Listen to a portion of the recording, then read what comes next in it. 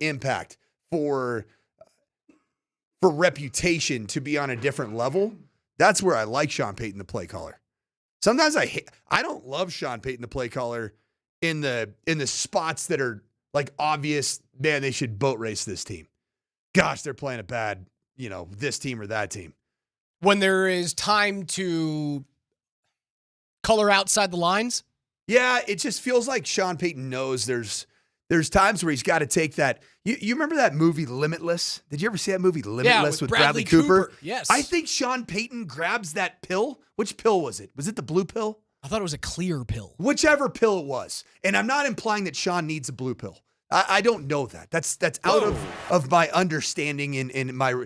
Don't we all at some point? I never have, but that's neither here nor there. Sean takes the pill from Limitless when it's in spots like this and pops it right in there, and then he goes and throws out the game against the Packers. The game against, I'd say, his first year in Denver. It was the game against Buffalo, man. You remember when Sean Payton was cooking against Buffalo? Russell Wilson was cooking. He did it against Patrick Mahomes in the Kansas City Chiefs in his first year. The Limitless pill was clear, by the way. Okay. It was a clear pill. Clear pill. Yeah. Blue and red is more Matrix. Okay. And, the Limitless pill was like, it's Denver on, Men's man. Health Center. Like you're getting onto a different level of just intellect, and you're like, that was the kind of the premise of the movie. You're tasting numbers. You're hearing colors. That type of thing. That's what Limitless was all about. And then I think there were some, downsides. How many other Seans are in the playoffs? I don't know. I'm not prepping the first names of head coaches right now. It's just simple. It's Sean McVay. Gosh, man. Is that hard? Why are you asking me to do these things? There's 3 of them. Thank you. 3 Seans. The one game that has the biggest propensity for blowout is...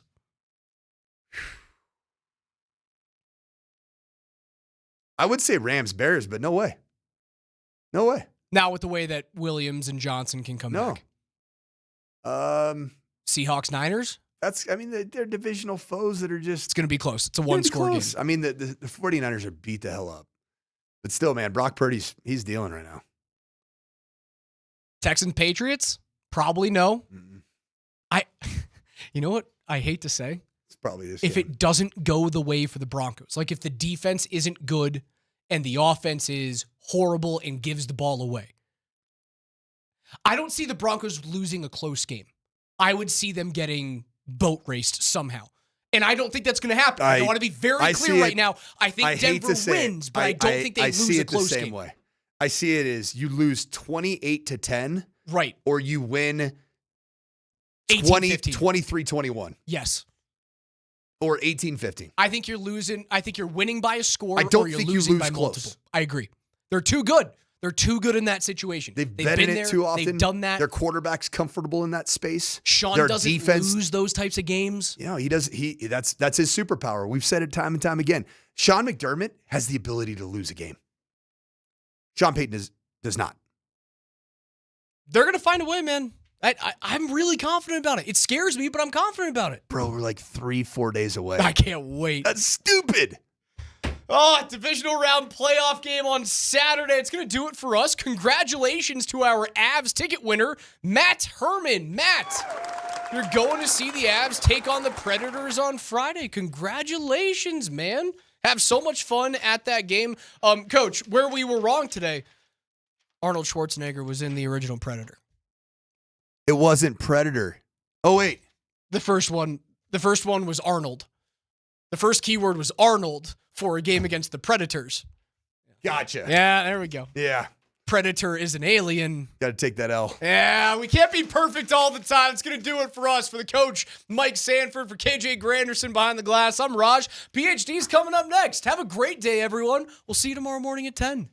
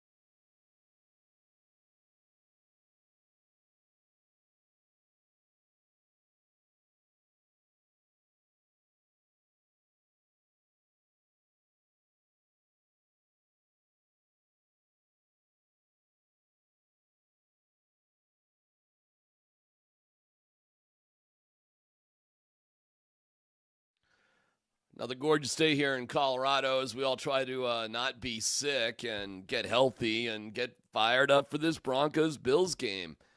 With Scott Hastings down in New Orleans as, well, we should check in on the health status of the Denver Nuggets as they get ready to face the Pelicans. And Tyler Polumbus safely back in the studio.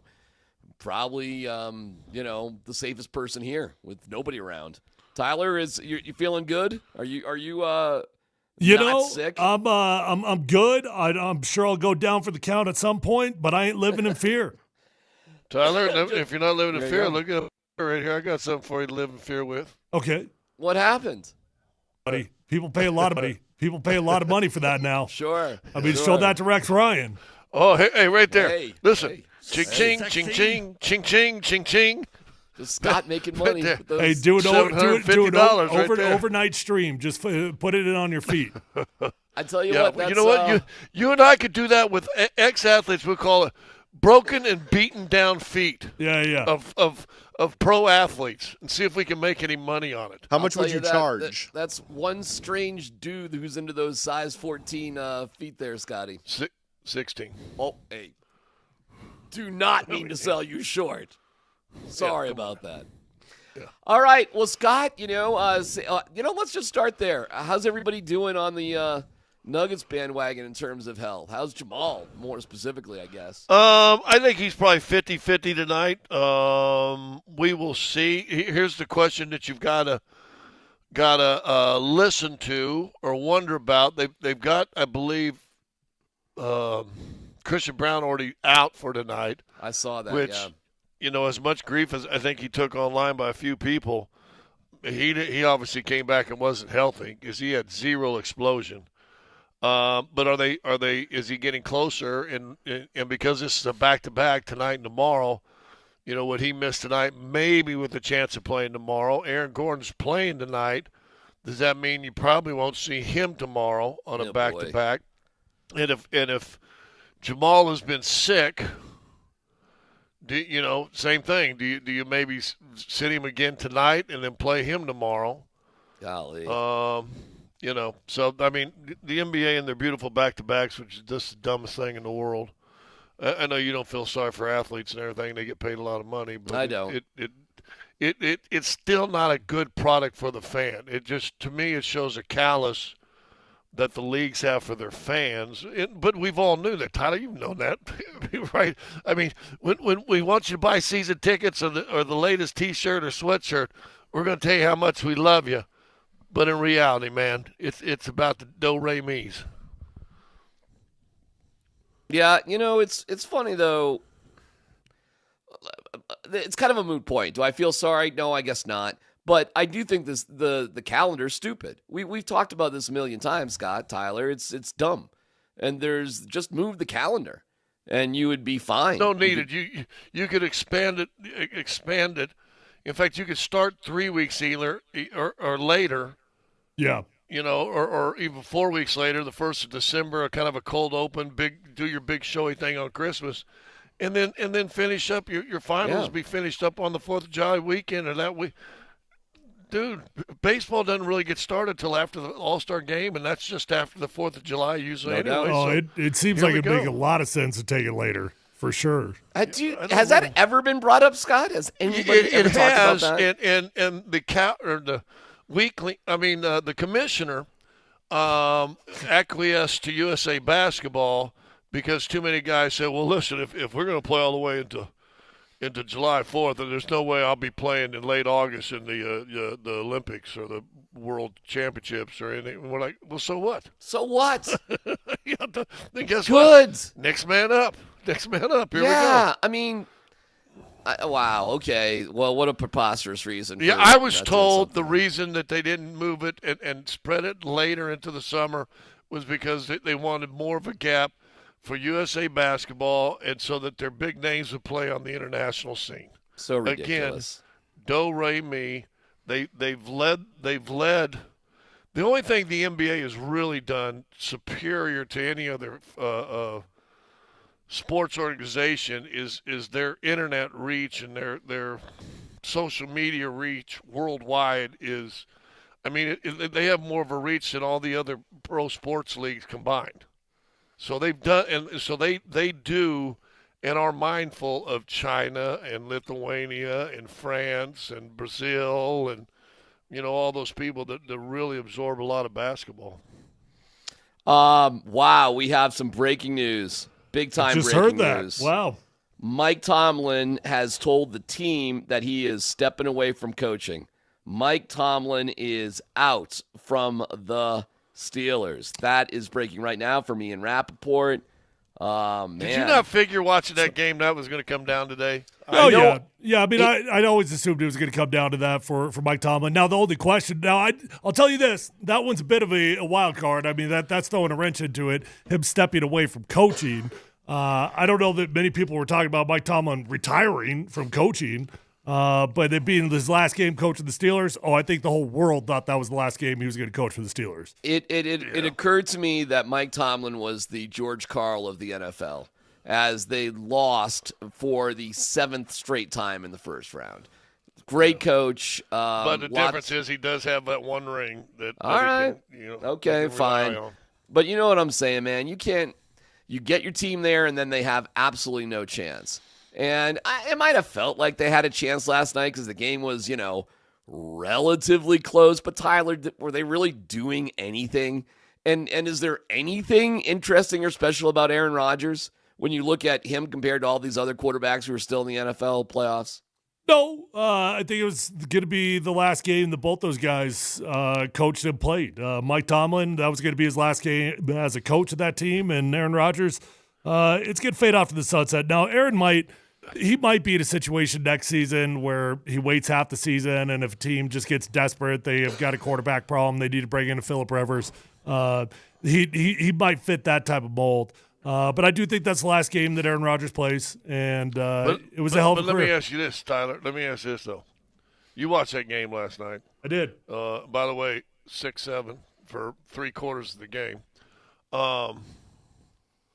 I don't know any other NFL quarterback that would have survived what Houston was bringing in that first half with that Pittsburgh offensive line. It was an onslaught. I think we saw Herbert get destroyed by New England. Right there, that'd have been tough for a 25-year-old. Drake May would have got crushed in that game. Bo Nix would have got crushed in that game, and they're both more mobile than Aaron Rodgers is at 41 or 42. No, I'll tell you this. Like, actually, on the season, I'm not mocking Aaron Rodgers. I think Aaron Rodgers did a pretty damn good job as the quarterback of the Steelers this year. So, hey, but listen, did you not watch that game? Go, oh my God, Houston's going to be trouble. Yeah, that could easily happen. I still would. I'd prefer to play Houston than the Bills. I think you could make an argument for either one of them, but yeah, Houston's a good football team that's done nothing but win a boatload of games at the end of the year. Houston doesn't have close to the offensive firepower as the Bills, Scott. Not. Yeah, but they've got 3 times the defense. They got 3 or 4 times the defense. It's going to be just like that game last night. It's going to be 6-3, 7-6, something like that. Denver's got a really good defense, like borderline on elite, depending on the week.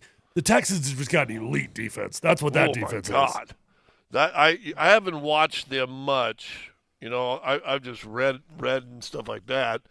But since the Denver game, and they were good against Denver, but Denver found enough plays and made plays in Houston, by the way, yep, and won that game. But that defense I watched last night, I don't know if they lose a game to anybody last night. By the way, how do you like score? I mean, their defense scored more points than the teams. Some of the teams that lost this week. Yeah, I mean, it was a weird game. Like, the Steelers were down by 1 and they were +3 in giveaway takeaway. Like, usually you're winning about that, but they couldn't do anything, obviously, with the takeaways that they had. And eventually the pressure got to them. And good for Houston, man. Good for Houston. I'm much more freaked out by the Bills. If we get to the Houston in the AFC Championship game, fine. Let's go. I'd be fine with that. The Broncos will handle that, no problem.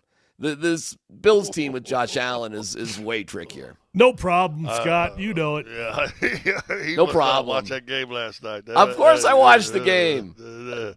What was Pittsburgh doing? Where was the Houston offense? Where you got a great defense, but what was going on? I don't disagree, but guess what? Even if they wouldn't have got another pick six and they wouldn't have got a fumble, scoop and score, and all that other stuff, guess what they do? They still win the game because Pittsburgh's offense wasn't doing nothing. All right, and so I was going to say when it was 7-6, are you here to say? All right, hey, are you here to say Texans are about to win the Super Bowl? Is that what you want to say? I'm here to say you sleep on Houston, you're going to fist fight. You better be ready for a fist fight that night. And if you ain't ready for a fist fight, they're going to beat you. Yes. So Houston is. We compare this Denver Broncos team all the time to 2015. That Houston team is a far better comparison to our team in 2015. Far better. I mean, that's an elite defense that makes elite plays, that gets turnovers, that gets sacks. I mean, all of it, right? We've got a really good defense here in Denver, but that Houston team is capable of winning a championship, DMac. I'm not predicting that they're going to win a championship, but that team's absolutely capable of it because you know what? When it really comes down to it, in a one-off situation, if you're going to take a team like the Bills with a lopsided team based off offense or a team like the Texans with a lopsided team like their defense, in a Super Bowl championship, in a singular one-off game, I'm going to take the defense. All right, so Houston at New England, what happens? Houston. I don't know. Yeah. Now, saying that, I tell you what, I was impressed with New England, too. You know what? Vrabel's got them guys playing on both sides of the football, too, now. Sure They're not does. as good as Houston. They're not as good as Houston defensively. They're better offensively, I think. But they surprised me defensively how well they played.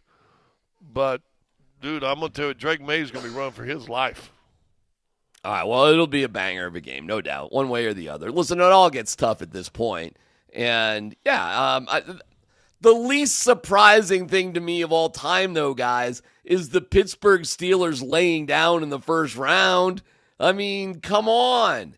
They've done it now 7 years in a row. That doesn't matter. That last night, that wouldn't have mattered last night. That I don't care about last year. Hold on. 23 or What 22. team? All right, wait a second. What team? None of that matters. What team would the Steelers have beaten this year in the playoffs? Well, we haven't seen two of them play, have we? No, but no. Of all the playoff teams that made it this year, what team do the Steelers beat? Who are they better than? Chargers? What No. seed were they? I think Well, it'd they be the won- Chargers. They were a 4 seed. They could have beaten the Chargers. They could have beaten the Chargers. Tyler The way the said he was Chargers more played. afraid of the Chargers than any other team for the Broncos to play. Yeah, I that's also didn't why- count on Justin Herbert not being able to play quarterback in the playoffs. So if Justin Herbert played the way that he did, 4 years. Hey, by the way, 4 years in a row. yeah, then Or the 3 or Steelers 4. probably could have beat them. It's probably the only team. Them or Carolina, based off the day. Those are probably the only two teams. I don't know. To me, this was the most predictable thing all season. They get in the playoffs and they lay an egg, and Aaron Rodgers just doesn't quite have it. Pittsburgh's not a very good team. I'm No. not trying to make that argument. I know. It's like so to be just bedazzled Here's- by the Texans against the you're- maybe the but- worst but team Jack, in the You've playoffs. been watching what the Texans been doing all year long. That's the difference, right? The Texans they've just taken control defensively of every team that they've played. Well, they lost to the Broncos. What can I tell you? And they didn't win their division. So they had those The only issues. team that they really didn't take control over defensively that I could recall, and I'm sure we can go to the schedule and you'll find some other examples. The only team they didn't really take control over, ironically, was the Colts with Riley Leonard. I actually should be encouraged that there's some definite positivity about the Broncos against the Bills. I'm hearing that. And Scott, I'm more curious because we really didn't get to yesterday. Deeper thoughts about that. So hang in there, everybody. We have a Avs Ticket Tuesday, so we have another keyword for you. A reminder, tonight the Nuggets are in New Orleans to face the Pelicans. You can hear all the action on Altitude Sports Radio 92.5. Coverage starts at 5:30. Pre-game show is presented by Ramos Law. It's PhD here on 92.5.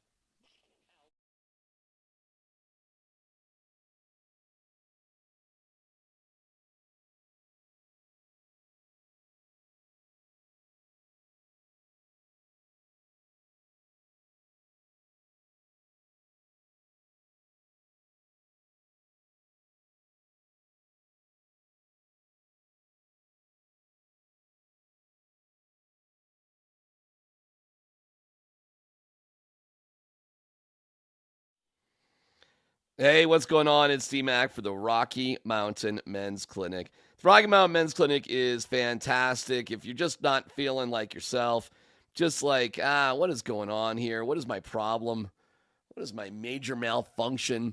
It might just be low T. And if you're suffering from low T, don't be surprised. Guys in your mid to early 30s start losing 3 to 5%, can add up over the years.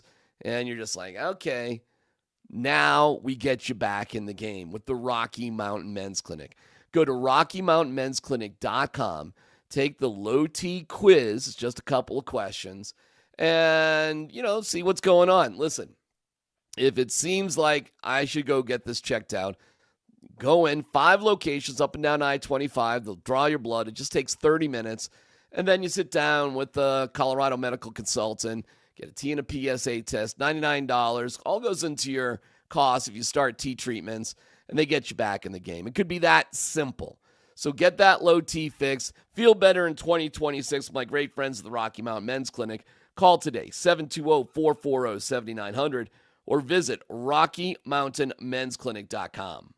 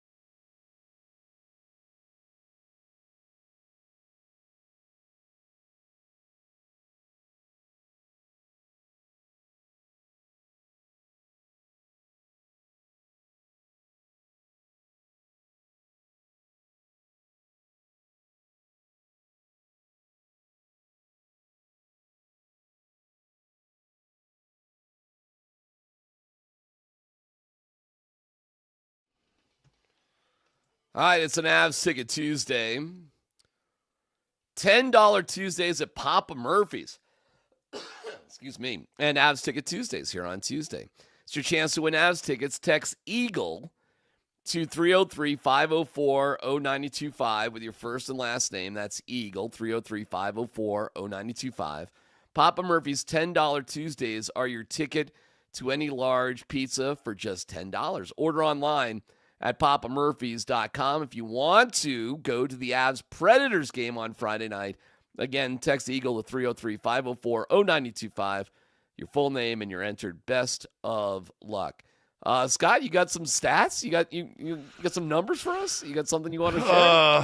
Yeah, I'll give you some numbers. The Texans only gave up more than 20 points 4 times. They were 3-1. Denver did it 6 times. They were 4-2. But in their 3 of their losses to the Texans the teams never scored more than 20, including the time that the Broncos beat them 18-16.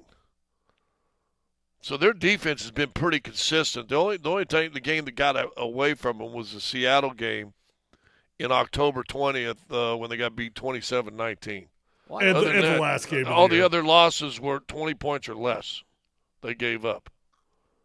Yeah, they're damn good defense. They did give up. Scott, what was the week 18? They gave out like 30-some points to the Colts though, didn't they?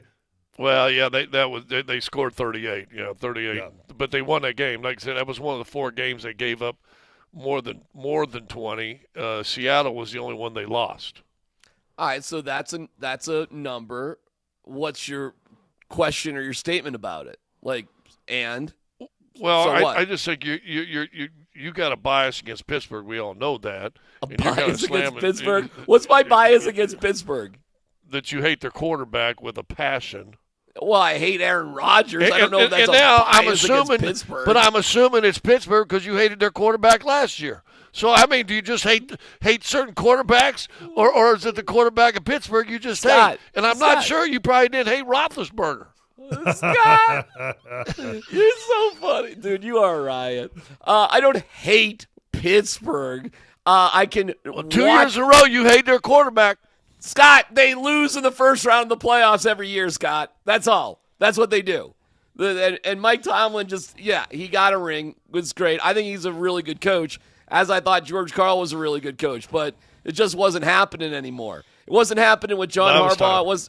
It wasn't happening with Mike Tomlin. If you missed the news, Mike Tomlin has stepped away, and that's like, he saw what was coming, right? I think. You'd rather step away than get fired.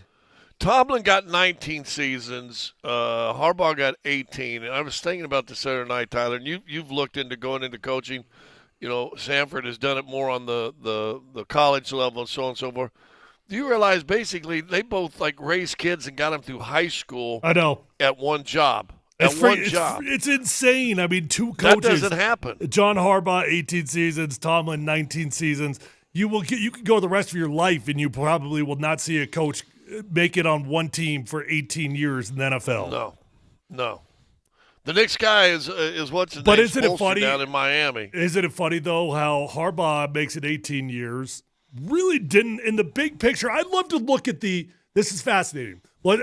Dan, maybe you can pull it up. Somebody can pull it up. I'd love to see the wins and losses, the overall success, Super Bowls, appearances, all that, between Mike Tomlin and John Harbaugh, because Tomlin is all of a sudden nobody seems to be overly interested in Mike Tomlin. And Harbaugh would be he's the most attractive candidate on the market. Oh, what do you mean? You don't think teams would be interested in Mike Tomlin? Not like Harbaugh, no. That's just what my gut's telling me. I don't think that Tomlin's got the same type of appeal. Well, all right. If it's less than Harbaugh, how much less? Can't be a lot. I think Mike Tomlin, a lot of teams would be thrilled to have Mike Tomlin. Well, to be their head coach. He said he's stepping aside from football, so according to Tomlin, he's done coaching. Yeah, because he's probably a little burned out, man. I don't blame him. Do you? No, and honestly, if I were him, I would take a year off, whether I wanted to coach or not. I would just take a year off, and you could do TV if you want, or you could go hang out on the couch and be with the family for a year and come back and coach and still be very high on the candidate list. There's no doubt about it. If Mike Tomlin wants to coach again, he'll just jump right back into it, as will Harbaugh, who at least interviewed with the Falcons. So we all know it's like Harbaugh's pick where he wants to go, so at least he has a little interest in the Falcons, and I don't know. We sort of go from there. I think Stefanski is going to be valued. This is going to be a fascinating coaching sort of turnstile. Carousel. Oh, it's going to be ridiculous because there might be teams. I don't know about McDermott, man. That guy is not a guy. That dude is. All right, I'll give you this because I'm watching now the Bills a little bit closer. What's this team really all about? Sean McDermott is to me like a wet piece of toilet paper. There's just nothing there. He keeps it together a little bit, but you get him a little soft and he's just going to evaporate. He had a whole explanation about why he didn't take a knee and take time off the clock. And it made sense. You're But about to hold mock on. it, but it made all kinds of sense. Hold on. He said they were going to go back, like he has a game management committee or something, and they were going to go back and like investigate it and think about it more. Yeah.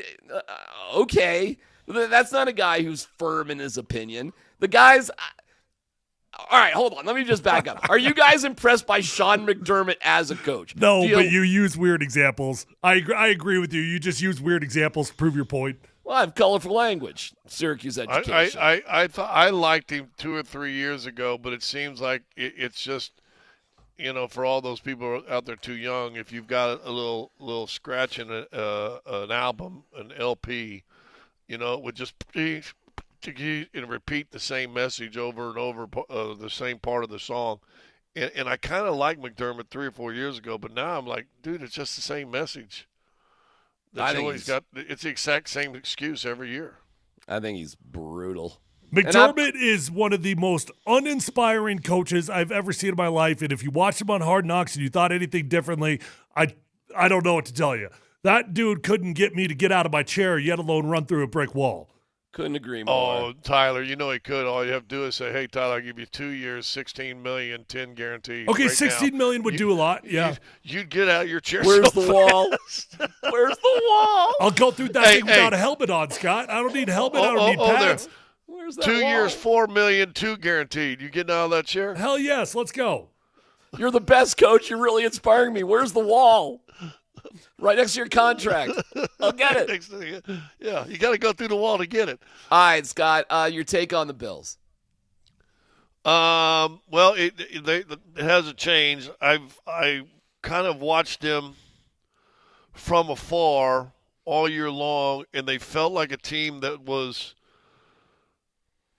surviving the regular season. That we got to just get through this. I think they put so much focus on the last 2 or 3 years that by the time they get to the postseason, they weren't super healthy. They just, Josh Allen looked tired and beat up.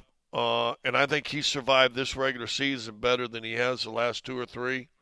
So I think they've been playing for this moment, and they scare me. Okay. Scare you in terms of think it's going to be difficult for the Broncos to win, impossible for the Broncos to win? No, I don't think it's impossible. I don't listen.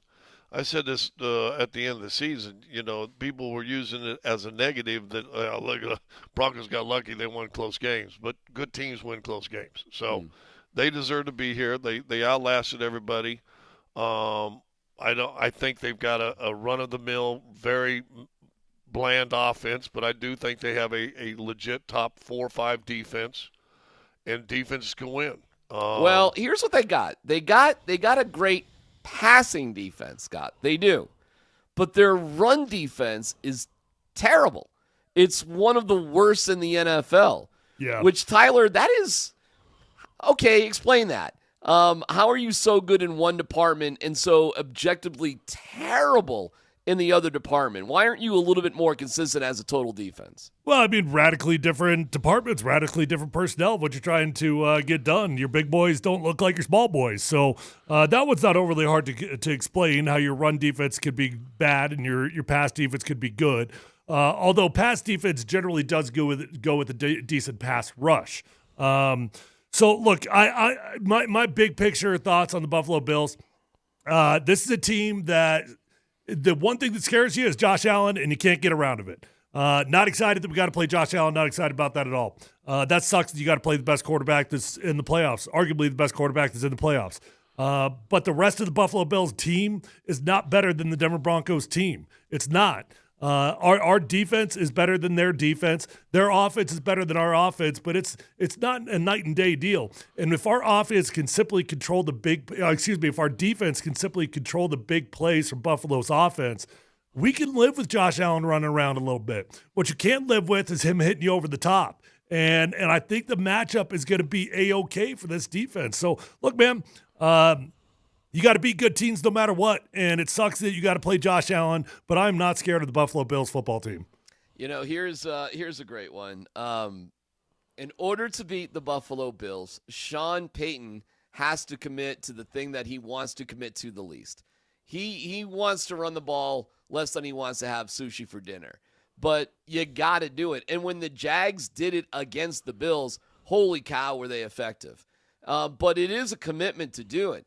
And not only do the Bills just suck against the run, particular 28th in rushing yards allowed, 32nd in the league in rushing touchdowns allowed, and yards per rush, 30th in the league at 5.1 per. But here's another one. They are the worst team in the NFL against a quarterback running. They give up the most yards per play when a quarterback runs the ball. And the Jags were taking advantage of it.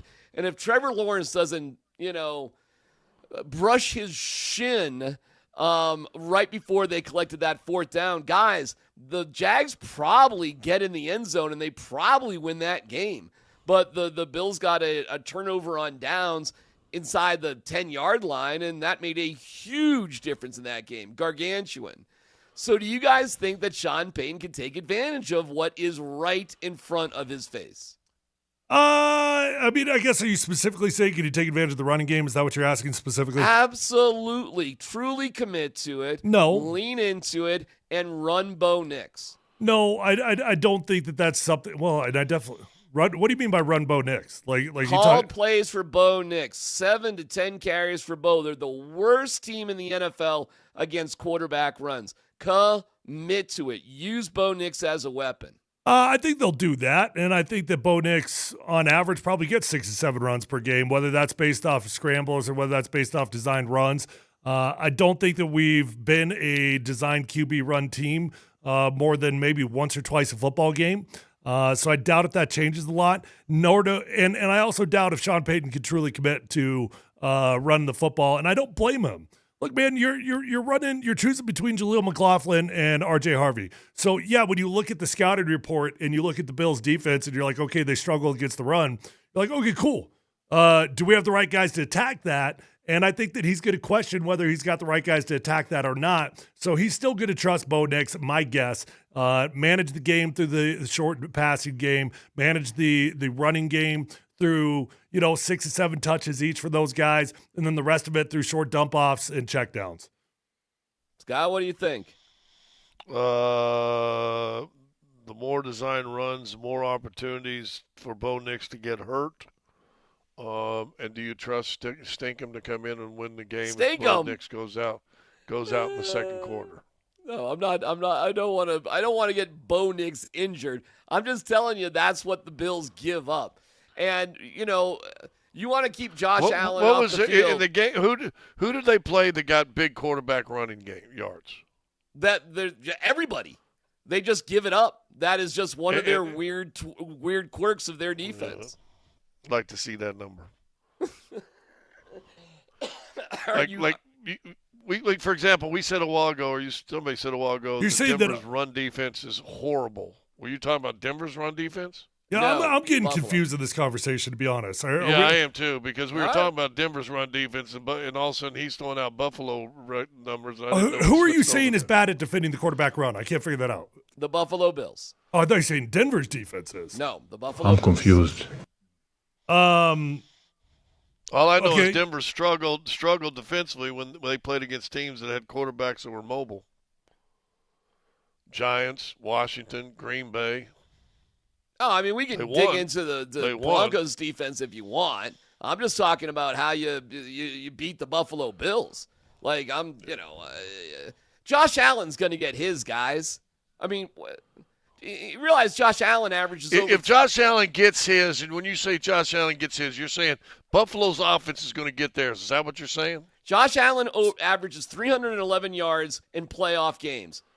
Number one ever in NFL history. So that's why I'm actually okay with allowing Josh Allen to run around a little bit on the Broncos. Believe it or not, that's not going to beat you. It's going to hurt, and he's going to pick up first downs.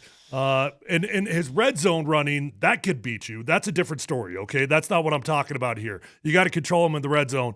But in the open field, letting Josh Allen pick up a couple first downs here and there with his feet, that's not going to beat the Broncos. What's going to beat the Broncos is Josh Allen's off-schedule playmaking ability, and that's why we got to make sure that we're playing true on this defense, keep those safeties deep, playing the two highs, same thing that we always do. trying to force the underneath stuff, but just don't allow the off-schedule throws. That's how he beats you. It's not going to be the running game, my opinion. It's not going to be the Bills running game that's going to beat you? It's not going to be the quarterback running game from Josh Allen. Oh, all right, fine. I mean, he doesn't run unless he really needs to anyways, and you already said it. In the red zone, he's unbelievable, in terms of just finishing things off. And on third down, they've been really, really good. What are the Buffalo Bills going to score no matter what? Seriously, what do you think it is? No matter what do you think the Bills are going to get? This is a basketball thing here, Scott. You're playing Shea, okay? What's he going to get? Well, I'll just say this. If Buffalo gets 27, can you beat them? No. That's no. Okay, what's the number? You keep the Bills to 20 points or less, and the Broncos are moving on. All right. But 20 for sure, right? 20 for sure. Well, what do you the mean? Buffalo Bills are going to get 20 for sure. Well, I hope not, because that's going to I'm hoping it's like 17 or 16. Yeah, I mean, if they get 20 for sure, now we're pushing the limit. I said 20 points or less. You're putting me to the limit. If you put it at 20 that they're for sure getting, then it's feeling more likely that you're going to lose the football game, because if they for sure get 20, then there's a really damn good chance they're going to get over 20, and I think 20 is the magic number. So I really hope that they don't for sure get 20. Well, they're going to for sure get something, man. You're talking about the best quarterback that's left in the playoffs, the most seasoned offense, the most experience. I mean, I know they got an idiot with Sean McDermott, but, he's not controlling things out there. It's Josh Allen, Joe Brady. They're going to get – hold on. Am I really way off here? I know we can hope for all sorts of things, but Scott, I'm trying to use an NBA comparison. You go into a game against a great scorer, he's going to get his. If the Bills are going to get theirs, what does that mean? What are they going to get? That means what did the Bills average this year? I don't have that off the top of my head. I mean, the Bills put up a lot of points, and DMac's not wrong about that. They also have got games where they put up 12 points, where they put up 8 points. So there's a few of those, but for the most part, they're going to score a lot of points. But here's what I'm betting on. I'm betting on it's good on good. And if the Broncos are going to win this game, it's because you have to contain the Buffalo Bills offense, because our offense is not going to win a shootout. That ain't going to happen. So we're going good on good. Their offense versus our defense, which is better? I'm banking on our defense being better than their offense, and I'm banking on our pass rush being able to get home on a 4-man rush. Dan said, go ahead, Dan. Sorry, that was postseason. Let me look at their regular season. Regular season, Buffalo averaged 28.2. That's right. So you're going to tell me Buffalo's going to get theirs, and you're going to win? I'm not telling you they're going to win. I think if there's they a get way theirs, to do it. If they get theirs, though, you think Denver can win? Just say it. It's going to be tough. By the way, really, they only gave up really 21.5 per game. Yeah, I'm trying to figure out how we'd rather have the Texans are worse or a tougher opponent than the Bills. I think the Bills are the absolute toughest test the Broncos could have, period. I mean, we're impressed by the Texans? Okay, cool. They beat a dilapidated Steelers team who coach just quit and a senior citizen quarterback. All right, cool. Here's what I know about the Texans versus the Bills. The Texans are arguably one of the most steady Eddie football teams in the NFL that's got a formula that's worked that they haven't had to veer off of. The Buffalo Bills are a wild card team that can thrive in adversity, but boy, do they go through some ups and downs, and boy, do they go through some wild moments in a football game. The Texans are actually a far more steady football team than the Bills are. The Bills are weird and neurotic and all sorts of things. Bills also have a really good offensive line, but not as good, at least statistically, as last year, but still they were ranked 6th by Pro Football Focus. Broncos number 1, by the way, in that category. Is an outstanding year for the Broncos offensive line. How about we didn't even mention this? 2 guys, first team All-Pro, Tyler. 2 with Bowles and Miners, first team All-Pro. That is unreal. You want to speak to that for a second before we go to break? I mean, other than congratulations to those 2 guys, I mean, 2 guys that are deserving of it. They've been playing good football for a few years now. It's a hell of an honor. It's the honor that if you could choose between that and All-Pro, you're going to choose that every single time. between the Pro Bowl. So congratulations to those guys. It's a huge deal. It's why the Broncos offensive line has been very steady this year. And you got other guys that are playing good football too. I'm wondering. Your highest paid offensive lineman looks like somebody made a good decision.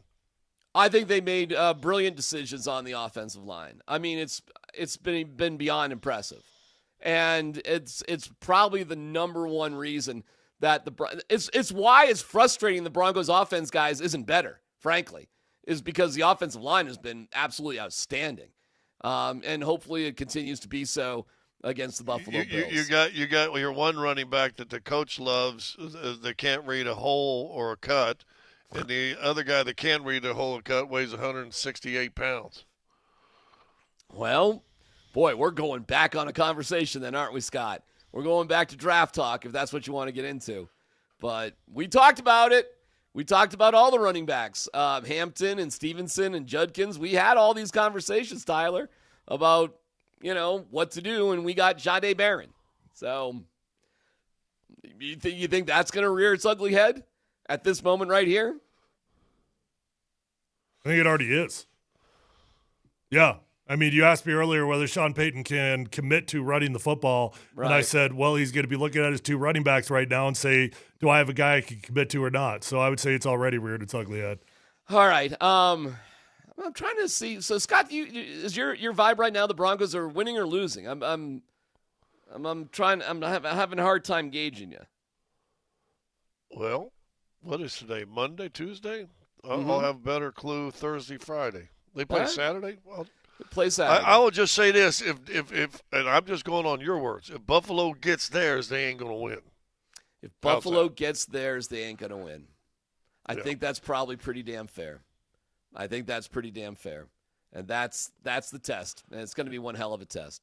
All right, we'll take a quick break. Yeah, the keyword is Eagle. There is somebody who's getting theirs in a big way for the Nuggets, and it did kind of surprise us. Get your thoughts on Peyton Watson, Player of the Week, coming up next.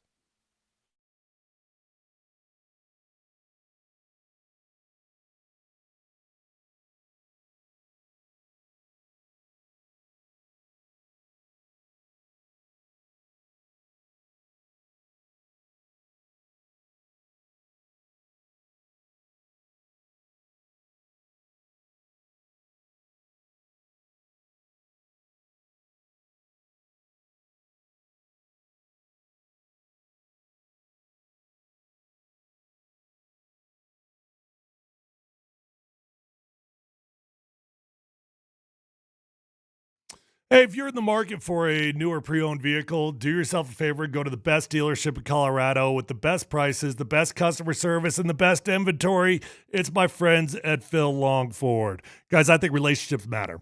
That's why I've been going to Phil Long Ford every time I need a new vehicle. I've done it over 5 times since my rookie year. I know these guys. I love these guys. I trust these guys. They're going to respect you. They're going to get you in. They're going to get you out. And you're going to find the vehicle of your dreams at the best price at Phil Long Ford. It's one-stop shopping at Phil Long. Don't drive all over the state. Just go to Phil Long Ford because there's over 1,000 cars, trucks, vans, SUVs, electric vehicles, even commercial fleet vehicles on their lot right this minute. So whether you need a new vehicle or a pre-owned vehicle, the vehicle of your dreams is at Phil Long Ford, and they've got the best prices. They also have an award-winning service department, so once you buy that new vehicle, keep it serviced over at Phil Long Ford, and you're going to love that ride for a very long time. Let them know that your friend Tyler sent you on over. Check them out online at phillongford.com.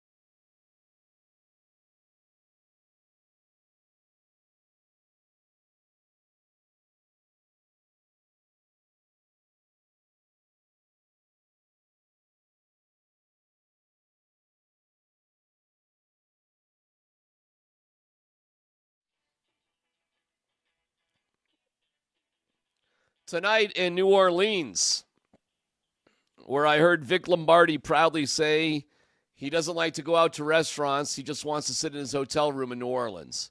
Scott, I don't know if you were doing quite the same.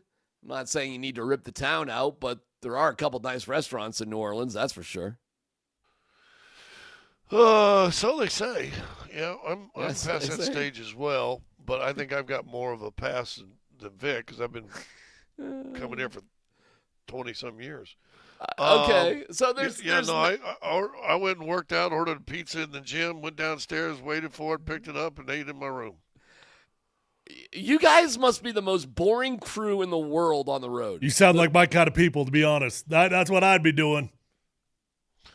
No, listen, I've had my years of going out, and this used to be. In fact, I was funny. I was talking with Nick Helling, who works on our crew that travels. And I said, "Yeah, no, I did the years, man. New Orleans, you come in, put your bags down, squirt yourself up a little smell good, and get down and find yourself some food and some drink and go crazy."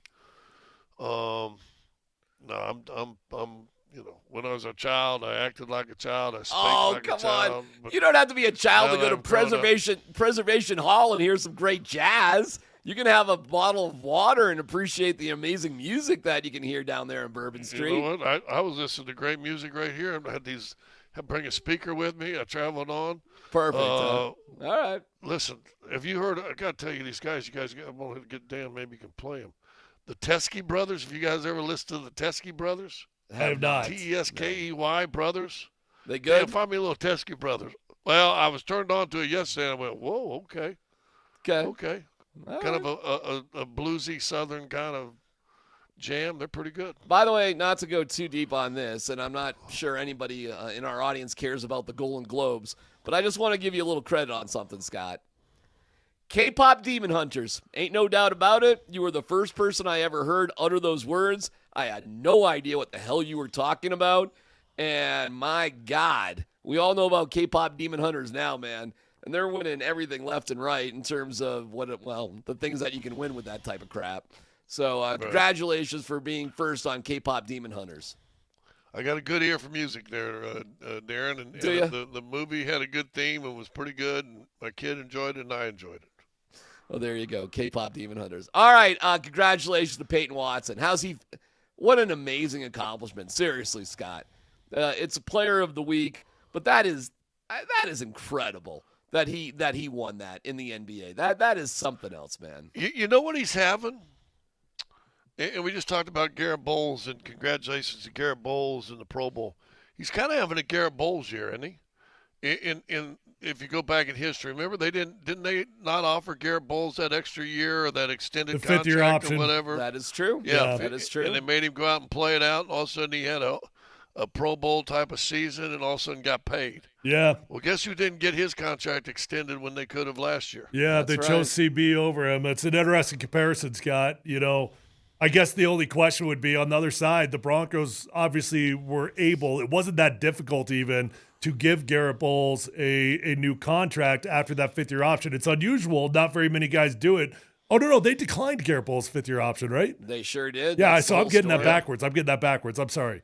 But they gave him they just had the ability to sign him. Do the Nuggets have the same ability to make up for it at the end of the season? Well, this time? just to be clear, Garrett Bowles could have told the Broncos to pound sand and leave. He could have done that. They had the ability to talk to him, sure, I guess, but they didn't have any more leverage or anything special.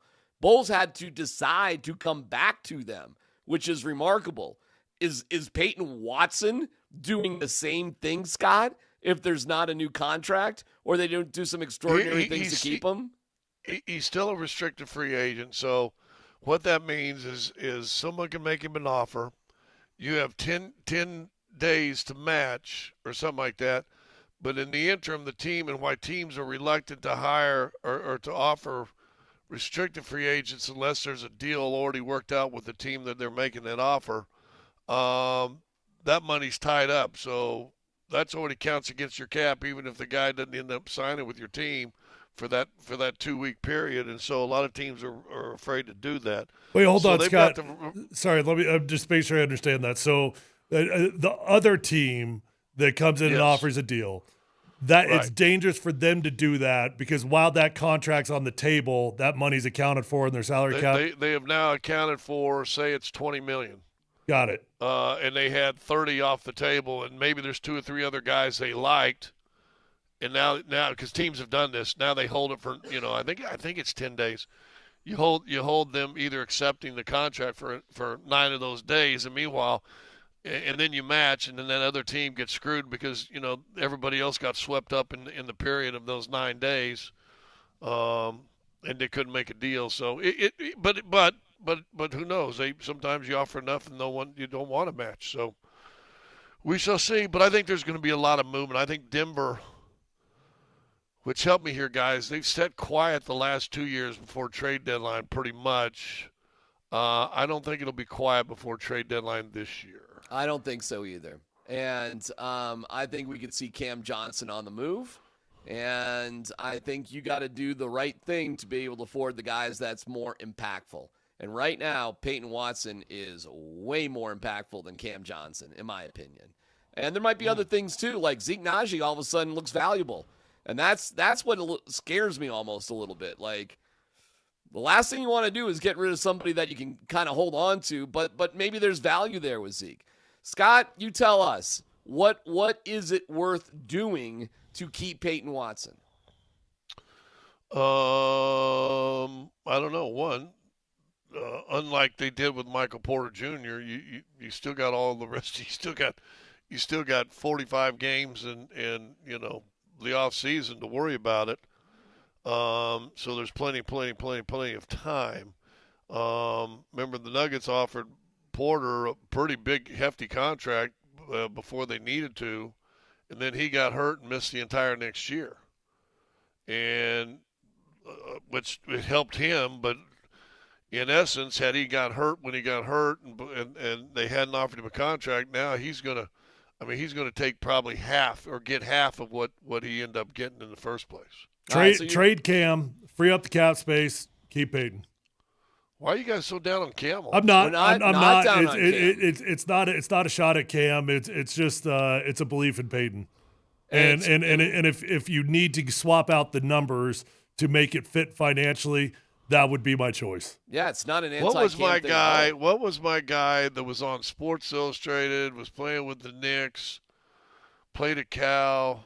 The Asian kid, and he blew up for like a handful of games, and everybody got hurt. And he got to start. Jeremy Lin, or Jeremy what's Lin. his name? Is that right? Yeah. Jeremy Lin.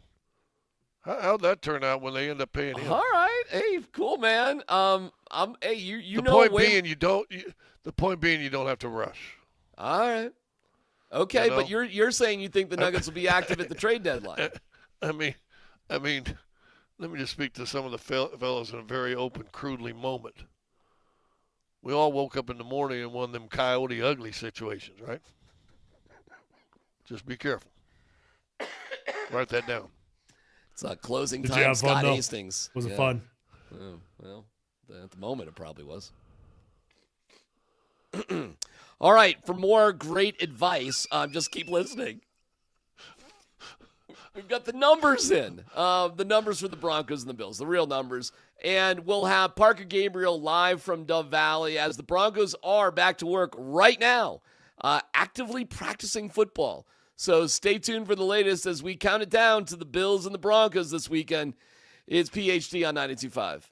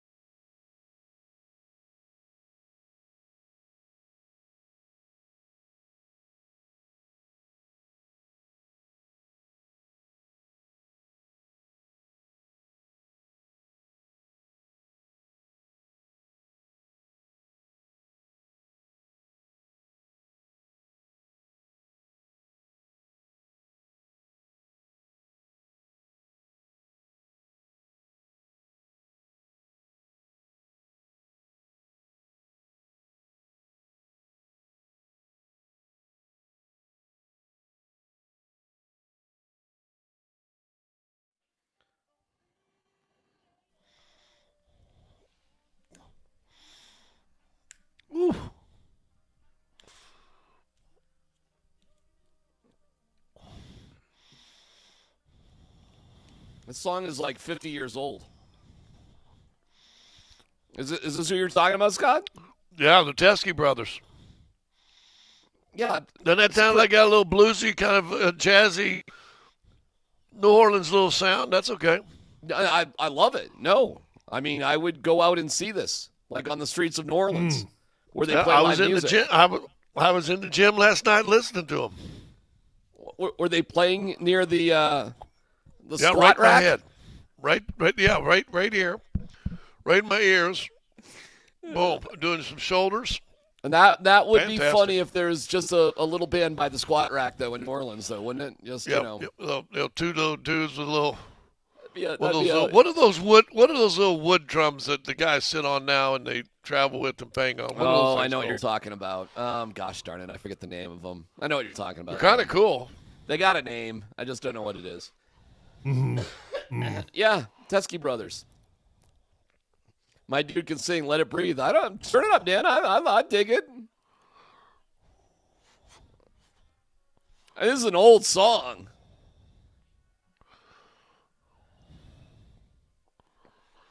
Well, they sound as if they came out like in the 60s or 70s almost. Well, right? I mean, this song is like 100. Tennessee Whiskey is forever old, but Is it? I didn't. Tennessee Is Whiskey? this Tennessee whiskey? I don't think that's Tennessee whiskey. The song's what is called this? Pain and Misery. Oh, it sounds just like Tennessee Whiskey. Well, that's what It does actually have a this little song Tennessee comes whiskey after the vibe. Tennessee whiskey. You get a little Pain is- Tennessee whiskey, and then you got pain and misery. So this is the post-mortem to Tennessee whiskey. Oh my God, this sounds. Tyler, help me, right? Like It does. I think it might be the same song. it sounds like the same song. Well, every Not to- song not is to- written on about the same four chords, aren't they? Not to give you a hard time, but this band that you like might be huge rip-off artists there, Scott. Oh, really? Did you guys ever play an original song in all them places you went? What Fatty's Big Chance? We did actually. Yeah. We did do an original song every now and then. Yeah, we did. Nobody cared. All right, welcome to it. It's PhD. The news of the day is Mike Tomlin is out. Tyler, your reaction to Tomlin stepping away. Did not get fired, stepped away. Yeah, this was obviously going to happen. Did he step away? You know what's interesting about it? So probably comes down to matter semantics. Did I fire myself before they fired me? Did they allow me to step away out of respect? But you know what's interesting about the way it went down? If you're Mike Tomlin, it actually might have been better to have them fire you, because that now the way it works is that because Mike Tomlin resigned, right? He quote unquote resigned. Yeah. The Pittsburgh Steelers now retain the rights to Mike Tomlin as a head coach. So what does that mean?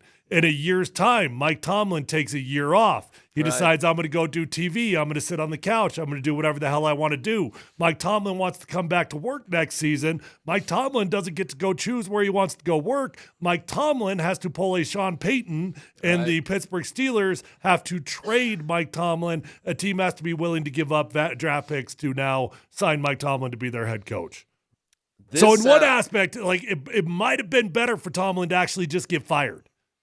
He was just trying to do them a favor and said, "Listen, we've had a great relationship for all these years." And and let's be honest, in Pittsburgh, they probably just let him go. I would. What Pittsburgh's problem is, and here's the knock that when you were knocking the Steelers a while ago, Darren, with your hate. When you're just good enough to get to the playoffs, and this goes back to part of your drafting theory, you're always drafting in the 20s. You're not getting. Yeah. You got to be lucky to get a game changer. Yeah, I mean, you got to be really super lucky to get a game changer at 25, 26, 24, 22. So they've been there for 19 straight years. They've been doing that. Crazy, right?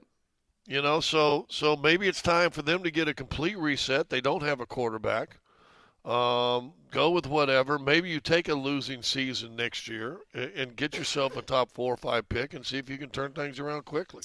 Yeah, I think you're seeing legitimately both sides who have deep affection and love for each other, and I think Tomlin needs some time away. Period. Probably right. He just needs a little time away.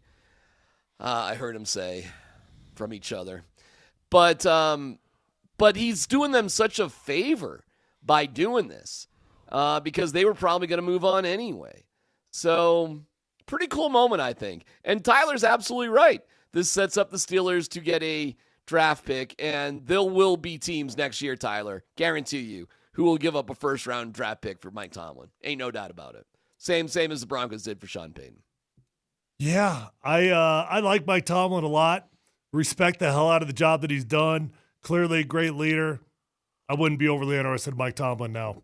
I wouldn't be giving up multiple first-rounders or anything like that to go sign Mike Tomlin to be my coach. Not a first-rounder, but what about what the Broncos did? They traded I thought Bradley. they did give up a first-rounder. They did. They traded Bradley Chubb. They You got just said not a first-rounder for Tomlin. A first-rounder in the 20s. So you said multiple first-rounders. Yes, of course not. But a first-round pick in the 20s, something like that? You got the 23rd pick. I mean, what's the real appeal to Tomlin? He's a leader, right? Like he's a good guy. People like him. What's the innovation factor with Mike Tomlin? Like I want to recreate the wheel, you know? Like I want some innovation. That's what I would be looking for if I were an owner. So you think time has passed Mike Tomlin? A little bit, yeah. And Okay. I say that and I truly mean with all due respect. It's not one of those things that you just say. I mean, I truly respect Mike Tomlin. Truly. I truly think that man knows how to coach football. All of it. I also don't think that there's a huge sexy appeal to Mike Tomlin anymore. All right, well, quick on that. You know what? It depends if you need a complete culture change. Like, and if you're getting some anonymity, could he help the culture in Cleveland? Could he help the culture in Arizona? Could he go to a place that just seems for some reason get talent but can't do anything with it? Would that be? It almost have to be a rebuild in a way, wouldn't it? Hey, listen, Tyler, I'm feeling you. Yeah, I hear you because it looks exciting with Ben Johnson and Liam Cohen. Yeah. And guys that are doing that, right? Like, that looks cool what's happening initially with Kevin O'Connell, although a down year this year for the Vikings. I mean, is that basically what you're saying? There's just more interesting cats out there? And the NFL's evolving. The players are getting younger. The generations are crossing out. I just think the modern NFL coach looks different than it did previously. All right, so you why? know, here's what I would say about it. And I said this yesterday, but I'll say it again today. NFL quarterbacks are changing in the way that they present themselves. Whether you like it or whether you don't, NFL quarterbacks used to present themselves like Peyton Manning and Tom Brady, and they no longer present themselves in the same presidential manner. The same thing can be said about NFL head coaches. NFL head coaches are no longer presenting themselves in the presidential manner that they did historically over the history of the NFL. They're changing. They're becoming cocky. They're becoming arrogant. They're becoming like Signetti out of Indiana. You know, they've got personality. They are brash. All those sorts of things. And I think Tomlin just represents a different generation. So why is there so much interest in John Harbaugh? On which part, Scott? Well, the one guy you mentioned, Signetti, reminds me of more an old school guy than anybody I've seen coaching at the college ranks in a long time. Ooh, I don't know. I mean, He he's may not brash. be, He's but loud. Exactly. He comes off the watch Woody Hayes' press conferences. They're both Schembechlers. Sounds just like them two cats. All right, Tyler, you're talking more about swagger, confidence than sort of an analytical approach to things. Although I think Signetti has all of that, by the way. If I'm an NFL team, I'm bending over backwards. I mean, I'll just be honest. If I'm the Raiders, I'd give it a shot. I don't know how much money's probably a gargantuan factor for the Raiders. But hey, there's another team that could use Tomlin that needs a big-time culture change. But what Tyler's saying is that it's just his time has passed. But what I was going to say, if Tomlin's time has passed, what's the difference between him and John Harbaugh? Hey, you know what? For the record, most people's time does pass by over 2 decades. That is generally what happens over a couple decades. This week you're arguing guys are too old. Last week you're arguing about guys are too young and can't do it. So, I mean, what do we need? We need Jiffy Pop popcorn and bake them just for 3.5 minutes, or what? I mean, What are you going? Last week you didn't. Davis Love, that's too young. That's too big of a risk. He doesn't have enough experience. Mike Okay, Tomlin, there's he's a been around too balance long. in That's there, too old. Scott. I mean, there's a balance between no experience and some experience. I think a leadership of men, and that was where I always questioned whether Tomlin was a great X and O coach, but there was never a question as far as the motivation of men. Agreed. And I don't think he has lost any touch with that. I agree with that in my wholeheartedly, opinion. Scott. But is that really what these organizations are looking for these days? Well, I don't know. You tell me. Okay, the only organization. organizations- I'll tell you this: if I could pick a coach for every opening right now, the only organization that I'd be interested in Mike Tomlin would be the Cleveland Browns. That's it. Because you could argue it doesn't matter about X's and O's. It doesn't matter about a scheme. We just need a cultural reset. So, yeah, if I'm a team like the Browns, maybe he's still appealing. But would he go back into that organization, into Cleveland, where now you're playing Pittsburgh twice a year? Maybe. I don't know. I don't think he's leaving on bad terms. Oh, no, But he might be. no way. Oh, I don't think so. I think these are as good as terms as you could possibly have. I've seen the statement and read the statement by the Steelers. They're in love with the guy. No, I mean, he's an all-timer for them. Are you kidding? So, no, I mean, it's just time. And hey, man, we'll see where it goes. Hey, let me ask you a quick question about Aaron Rodgers real quick. Because, Tyler, what'd you say? He could, halfway through the year, Phillip Rivers, that sort of thing, something like that, right? Is it crazy to think that Aaron Rodgers would go to Kansas City before Mahomes gets healthy? Yeah, because I don't think that he would want to play the first half of the season. I think he'd want to play the second half where he's competing for something. Really? So you don't think he'll, ever have that mindset of it's just good to be in the league? I don't think so, no.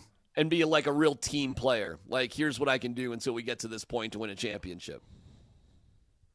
I wouldn't want to do that if I'm Aaron. Would you? Yeah, I don't know. I have no idea what it's like to be Aaron Rodgers, but who else is going to want him? Well, I mean, just put yourself in his shoes. Like, if I'm coming back. Listen, Go ahead.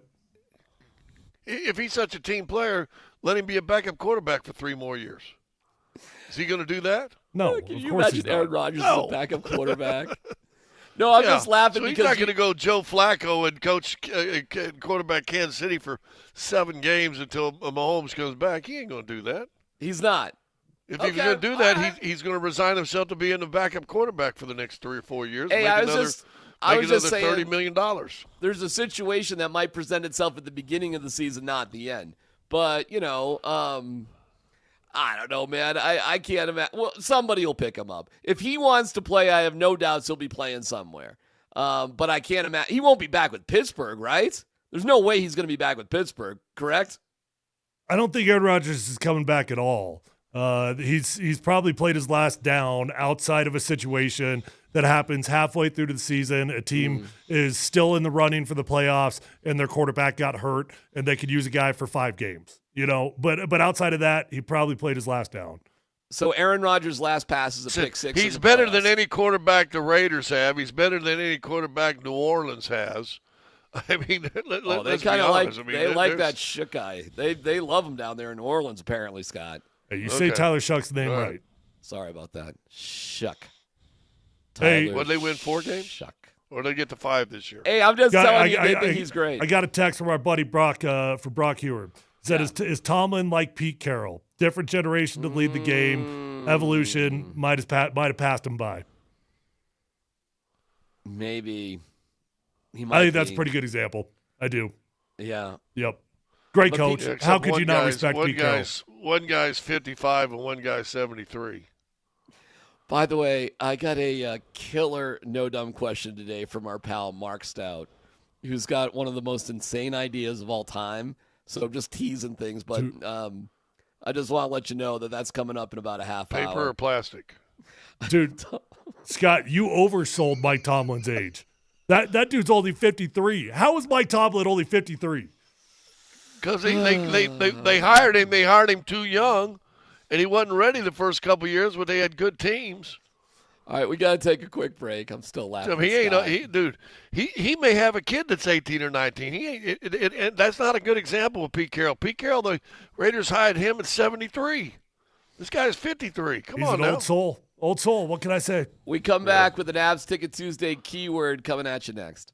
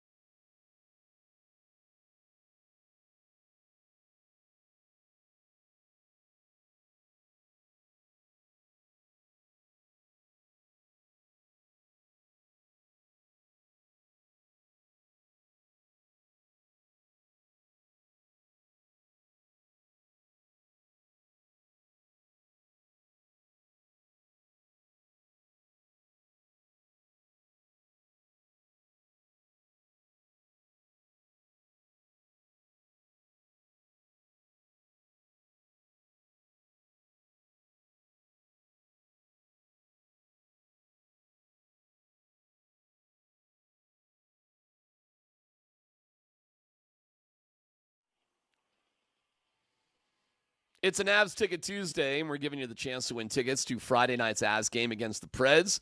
Text Falcon to 303-504-0925. The keyword is Falcon. Check out the Avalanche Bourbon Social and enjoy a tasting of 5 hand-selected bourbons before an Avs game. Tickets at coavs.com/bourbon. Enter to win tickets to Friday night's Avs game by texting the word Falcon with your name to 303-504-0925. Avs Ticket Tuesdays are powered by Papa Murphy's Take and Bake Pizza. We do have the Broncos by the thank you. Broncos by the numbers, and Parker Gabriel, the Hammer, will join us here in about 7 minutes from Dove Valley to let us know what the latest and greatest is. Bills by the numbers, guys, are impressive offensively, but let me see if you find this surprising. They are first in the league in rushing. By the way, scoring, we'll just get that over with. Fourth in the league, 28.3, and 27 points in the playoffs. But first in the league in rushing, 15th in passing yards. In fact, you're probably going to win a few bar bets if you say who had more passing yards in the 2026 season, Josh Allen or Bo Nix. But Nix checks in at 39-31 and Josh Allen at 36-68. Tyler, why are the Bills primarily a rushing team? I guess, well, you count for a running quarterback in that, and that's going to be a huge part of it. Josh Allen's great when he's scrambling around, and he's great when he's got designed quarterback runs. The thing that I would probably lend that to the most is the fact that their offense thrives when they're off schedule rather than on schedule. And when you're on schedule, it's easy to keep the passing yards going. When you're off schedule, you're living and dying by the big plays. I guess that'd be my gut feeling. The Bills. I would say one of the Scott, reasons, DMac, is you've already got 3 wide receivers that are on the IR for the year. You've got including one that just went on. Game. Yeah. You got Tyrell Shavers, who's questionable for this game. Brandon Cooks is kind of your one established wide receiver. Mm-hmm. So I think you're limited in your receiving core is one of the answers. And then, they've been able to run the football pretty good. So why change it? James Cook's been fabulous this year, right? It's a fair point. Their leading receivers are Shakir, who's a wide receiver, but then it's Kincaid and Knox. Their next 2 leading receivers are both tight ends. How about that one? And in terms of rushing yards, Kincaid's questionable for this game, right? They are banged up. I'm very, very curious, Dan, as soon as we can, to see the Buffalo Bills injury report when it comes out. Now, they may be getting Ed Oliver back, which to them would be unbelievable because they stink against the run. So to get some inside presence for them would be probably pretty amazing.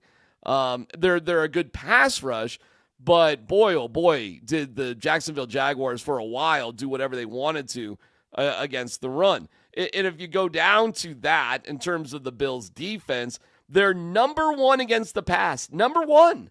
For a lousy defense or a mediocre defense, first in the league against the pass, 28th in the league against the run. I will point something out about the Bills' offense, though. They are brutally efficient where it matters most. They are 4th in the league on third down percentage at 44.8, and in the red zone, 3rd in the league at 66.2, whereas the Broncos are 11th and 13th. So this is, Tyler, the Josh Allen factor, right? Like, we're going to pound you. We're going to do what we need to do. I'm a smart quarterback. I don't have the stars that I used to have, perhaps as receivers, but I do have guys who are good enough. I'm going to use my tight ends, which has traditionally been tough for the Broncos to defend, and then I'm going to finish things in the red zone. Pretty powerful. It is. I also think that they are susceptible to a very sound defense, meaning they continue to make the majority of their plays over the top when Josh Allen is off schedule. And if you can be a sound defense that can get after the quarterback, we have seen Josh Allen this season, by the way, We've seen Josh Allen look very average at times when the opponents are not giving up the big play over the top. So can this defense play that style or not? I think they can, but it's going to come down to, can you win with your 4-man pass rush?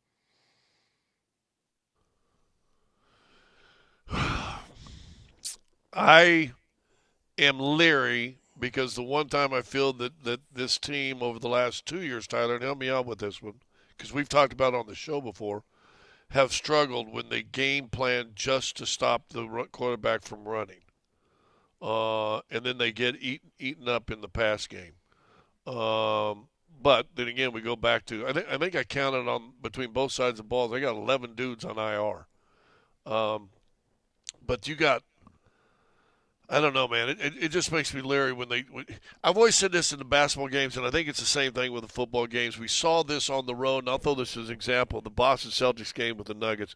When all of a sudden the Boston Celtics are killing you on the glass, the big two guys, but they can't stop Denver from hitting threes.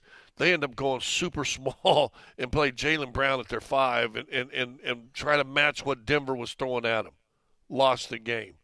And I feel like there's been times that Denver defensively has changed who they are to make sure, let's contain this quarterback. Let's don't let him do this. Let's don't let him get that third down run once or twice in the game. And then they end up putting no pressure, and then all of a sudden the quarterback picks him apart. Lamar Jackson did it to him a couple years ago. So that scares me about this game. All right. Well, Tyler, do you want to respond to that? No, I mean, I don't know about having a response to it. I think it's an understandable fear. Because we have talked about that, though, right, Tyler? When there was a game we talked about, I don't know if it was this year or last year, how we didn't, or maybe even the Green Bay game, we were so worried about Jordan Love getting on the outside and doing all this that they just stopped doing what they were doing. And it was one of their, they ended up winning the game, but they gave up, 32 points or something like that? Yeah, I mean, I guess the question would be, when it comes to how you want to attack on defense, do you want to risk Josh Allen being able to run around on you, or do you want to err on the side of preventing him from getting the deep completions, right? And I actually think in this particular circumstance, I know it sounds insane, I'd be okay with Josh Allen running around a little bit because I really don't think that that's going to be what kills you. Now, red zone running is different. That's a radically different thing. That's not what I'm talking about. But open field running around from Josh Allen, I don't think that's going to be the difference in the game.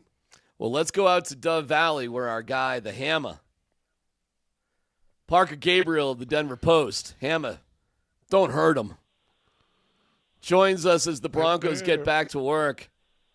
I just got to ask, with everything going on and Sean Payton having the sniffles, Parker, how's everybody doing out there? And how concerned do you think the Broncos are about sort of the sickness factor of everything? I guess you'll find out later in the locker room, but that has been going on around Colorado. It's impacted just almost everything about our society here in the state of Colorado for the past week or so. Yeah, do you guys know anybody that's not sick? I mean, that would be a better question. It doesn't seem like it's a big factor. Obviously, Sean, that was Friday. He said he was 3 days in, so maybe they gathered everybody up for those workouts last week just to let it rip through and get back to health this week. What's the status out there? Well, there's other guys that we're curious about too, obviously. Let's start with J.K. Dobbins. What expectations should we have about J.K.? Yeah, that's a good question. I mean, I wouldn't expect anything imminently. The original word was maybe the Super Bowl. He's been telling people he thinks sooner than that. So, okay, well, maybe the conference championship game.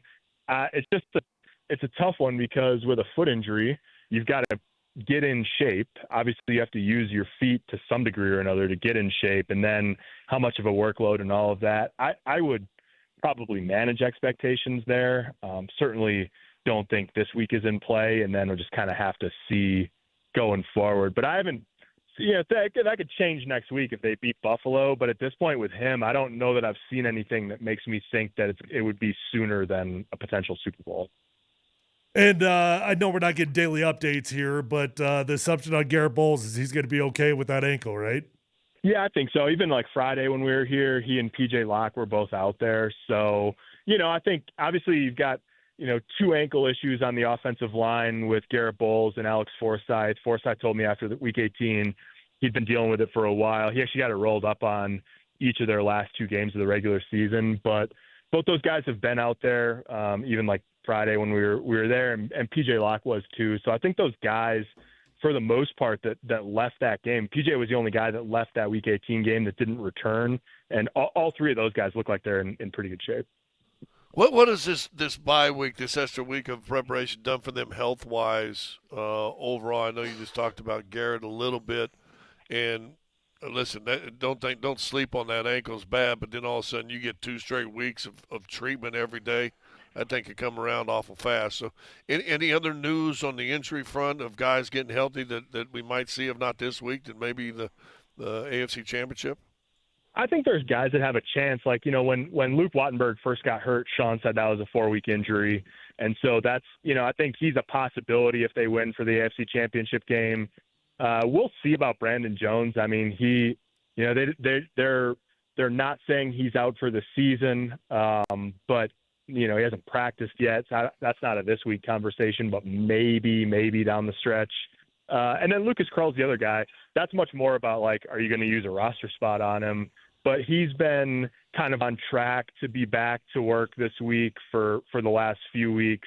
And so like, he's probably going to be an option, but then the question is like, based on sort of where you're at roster wise, are you going to swap him in for somebody else? All right. Is this Sean Payton's hump because he lost to the Bills last year? Those are not somebody else's demons. Those are his demons. That's his demon.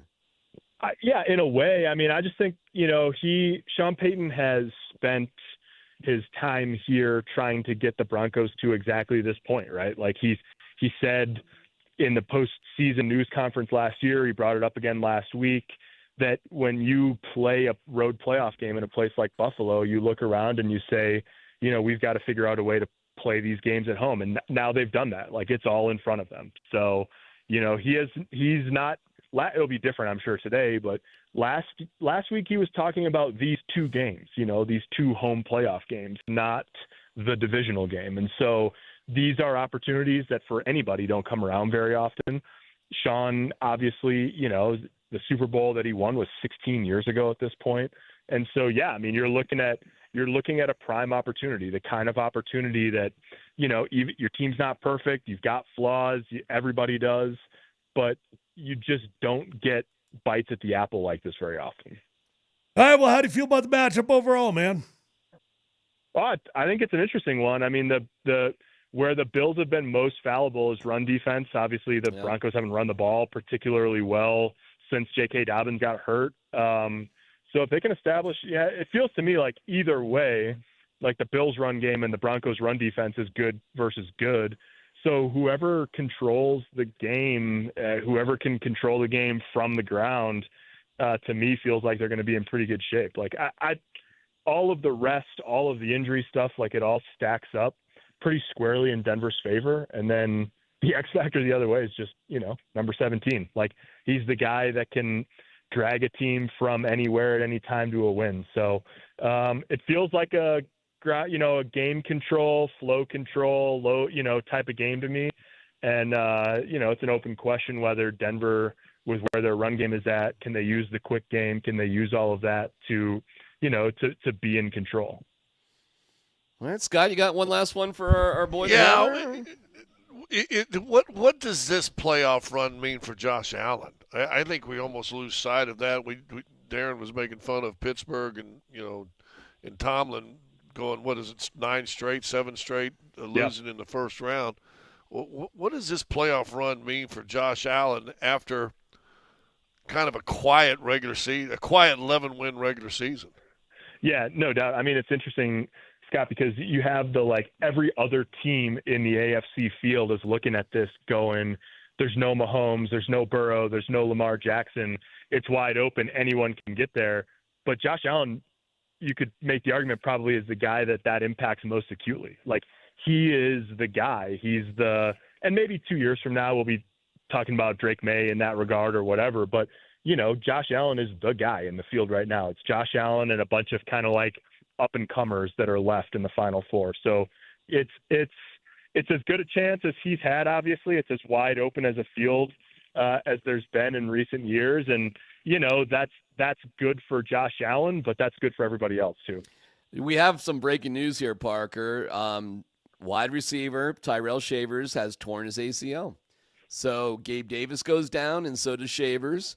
I don't know if you got does that impact things?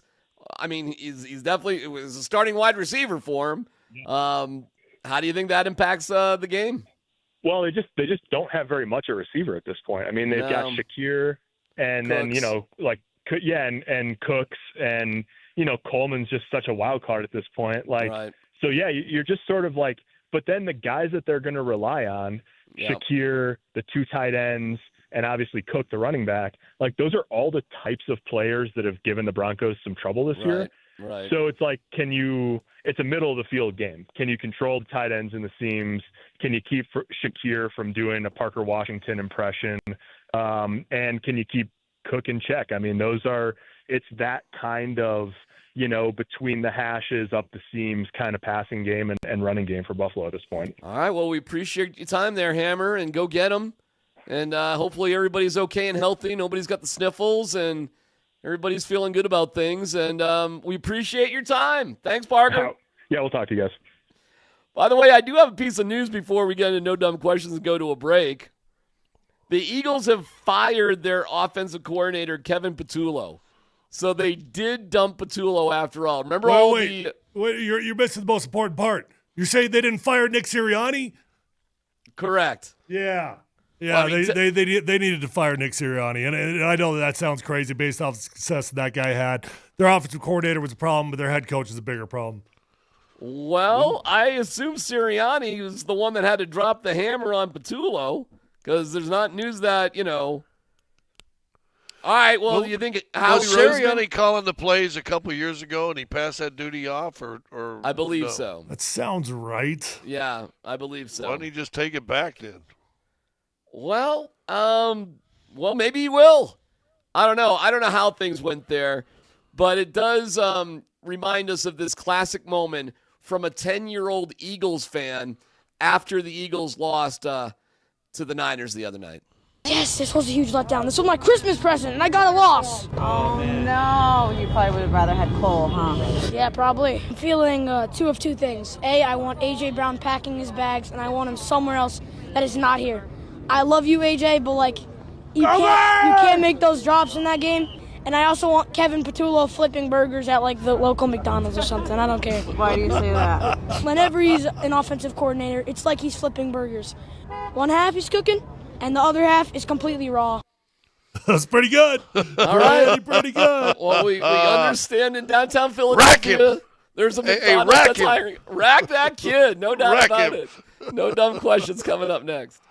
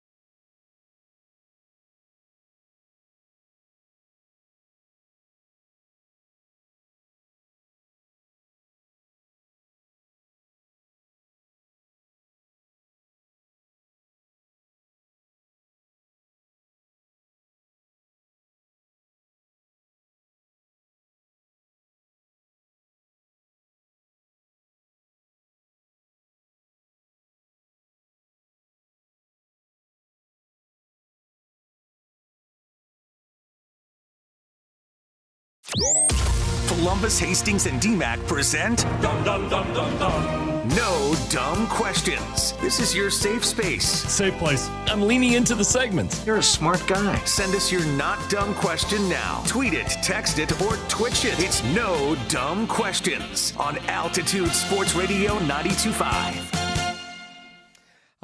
We want to make sure you remember Avs head coach Jared Bednar joins Moser, Lombardi, and Kane tomorrow morning at 8 a.m. Thanks to Mr. Rooter Plumbing, proudly rooting for Colorado's hockey team. All right, our pal Mark Stout came up with a genius idea, maybe.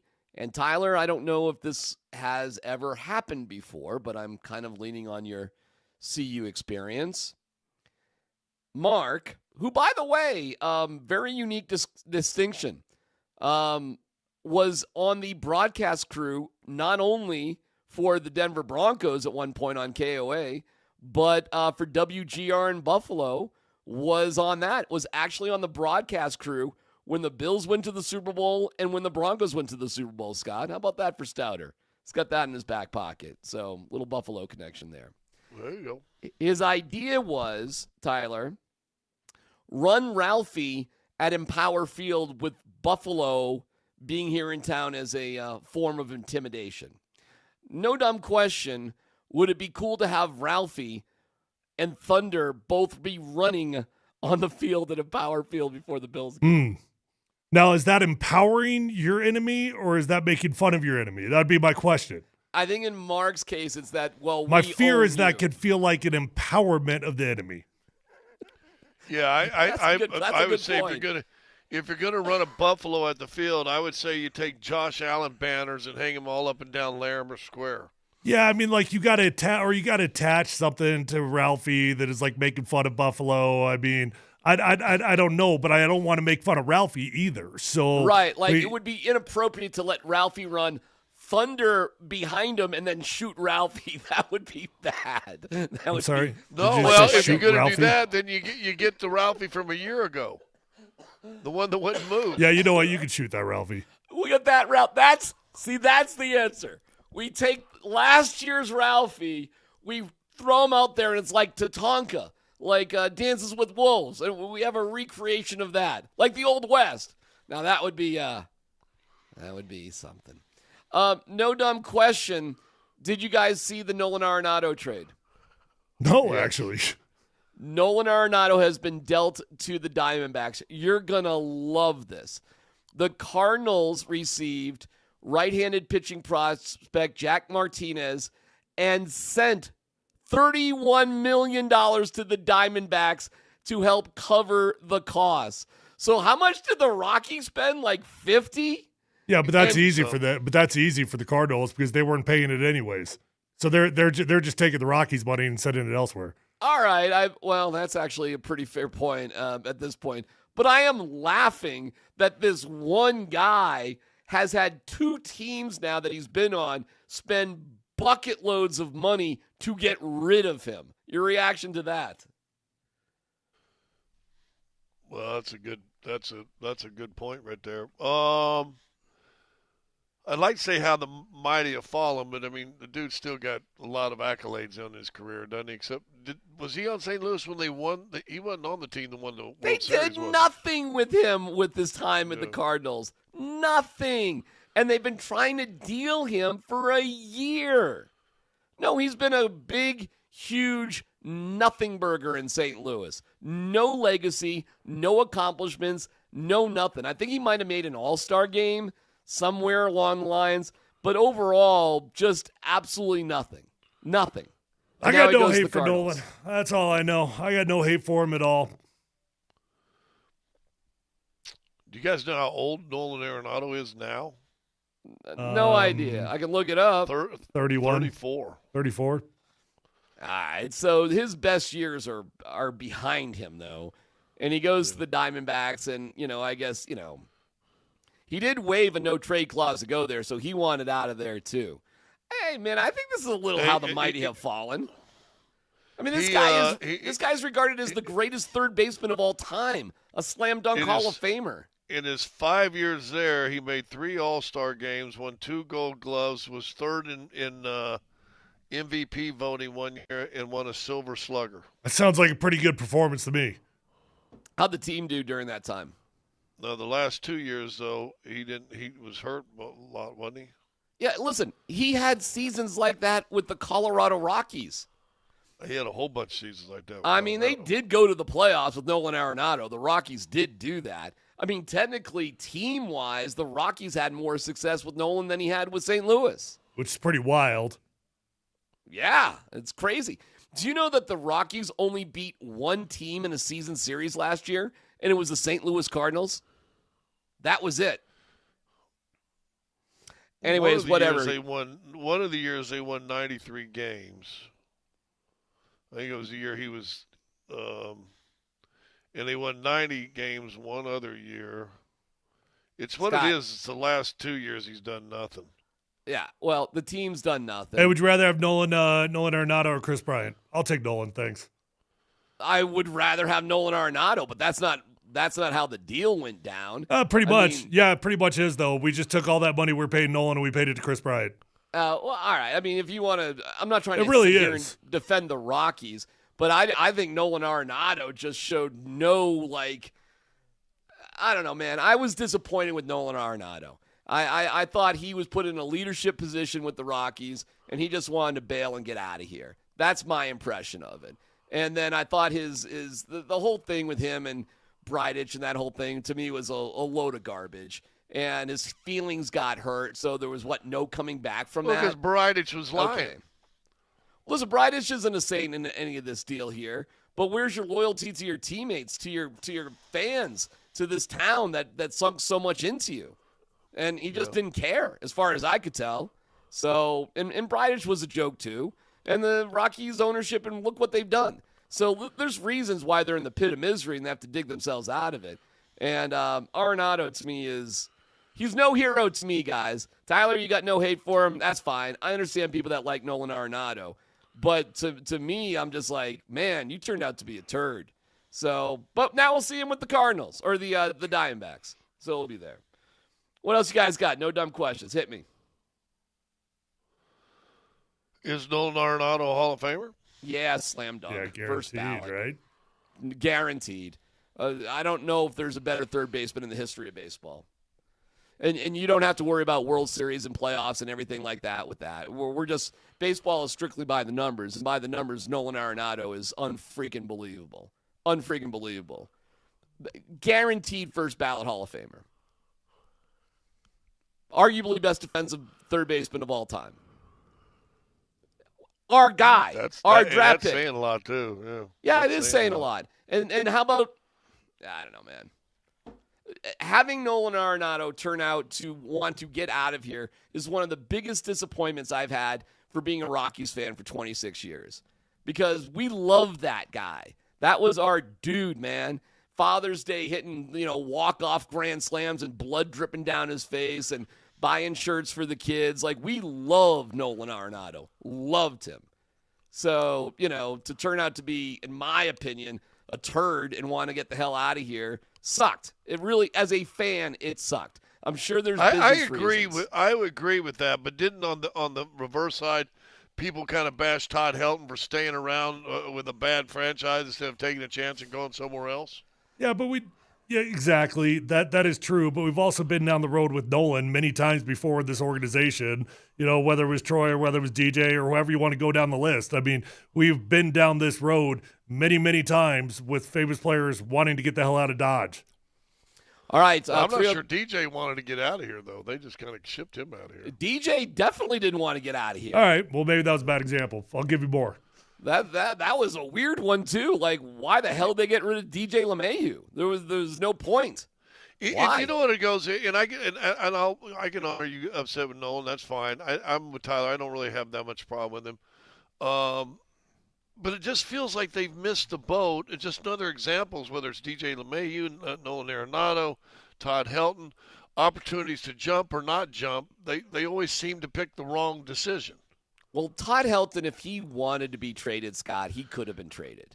Exactly. But he was bashed. That's on Todd.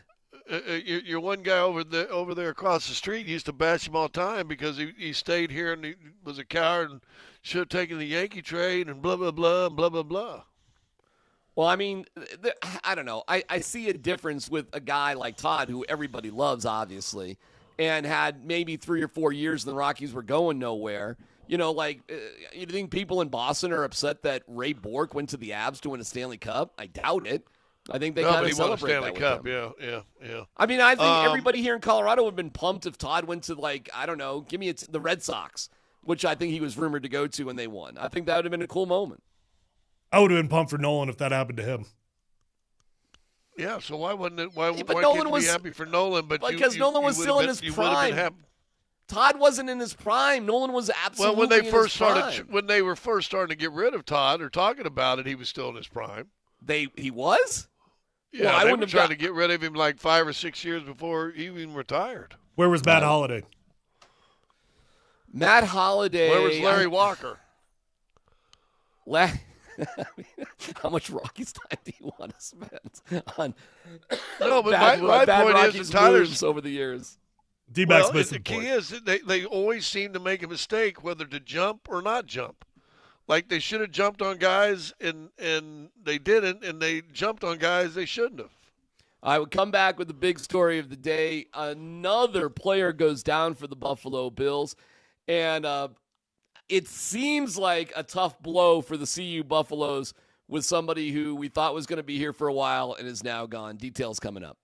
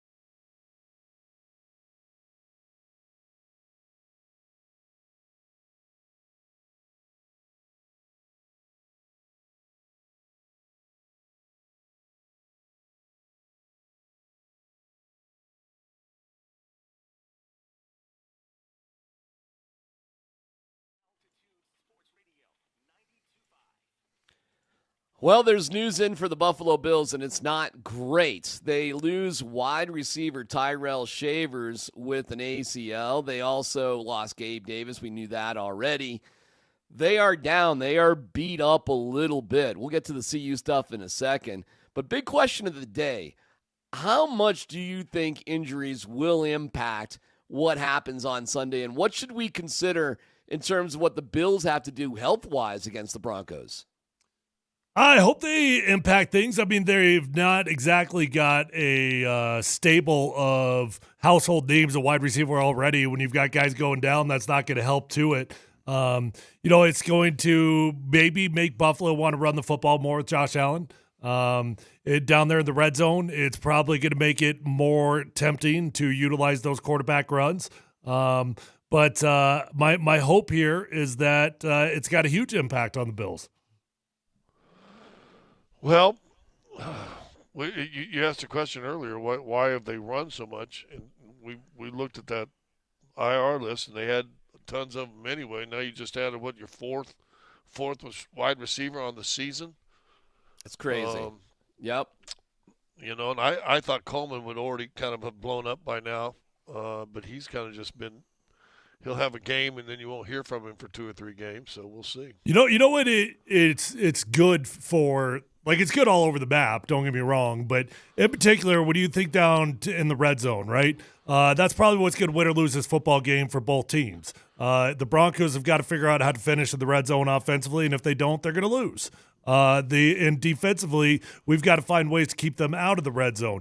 Well, the Bills can struggle at times when they're in the red zone offensively, just like the Broncos can. But when you allow Josh Allen to run in the lower red zone, then they're going to be pretty effective. He is a hell of a weapon in the lower red zone. So hopefully what injuries to the wide receivers means, it just means defensively, well, we can change a few calls so that we can focus in more on trying to corral the quarterback in the red zone rather than being worried about the receivers. Hey, let me give you a situation. And this happened with the Jacksonville Bills game, okay? It is 4th down, and you're up 7-3. Jaguars are up 7-3, and it's 4th down at, what was it, like the 5-yard line or something like that, and they go for it on like 4th and 2, and they don't get it. Would you, if you're the Denver Broncos, just take the 3 points and be fine with it, or do you go for it knowing you have to play Josh Allen and what he presents? How aggressive would you be in this particular game? Well, I don't think he's shown a propensity to be in go for it, Sean, most of the season. So I think he'll play a field position game as best he can. Early in the game, I'm probably taking the points, and then I'm trying to figure out how aggressive it feels. Do I? If we're talking first quarter, I'm going to take some points and put points on the board because I think that's important for momentum. As the game progresses, if we feel like you got to win a shootout, well, obviously that'll change the way I approach the remainder of the game. Well, do you remember last night Pittsburgh went for it early in the game on 4th and 1, right? Near the goal line, 4th and goal from the 1. Didn't get it. Had they gone ahead and kicked that field goal, they'd have been leading 9-7 most of that game. Don't know if the outcome's any different, but does it change, maybe a couple of those throws or, drop back, strip sack, are they handing it off that time if it's still 9-7 as opposed to what it was? It's a tricky – I understand what you're saying, Tyler, about Sean, the whole thing. The Jacksonville Jaguars were 3 for 4 in the red zone. Pretty good, right? Really good. That was the one possession that they turned it over and they didn't convert. The Bills were 3 for 3 in the red zone. The Bills on 3rd down in the red zone are like the best team in the NFL. The consequence of the Jaguars, and on that particular play, Lawrence, his shin brushed up against the dirt, and, he was, they reversed the call, and he was down, the whole thing. You realize the Bills, 10 plays, 92 yards, touchdown. So even though you gave the Bills the ball in, terrible field position for them, it's the Bills and Josh Allen. So I'm just checking here. Like, what is the smartest thing to do against this team? Be aggressive or just sort of take it as it comes? I don't know. I understand why the Jags did what they did. I would go points. I think points have been at a premium all season, so I don't think at 4th and 1, 6 minutes to go in the first quarter, you're so cocky on yourself that you're going to not take the points and try to score. Here's the reason why I take the points early on. The Broncos have got a formula to win football games, and it's not a shootout. Simple as that. Yeah. I mean, it's simple as that. So are we going to continue to win with the same formula that has gotten here or not? Are we going to bank on our defense doing their job against a good quarterback or not? I know the formula that has worked, and it's been consistency. It's been taking points. It's been doing all those sorts of things. So I'm banking on the formula that has worked, and if we get in a shootout, I don't think you're going to win it anyways. So don't change your spots. Yep. It's too late. Win how you've been winning, and if that's not good enough, then so be it. If you win 17-13, guess what? You still get to go to the AFC Championship game. Okay. All right. So what do the Broncos have to change then in their approach? Well, I mean, listen, saying going for it on 4th down and also saying they need to finish in the red zone are two different things, right? Yep. So you got to make good decisions down there, but they also need to score in the red zone. I mean, if you get put in a position to make a decision, make the smart decision, but also freaking score. If you go 3 of 5 in the red zone, you go 3 of 5 in the red zone on touchdowns, and then you can maybe get even a field goal on one or both of the other 2 times you're down there, you're going to win the game walking away. 3 for 5 in the red zone with 2 field goals? Yes. Well, I mean, that's not that crazy. That's 26. Yeah, you can still lose. The Bills average 28. Yeah, but I think if you're doing that, the way and again, the way they've done their offense, if you're getting those 3 touchdowns, 2 of them, I guarantee you, are probably 15-play drives that took up, combined, those 3 scoring drives probably took up combined 27, 28 minutes themselves. I mean, they've been king of that this last, month and a half. We'll have our next keyword here in about 10 minutes, but I do want to, before we get to Let's Football Go with Dan Butts Quince Tanner, which is going to be excellent, I guarantee it. Jordan Seaton has left, Tyler. Yeah. What's your reaction? That's crushing. It's disappointing. It obviously was a realistic outcome from day one. The second the season was over, you're just crossing your fingers and hoping and praying that Jordan Seaton stays. Obviously, I'm not surprised by it for a couple of reasons. Whether it's just strictly financial or not, they're saying Jordan Seaton's market starts at $4 million per year. I have no idea what the Bucs were paying him, but I doubt it was half that. Where'd he go? Well, he hasn't gone anywhere yet. Nowhere yet. So he hasn't got anywhere yet. Number 2 for Jordan Seaton, he's got 1 year of college football left, and he wants to cement himself as a top 10 pick. I get it. I really do. I get it from his point of view. But what stings about it is that Jordan Seaton, maybe Juju Lewis as well, but Jordan Seaton kind of represented the last Sebastian of Deion guys that were like, yeah, we're in. It's Deion. We're in on Deion all the way through, right. And now you just kind of lost that last big star. Wonder maybe if I'm in Dallas tomorrow, I'll be able to hear from Deion. Maybe he'll step out of his bunker and say something. You don't think Deion's back at school overseeing his athletes as they, are? Come on now. Okay. Actually, I don't even know what that's like, Tyler. Help me out. Like in the spring season, like when does that get going? When do they all get together? That sort of thing. Probably February, I would guess. Oh, okay. So January, you just start as students. And you got winter workouts going on and everything, and then kind of February, March, you start spring ball. Are the coaches usually around that, or is that just trainers? I mean, I know the trainers. No, coaches are around. Yeah, of course they're around. Head coaches are around? Yeah, this is what they do for a living. Got a new offensive coordinator. He should be around, shouldn't he? He's got to get to know these guys. Well, I'm sure he is. Sean Marion, right? That's his name. The head coach needs to be in the building. Yes. And I'm sure Deion's around too. Scott's just being a... No. Well, he wasn't all last year, but he had the health issues, remember? He had, he had terrible health issues that time. And the draft. We know He that was now. obviously, or actually, didn't the health issues come up after the draft? And when was the draft? The draft is in April. Huh. Listen, I know what Tyler's saying, and I feel it too. Like, Jordan Seaton's the last piece of Louis that's leaving. The luggage is gone. And it is kind of a somber, like, Tyler, what happened so quickly where it was so cool to play for Deion Sanders, and all of a sudden it's just like, okay. Am I wrong on that? Has Deion lost his luster? I mean, Yes, the Port- and I throw mean, a question on there. Let me throw another question. You answer it all together. Is the new offensive coordinator system conducive for what he does? If I'm Jordan Seaton, I wouldn't want to play in it. There's no way I would. I don't want to go to a rinky-dink option offense. I'm Jordan Seaton.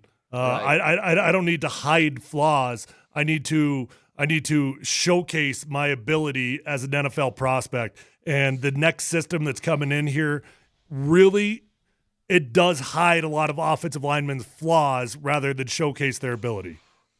What does So there this? you go. I mean, could that be part of the equation then? I'm trying to be absolutely. a top 10 draft pick. Yes, it could be for sure. Yeah. Yeah, and Tyler's completely right. This whole offense is designed about undersized guys. This is the we're smaller than the other dude's offense. They haven't even made. There's no bones about it. It's gonna look kind of weird, Scott. Have you seen the type of offense it is? Isn't it kind of like Air Force runs, except they pass it every once in a while more? Yeah. I mean, it's not old school option football in terms of like the veer and wing and all that sort of stuff. It's out of shotgun, but it's option football. Don't get it twisted. So if you just want to say it's option football ran a different way, then yeah, it's option football. It does lead towards the passing game being more available and more open, just based off formations and how they actually go through it. But it's option football, sure. All right. Well, it was nice having Jordan here while he was here. And by the way, he's what's the award he won, Tyler? It was like the Buffalo Heart Award. Buffalo Heart Award. Yeah. I saw that he will be the first recipient of that award ever to not finish his career at CU. For whatever that's worth. College football. Well, you're going to get a lot of those anymore.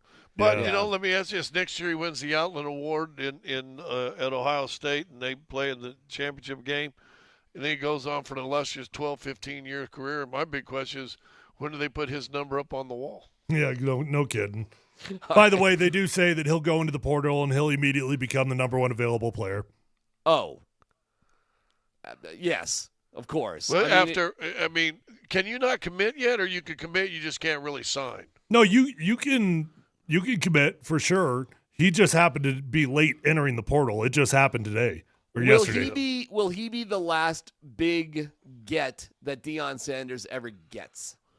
Yes. I don't think so. No. You think Deion's still got some juice to get? I don't know. I don't know how closely you guys are following what's going on in the portal right now, and I'm far from an expert. So, I mean, don't put me on the spot on the specifics of it. But if you look at the rankings, Colorado's actually killing it in the portal right now. They really are. Okay, but I mean, Deion did successfully recruit a top 10 offensive lineman in the NFL draft. He did that. That's what Seaton was, and that's what he'll be. So you do see where Prime will be able to get another guy or guys like that in the future. It's going to take a rebound year. And do you think that Prime's got it in him? I mean, I'm not giving hope on Prime yet. No. Okay. Yeah. All right. When we come back, let's football go. Plus, it's another chance for you to win Avs tickets for our Av Ticket Tuesday right here on PHD on 92.5. See, you got to understand, if you're a dog, you want to come here and right the wrong. If you're a cat, you look at the scoreboard and you run. Which one are you, a dog or a cat?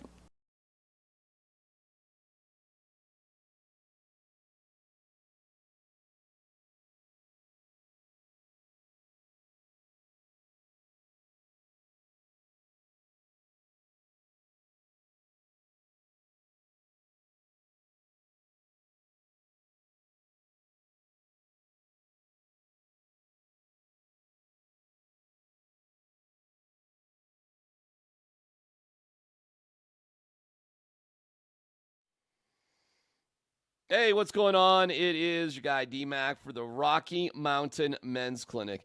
Rocky Mountain Men's Clinic is amazing, and if you're suffering from erectile dysfunction, well, not a great place to be.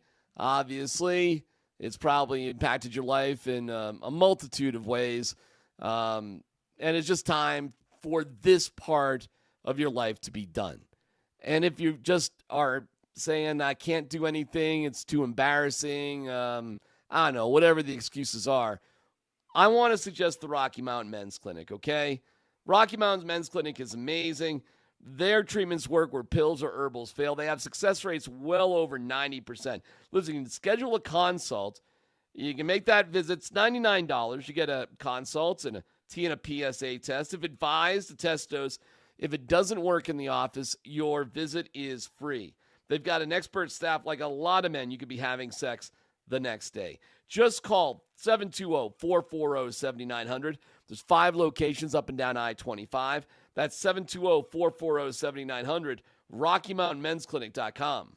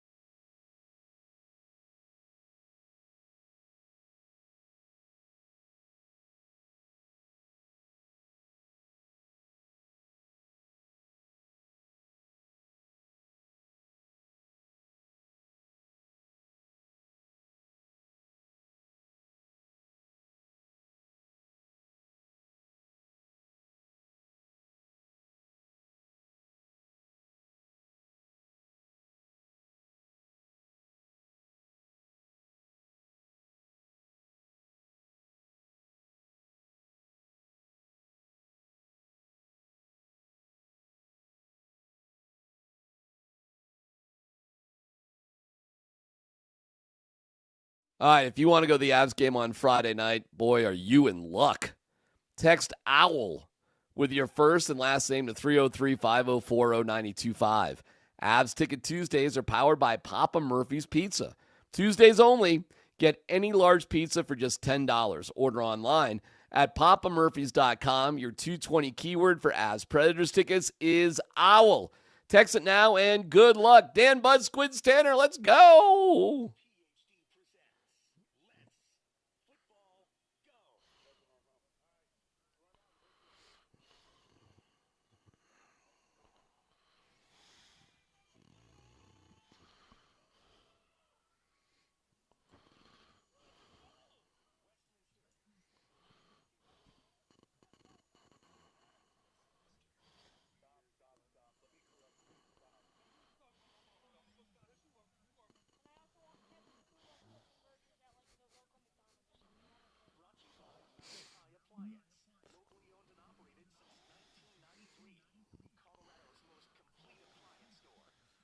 Well, indeed, Kevin Patullo will have that opportunity. Dan Buds, Quinn Tanner. Thank you, Mountain High Appliance. We love Mountain High Appliance. Find them at mountainhighappliance.com. All right, Dan, let's hit it. All right, fellas, the Broncos are coming off a bye week, 13 days off. The Bills will be playing on a short week. They played the Jags on Sunday, the Broncos and Bills. By the way, it is 2:30 on Saturday afternoon. Here's Bills head coach Sean McDermott on the Broncos bye week. I'm sure that feels good for them, getting that rest, getting that number 1 seed, and they've earned it. They've got a great team, all 3 phases, very well-coached team, and I have a lot of respect for Coach Payton, and he's done it at a high level, Super Bowl winning coach. So, we're gonna go out there and have to make sure we're rested, through the week as we try and prepare as well on the short week here, and we're going to have to play better than we did this past weekend in order to win. How do you guys feel about the bye week, specifically with this Denver Broncos team? Do you think it puts them at an advantage or a disadvantage having to shake the rust off with the Bills playing last week? What are your thoughts on will the bye week help or hurt the Broncos on Saturday, guys? I do get concerned with losing momentum during bye weeks, but I don't think this Broncos team is I don't think they're a momentum type of football team. Like they don't live off high highs. It's just kind of steady Eddie football. That's how they do it. So I'll take the bye week. I'll take the rest. I'll take injuries recovering, and I'll take the Bills playing on a short week. And I think that all adds up to favoring the Broncos. Well, listen. You say they stop momentum. It wasn't like they were offensive juggernauts. Yeah, that's what I mean. The last couple of weeks. So I think this bye, if nothing, kind of helps them reset and reboot their lack of offensive doing anything. To be honest with you, I think it's going to be good for them. Yeah, I think the person that needed the most was Sean Payton himself. I mean, maybe. Sean goes out there, he's screaming at Kisla about things, and he comes out last week and says, I actually like Kiz. And I was a bit salty. And you realize the mental strain of this game is pretty profound, considering you just wrapped up a 14-3 season in the number 1 seed, but still you were grinding like that.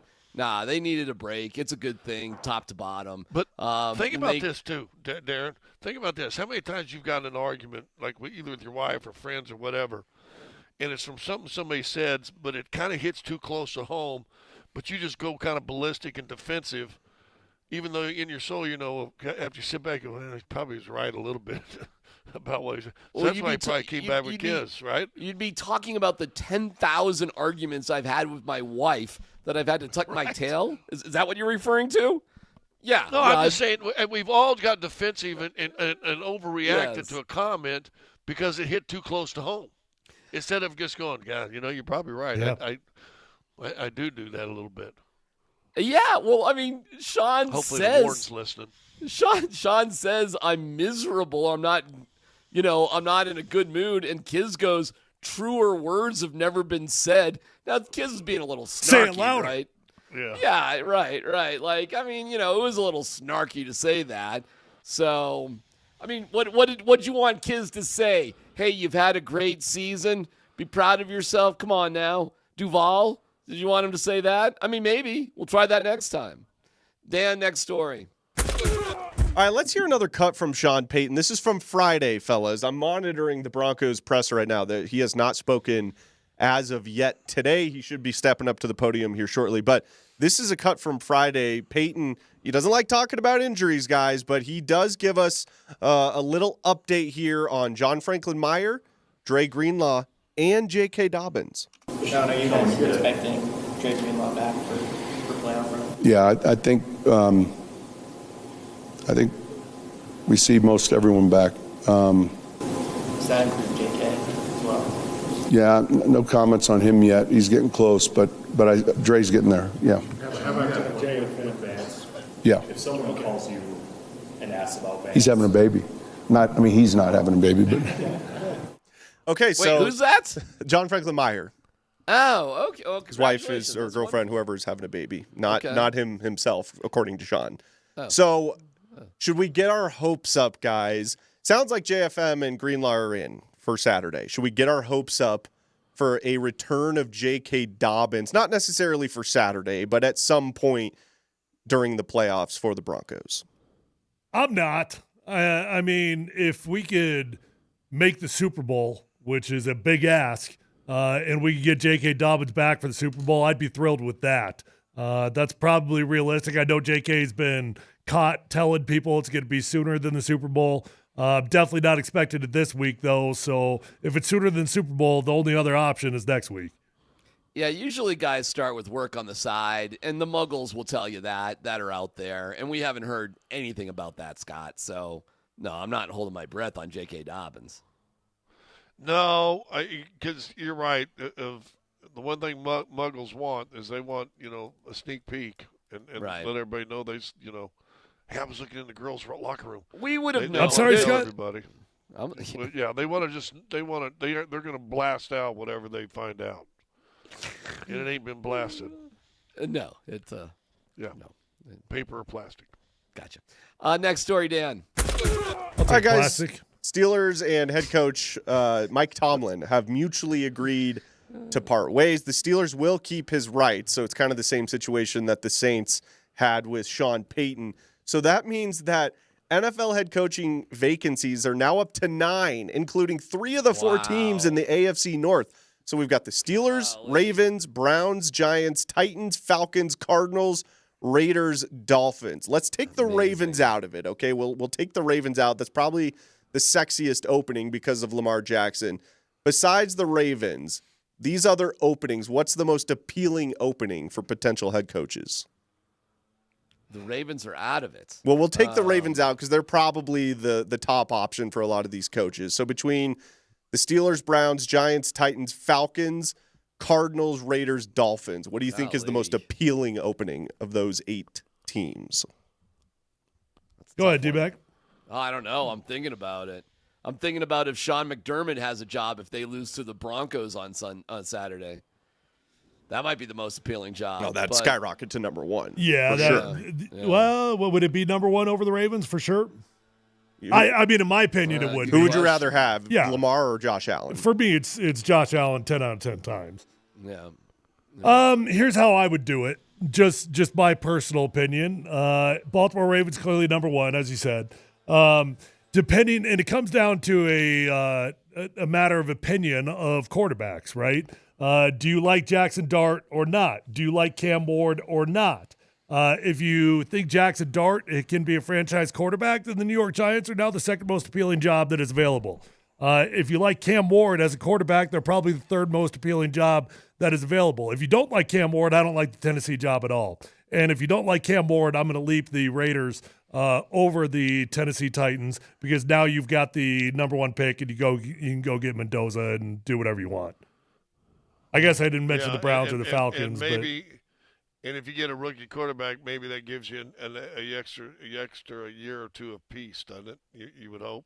You know what job should be the top job? The top job should be the Raiders because they've actually have a pretty good defense, and you're going to get Mendoza, who looks to be like a Joe Burrow-like guy. You play in a very, a cool place. It should be the Raiders. It's not because their owner is such a dip, but the Raiders have, I think, more, at their disposal guys than any of these teams from the bad teams, and they're going to get Mendoza. I don't know, man. I mean, name a quarterback on another team that has an available coaching spot who's a better quarterback aside from Lamar Jackson than Fernando Mendoza, like how he should be. I mean, who? It's going to come down. Opinion can differ on this for sure, but I think there's people that would take the known commodity of Jackson Dart over the unknown commodity of Mendoza. All right, but who do you think's going to be at the end of the day a better quarterback, Mendoza or Jackson Dart? Well, like I said, I think there's people that would still choose Jackson Dart in that situation because they feel like they know more. Well, I'm asking you, Tyler. Probably Mendoza. Think? Scott, what do you think? Wait, are you not sold on First Mendoza? off, I'm not sure Mendoza is guaranteed being the first overall pick in this year's draft. Oh, my God. Oh, my God. Oh, my God. What do you want to put on that? I don't What think do it's you- guaranteed. Who's the other pick? Moore. No way. Are you kidding me? I'm not See, kidding you. There's Dante Moore should go back to school for another year, Tyler. He's not ready. All right, listen, he's going to be drafted number 2 or in the top 5. So I don't know if you turn that down. He's not going back to school, pal. Okay. All right. Well, Dylan Raiola just went to Oregon because he knows he's not going back to school. hey, no problem. Enjoy your time with the. All right. There is. I can't. I'm staggered by even Dude, the DMac, thought. I'm telling you that I have talked to some scouts. I've talked to 2 scouts in the NFL, not a ton, but 2 that actually said it's a coin flip between those 2 players. Wow. Well, that's stunning to me. Well, but, what was the guy I told you I watched his video the other dude? The guy that's on TV all the time, Todd McShay. Yeah. He had more over Mendoza. Yeah, what website is he working for these days, Scott? NFL Network. NFL Network. Todd McShay's working for NFL Network? You sure? He was. I mean, he was working for ESPN. Was a big timer. It's been a minute. I don't know who's Todd McShay's associated with now. Is he with NFL Network? It's actually StickyOrangeFingers.com. Yeah, I think he's working for somebody like that. So just a year ago, we're doing banking on his mock drafts, but now because he didn't have the 4-letter network behind him, he doesn't know anything? He doesn't. I mean, if he thinks Dante Moore is better than Fernando Mendoza, he doesn't. Dan, who does he work for? He works for The Ringer. The Ringer. All right, well, I mean, that's a reputable online place. Bill Simmons and all, but he's hey, if that's what he thinks, that's what he thinks. These are just opinions. My opinion. All right, let me just get your opinion, guys. Would the Raiders be insane not to take Mendoza? I say yes. Tyler? I say yes. Scott says yes. After watching those 2 go head to head, right? Right. I would take Mendoza as well. Yes. All right. Next story, Dan. But Mendoza does look a little stiff. Scott, I'm losing my brains here. The guy throws for over 70% accuracy. He had more touchdown passes than incompletions in the 2 biggest games of his career against the 2 biggest opponents he could possibly play. I don't know if you could have a better college season than Mendoza just had. I did hear a comp of Mendoza to Jared Goff, to Scott's point, more so than Joe Burrow. It's more of a Jared Goff type. Yeah, I'd take Jared Goff. Jared Goff is a great quarterback. Jared Goff is yes! He took a team to a Super Bowl. They lost. And then he went to another team, and he was the leader. He's a hero in Detroit. He's done unbelievable there. Jared Goff has had a pretty damn good career. That's a rip? That's a bad thing to be Jared Goff? Really? I tell you what, if I'm starting a franchise and I got my comparison as Jared Goff, I'm looking for somebody else. Oh my God! You can't choose when you suck. If I heard of Jared Goff and I'm the Raiders, I'm thanking the Lord above. You might not be able to choose when to suck. You can choose not to suck. I guess, but if you, I think Jared Goff is still one of the most overrated quarterbacks in the NFL. Wow. Well, okay. How much does Jared Goff make a year? Dan, anybody? I think it's over 50. Scott, I usually like to team up with you yelling at DMac, but Jared Goff's a hell of a QB, bud. I'm not saying he's out, but I think he's overrated. I don't think he's a top 10. You think he's top 10? Probably. Yes. Yeah. Yes. Go down and start naming them. See if he's top 10. All right, do it, DMac. With the top quarterback, we're going to do top quarterbacks in the league right now. Hey, how's Jared Goff doing in the playoffs this year, guys? All right, number 1, Josh Allen, everybody, by the way. Okay, number 2, Joe better? Burrow. Go. Yeah, I mean, how's Joe Burrow doing in the playoffs? How's Mahomes doing in the playoffs? Lousy, but I mean, we're doing this thing, the top 10 quarterbacks. I mean, Goff, listen, is he worth the $50 million a year, and does he give the Lions a chance to win? I'd say the answer to both of those is yes. He didn't this year. Okay. Hey, Scott, I mean, listen, to your point, he's a fringe top 10 guy. Okay, he's a fringe top 10 guy based off a list. You might get him at 7, you might get him at 12, right? But he's a hell of a quarterback that you could win a Super Bowl with. Yeah, the thought of the Raiders passing on Mendoza is, oh my God, wouldn't that be something? I'm all for it, by the way. I am all for it. I am a big fan of that concept. I'm a big fan of them drafting Dante Moore. That would be amazing. So, you can have at it. Scott, what is your, you're not even dressed. So, wait, what time does the game start here? I don't know what time it starts there. The bus leaves at 4:30 here, which is 3:30 there. So I was going to just pack up everything at 4 o'clock and get out of here. All right, that sounds good. All right, we'll take a quick break. The Nuggets going against the Pelicans. What to anticipate for tonight? We'll get there next.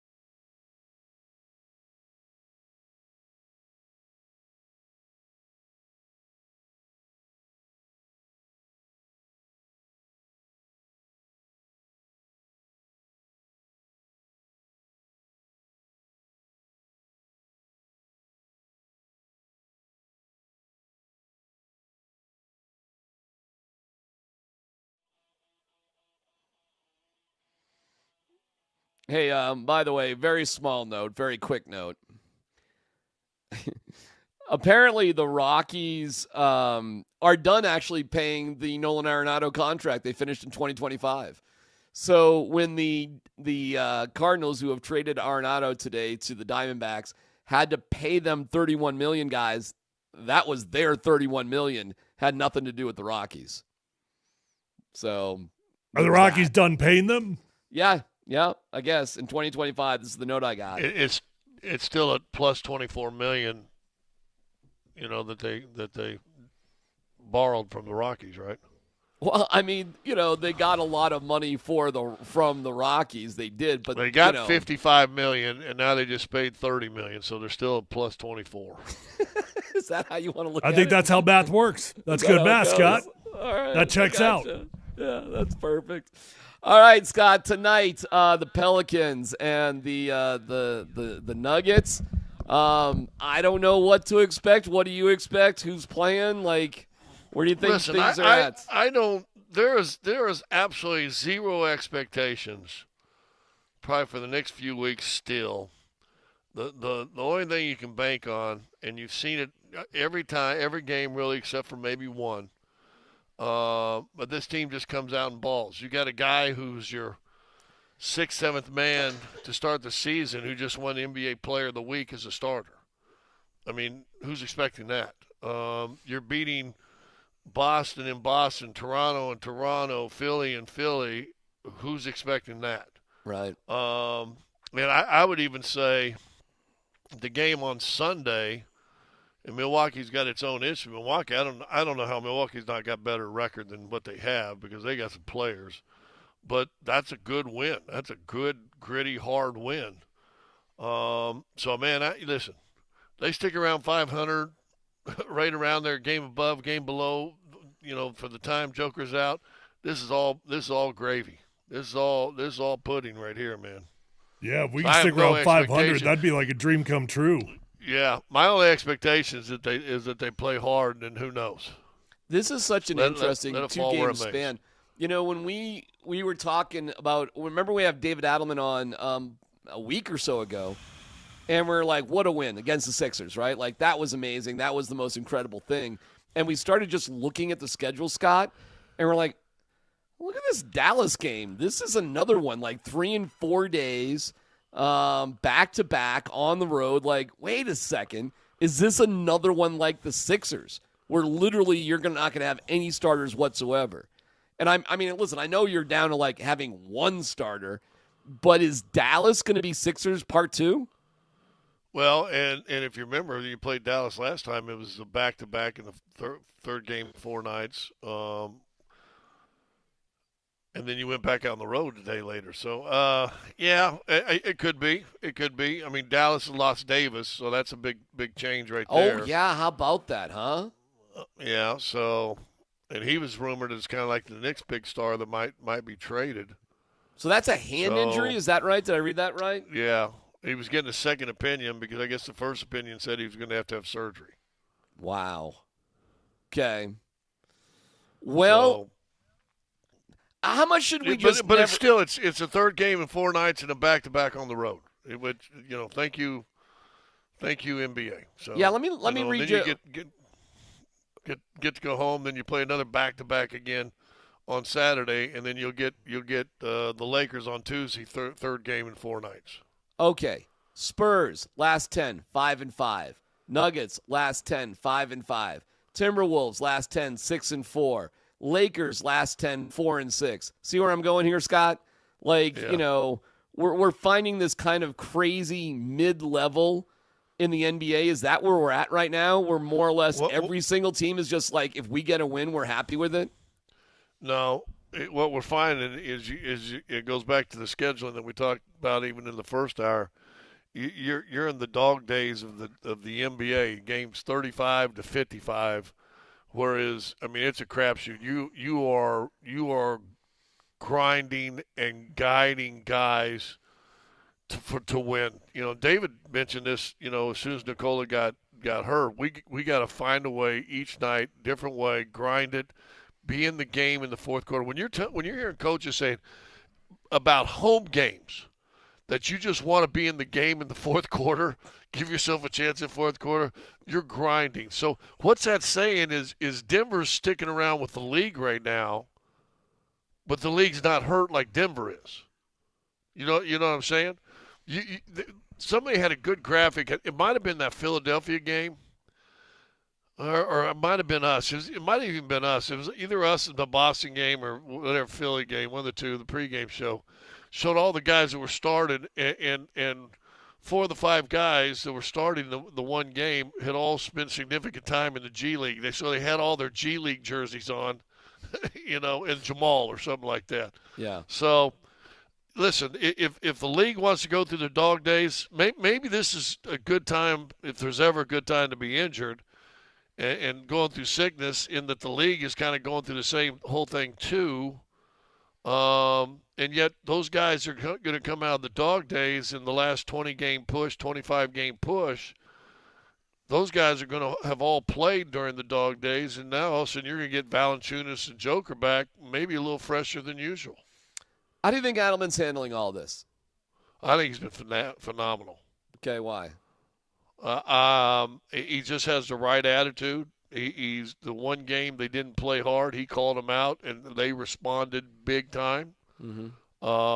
I just think he's pushing the right buttons right now, and he has the right mentality. When I think that's one of the biggest tells on a coach and where he's at and how the respect is from a team, all those sorts of things. When a coach does go to the call out, how the team responds, I think it tells you everything about respect, about ability, all of it, and it means that he's pushing the right buttons before that, after that, during that. Right. No, I listen. I think if you didn't know before that they got the right guy when they decide to make a change, if you're a Nuggets fan and you don't think right now, oh, maybe they did get the right guy. Because it's easy to say, oh, it's easy to take over a team. You got a 3-time MVP. No wonder, anybody can be a good coach. Well, guess what? You ain't had him for 7 games now, and you're 4-3. How's the overall mood, the fact that you guys had such an epic road trip, and you only came home for, what must have felt incredibly short amount of time before being back out on the road again? I mean, how is the overall mood? I think weary soldiers that kind of feel like they're going through something together. Okay. I think it's probably All almost right. bonded them a little bit. Okay. And there is a empathy from the head coach who gets it too, because listen, no matter what they say, they ain't got to go up and down and run up and down the court. But guess what? When we come in on a back-to-back tomorrow, and it's not that long of a trip from New Orleans to Dallas, probably an hour and 15 minutes maybe flight. I bet. But they'll get in the hotel probably around midnight, 12:30, right? Early for travel nights. Get to bed probably 1:30, depending if they've done their game study. And then they're down meeting for their coaches meeting at 7:30 or 8. I mean, they're putting the time in too, so they understand the fatigue and what's going through. I can't say enough, and I don't even know if you guys were able to work out the phones with David yesterday, and if you talked to him much at all. It didn't really work out, unfortunately. No. Well, there's Dan with the buttons again. It had nothing to do with Dan. Dan and the buttons, and you on remote, and me on the phone. But anyway, I just think what David Adelman has done has been pretty phenomenal. Hey, is Joker on this trip? You know what? That's a good question. I didn't pay attention to who got on the plane. Okay. So I could not tell. If I were guessing, I would say he isn't, but I do not know, to be honest with you. This one, you could understand him not going on, right? I mean, right, because he was already at home. Yeah. Right. I mean, it's a little bit different, right? Like he was already at home versus being sent home from an extended road trip. Well, and this trip is just 2 days. It's a banger. It's a quick one. It is a quick one. Yeah. And you're back home. I don't know. Are you even going to stay Wednesday night, or are you just going to come back? No, we'll get back nice and late Wednesday night, early Thursday morning. Yep. Okay, so I don't know. I think Joker could skip this one and be all right. I'll be interested if he's there. Because I think everybody likes seeing Coach Jokic. By the way, Scott. I mean, it's kind of cool to watch. It was kind of cool in that Milwaukee game, wasn't it? Yes. Yeah. So we're Well, all for Coach that right Jokic. there. You've gotten a couple answers. One, all those people that why did David Adelman get to coach? And it's easy to coach a star. Well, he's doing a pretty good job now with G Leaguers. And two, for all those people who say, well, does Joker even really care about this game? Does he really even love basketball? Well, why the heck's he up in the middle of timeouts talking with guys and coaching on guys if he doesn't care about the game, man? Come on. All right, well, hey, tonight it's the Nuggets in New Orleans. We'll have all the action for you starting at 5:30 with the pregame show presented by Ramos Law. Congratulations to Ken Reinwald, our winner for our Avs Ticket Tuesday. Way to go there. Dan, you're telling me I got to do something else, but I'm not sure what the hell else it is. So Dan's whispering things in my sweet little ears, but I'm a little bit clueless. Oh, I got it. I got it. I know exactly what it is. Never mind, Dan. I'm not a total idiot. This is really, really cool. So Nate and Andy are going to be out at Jackson's. They have a pair of tickets to give away. Guys, I don't know why you would. I have done it. Have you gone and looked at what the tickets are for sale for the Broncos game on Sunday? I have not. Have taken a peek. I have not, but I am going to be in the house, and I'll be excited about that. Oh, that's awesome. What are you there for? To watch the game. Okay. What do you mean? What do you mean? Well, I failed to understand the question. Usually there's some other incentive or club thing or organizational event or alumni tie-in. Cub Scout meeting. You don't know what you could be doing at the Broncos game. Now, am I doing something beforehand so that I can watch the game? Maybe. But is the purpose of why I'm attending to watch the football game? That's all. Yeah, simple as that. But you can't tell us what you're doing? I'm doing something through the alumni that I got 2 free tickets if I'm willing to go talk to some sponsors. Oh, okay. See, Nate, yes. Yeah. That's where I was going. I'm not getting paid for it per se. I'm just getting a couple of tickets. That's why I'm doing it, so I can be in the house. Just some babies. babies. You're setting me up beautifully. I just saw on SeatGeek, $500 to get in the building. So a pair of tickets, and I'm sure your seats are probably a little nicer than just getting in the building. I mean, it's not even the real suite. It's the Bud Light suite. You're not improving yourself here this time. Oh, I'm not? No? No, you're getting the value of probably $3,000 or something with those 2 tickets. Okay. That's to get in the building. Anyways, Nate and Andy at Jackson's, they'll be giving out, a pair of tickets just for the regular people. And you should join them for Bud Light Football Friday starting at 3 o'clock as they're giving away tickets, which I think is awesome, Nate. And that's happening at Jackson's on Friday. So, for the average person who just wants to go to the game and doesn't have, another agenda, there's that, Nate. Not like the elite people like Tyler Polumbus. My agenda is the same agenda as anybody else's. To watch the Broncos play. Whatever it takes to be in the building. That's right. Yes. Yes. Go check a box. Correct. Take your tickets. That's right. So Tyler, you're practically doing charity work. Well, that's the way that I view it. I'm doing charity with, I'm on the board and I'm taking a salary and making sure that only 25% of every dollar actually goes to the charitable effort. Selfless. Yeah. Uh-huh. Yeah. It's just let us know the next time you just go buy tickets and go to a game. Any game. Just pass it along. Yeah, that's been a while. Right. We're all a little spoiled in that department. Nate, how you doing, man? What's good? I'm good. I'm scraping my own brain matter right now, trying to figure out when was the last time I bought a ticket to a game. I know, right? Yeah. Feels weird. It does. Yeah. Either between being credentialed or using whatever connection that I can think of, I cannot think of the last time that I legit logged on and bought tickets. Really? Yeah. Wow. Yeah. No, I cannot even think of it. What would you buy tickets for? Great question. I don't even know the answer to that question. I wouldn't even know how to answer that question right there. No, you know what? I actually think if you had the money to spend, and obviously that's a big what if because it's insanely expensive. Yeah, it's expensive to go to games. Assuming you had the discretionary budget to afford a playoff game, I think as a media member, it's the one time that it is worth to actually make the purchase to sit in the stands rather than sitting in the press box. Because it is a radically different experience. Oh, it's way more fun. There's no doubt about that. Yes. It's a ton more fun to be able to do that. Yeah, I'd say this, like a lot of NFL games, including Broncos games in the regular season, I kind of look sometimes at the fans. I'm like, oh my God, I could never do that. It's just kind of too boring or this, that, the playoffs are so different, guys. Right. It's so different. Like you're 1,000% right.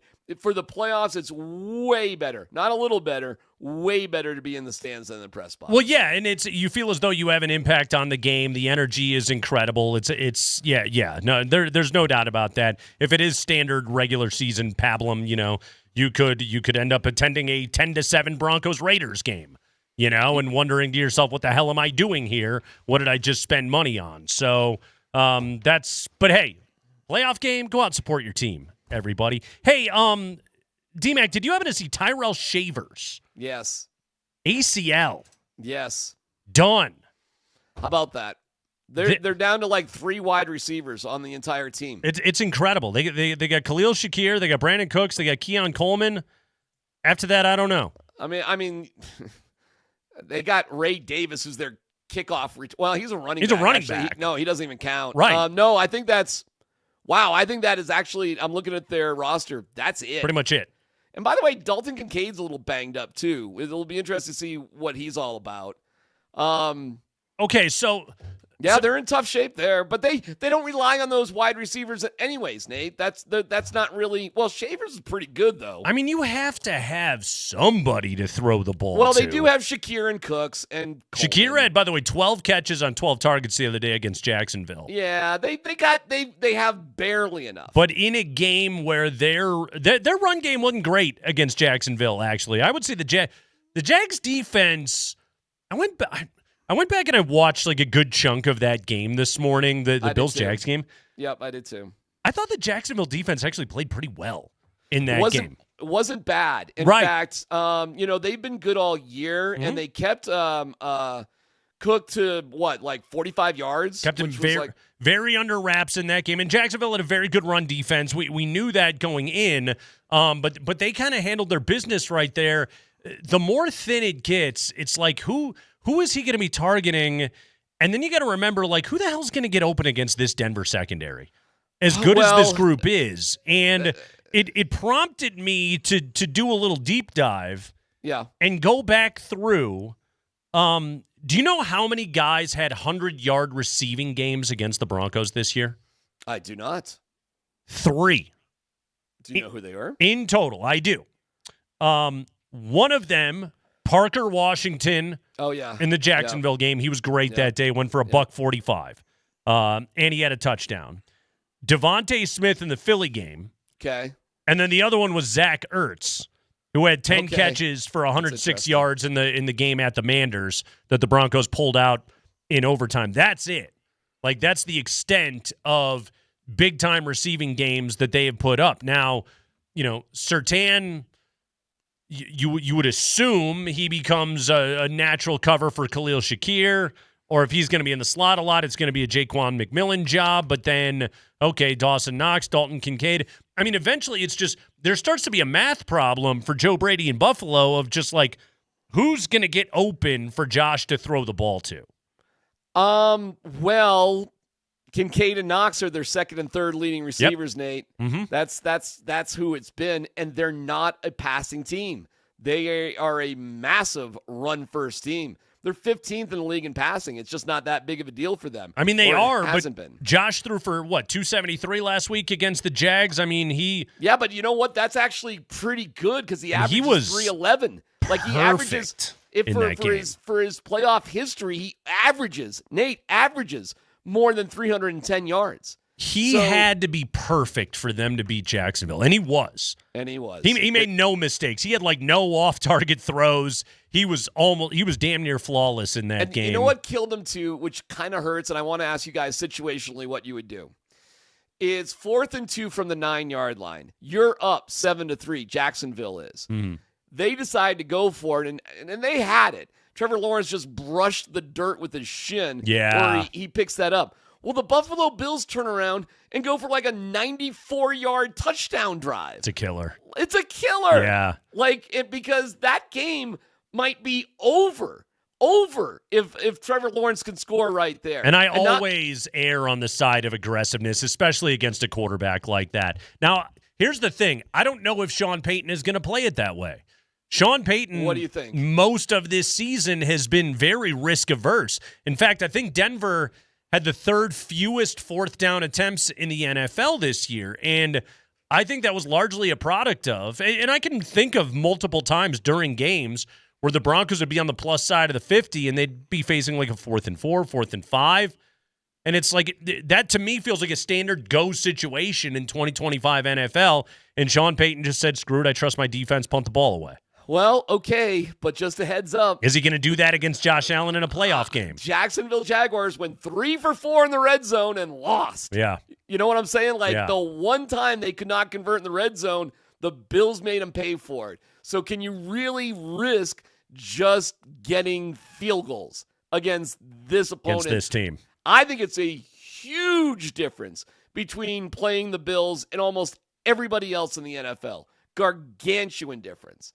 And that's that's Josh Allen. It's KKSE FM HD1 Broomfield Denver Boulder. What would you do in that situation if you're Sean Payton? Would you go for it just like the Jags did, or would you just take the points?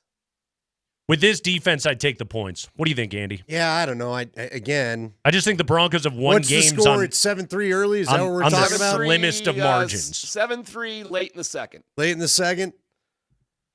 Listen, I'd probably kick the field goal right now because I don't know, but it's the same thing. It's a great question, DMac and Nate, because it's the exact same scenario Jacksonville found themselves in. God, I don't know. If you're the Broncos, I don't know what the right answer is. How would you attack Mahomes? Do you have to attack this like you're attacking Mahomes? Is that it? In all seriousness, though, I don't think this is that tough of a question, and I just mean it in this way. Like, this Broncos team has won games all year long by the slimmest of margins. Okay, that, by the way, and I want everybody to remember that, is when they're looking at it and they're going, why is Denver a home dog as a number 1 seed? That's why. Because every game is close, okay? That it isn't just a product of Josh Allen over Bo Nix. It is a product of the Broncos win every game by the skin of their teeth. They were the number 1 seed in the AFC, but only a plus 90-point differential on the season. Every game's a coin flip with Denver. So that's the way that they get viewed, because they don't blow anybody out. And so if you're Sean Payton, I think you have to just keep living in that world. That's what got you here. Stay in that place. Take the points when they are available to you. Punt the ball away when you need to. Trust your defense. Don't make mistakes. And hopefully you end up in a fourth quarter slugfest, and then you out-execute the opponent and you win the game. Yeah, you know what, DMac, the last time me and Nate had a really good on-air fight that lasted a couple weeks, and texters are like, it's like mom and dad are arguing or something. It was when Dan Campbell went for it a bunch in the NFC Championship. To me, it's about feel. See, it's hard for me to answer the question. Oh, Dan Campbell couldn't do math. That was his problem. Well, but again, do you feel like you're struggling to get down there and you kind of struggled your way down the field or got lucky with a penalty or something, or were you rolling down the field? See, again, it goes back to, why did I tell you guys the most insane decision of the weekend I would have thought about making was going for 2 if I were the Bills, up only 2, because you pushed your way all the way down there anyway. Why would I not push my way to make you score a touchdown and not let your nuclear leg kicker try to tie the game? It's because you just steamrolled them. You had them going. It felt like you took your soul. That's the only reason why I would have considered the decision. So when we throw this what if out, it's hard for me because I don't have a feel for what you did to get down there. Like, if you're rolling and you're down there, then you got to do it. But again, if it was a penalty helped you down there, or you got a little lucky here, but it's been a struggle, you take the damn points. But here's what Sean has said, though. He says, and he's right on this, we've got to be better in the red zone. It's kind of like the yeah, but getting no play. points doesn't make you better because. Well, getting threes not. And how are you running the ball? Like again, are we talking You about better a be 4th running and 2? If you're not trying better to run the it ball a against lot, this team. Yeah, exactly. We'll see with Ed Oliver. Like he's back at practice, I understand, and maybe that'll make a big difference. Well, and so's one of their receivers. I really like. Here's where I come down on this, and maybe this will be the tape that we play next week after the Broncos lose. Okay, in the event that the Broncos lose, but I mean it in this way. I normally and Andy's right about this. Like this is a point of contention with me. I hate field goals. I hate pansy football. Go score points. Go be aggressive. Go on 4th down. They give you 4 downs. Freaking use them, okay? I can't stand when coaches go into a turtle shell. And yet, I'm looking at a 14-3 number 1 seed in the AFC. And how did you get there? Largely playing it by the vest. Playing conservative football because you don't trust your quarterback, because you don't trust your offense, because the one thing that you can hang your hat on is your defense, and I'd be a hypocrite because I've been the one saying all day, all season long, if you're going to do the thing and win the AFC West and get a high seed, you're going to do it because of your defense. That's what's going to do it. Defense good, offense bad. Well, if that's the case, then Sean Payton does need to play Buddy Ryan football and kick field goals and take his points where they're available to him and hope that he can win the game on the margins because that's how they got here. I don't think he'll do anything to put his D in a bad position. DMac, let me ask you this before I let you go. Sure. How do you unlock freewheeling best game of his career, Bo Nix, that we saw against Green Bay about a month ago? How do we unlock that again? You call run plays. And by the way, and Tony Romo is the worst color analyst. Oh my God, we're stuck with him again. There's no doubt. There's no greater disparity between the play-by-play guy and the color analyst than Jim Nantz and Tony Romo. There's no doubt about it. Kevin Harlan and Reggie Miller would like a word, but go ahead. Wow. Well, at least in the NFL. Jim Nantz dropped this one. The Bills' defense is the worst in the league when the opposing quarterback runs the ball. I thought that was such a nice little pearl that Nantz dropped in that game. So not only do the Bills suck at stopping the run and their interior is awful, but in particular, they're terrible when the quarterback runs. Yeah. So to answer your question, Andy, based off that, call designed runs for Bo Nix to get him into the mix. And Josh Allen doesn't really do that. They do not call design runs for Josh Allen. Outside of tush pushes, yeah. Yes, that's right. But you can do that. You have the ability to do that with Bo Nix, and you should. Listen to this number, by the way. Yeah. Week 17 and 18. So this would have been the Chiefs and the Chargers game. And these aren't design runs. Bo Nix scrambled 10 times total in those 2 games.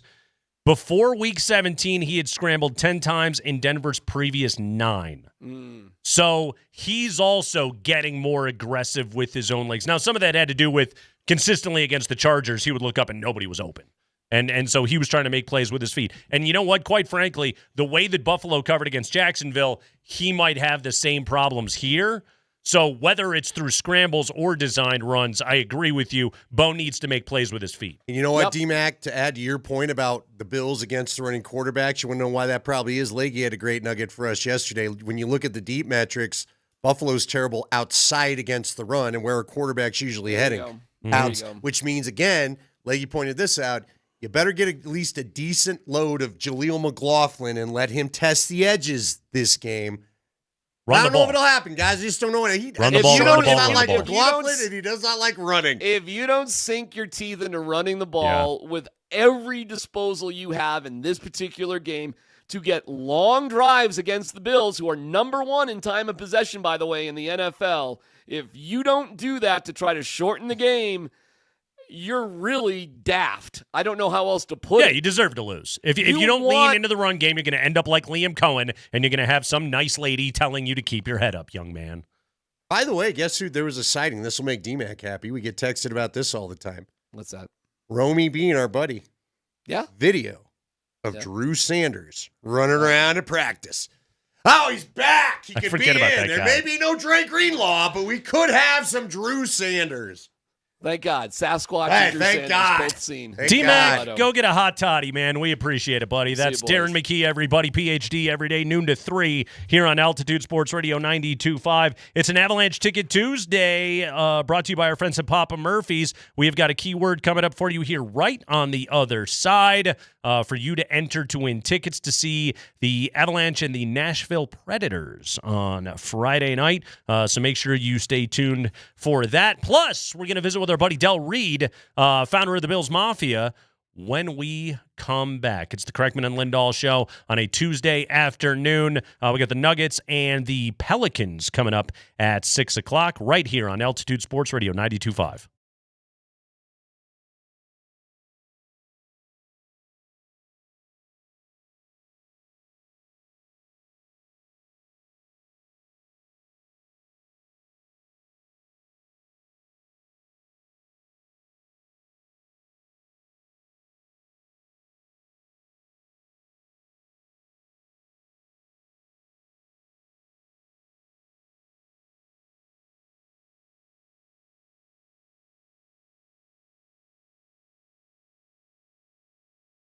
Guys, it's the new year. How often are you going to hear that? Well, at least for the next month. And in the new year, you set new goals, and maybe you want to handle things you've been putting off. Maybe it's chores. Maybe it's just, getting in better shape. We all know the classic ones that start the year. Maybe it's low T for you. Maybe it's finding out about it, seeing if it could help your workouts, seeing if it help your energy levels, your sleep, any of it. All this could be helped by testosterone therapy. Maybe you're having some sexual side effects. Again, that could be helped too. You're dealing with brain fog. Sometimes even depression can factor into all this. So if it's time for you to go and look into low T, maybe you kept telling yourself all last year you're going to do it, never got around to it. Let's get around to it right now by getting on over to the Rocky Mountain Men's Clinic. They've got a lot of clinics that they can serve you, 5 in total throughout Colorado, all up and down 25. And they can help you with the low testosterone kind of conundrum. If you want to find out more about what low testosterone feels like, go to their website, RockyMountainMen'sClinic.com, take the low T quiz. It's just a 10-question quiz, yes or no answers. It'll take you 2 minutes and get on in, get your visit scheduled. You can go in there, get your blood drawn. You'll have your results within 30 minutes. You'll get them explained to you by a Colorado licensed medical provider, and you can make the decision together whether low T is the way to go. It's $99 for the consult T and PSA test, but if you start a testosterone treatment the day of your visit, you can get the first shot the day of if you'd like. Your visit's free. They also have more than just shots there. So go on in and talk to them. Anyway, get back your higher energy levels, better gains in the gym, sleeping better, waking up feeling refreshed and ready for action all over the place. 5 locations, like I said, Fort Collins and the Springs included, also a revamped location in Castle Rock. Call them today, 720-440-7900 or RockyMountainMen'sClinic.com.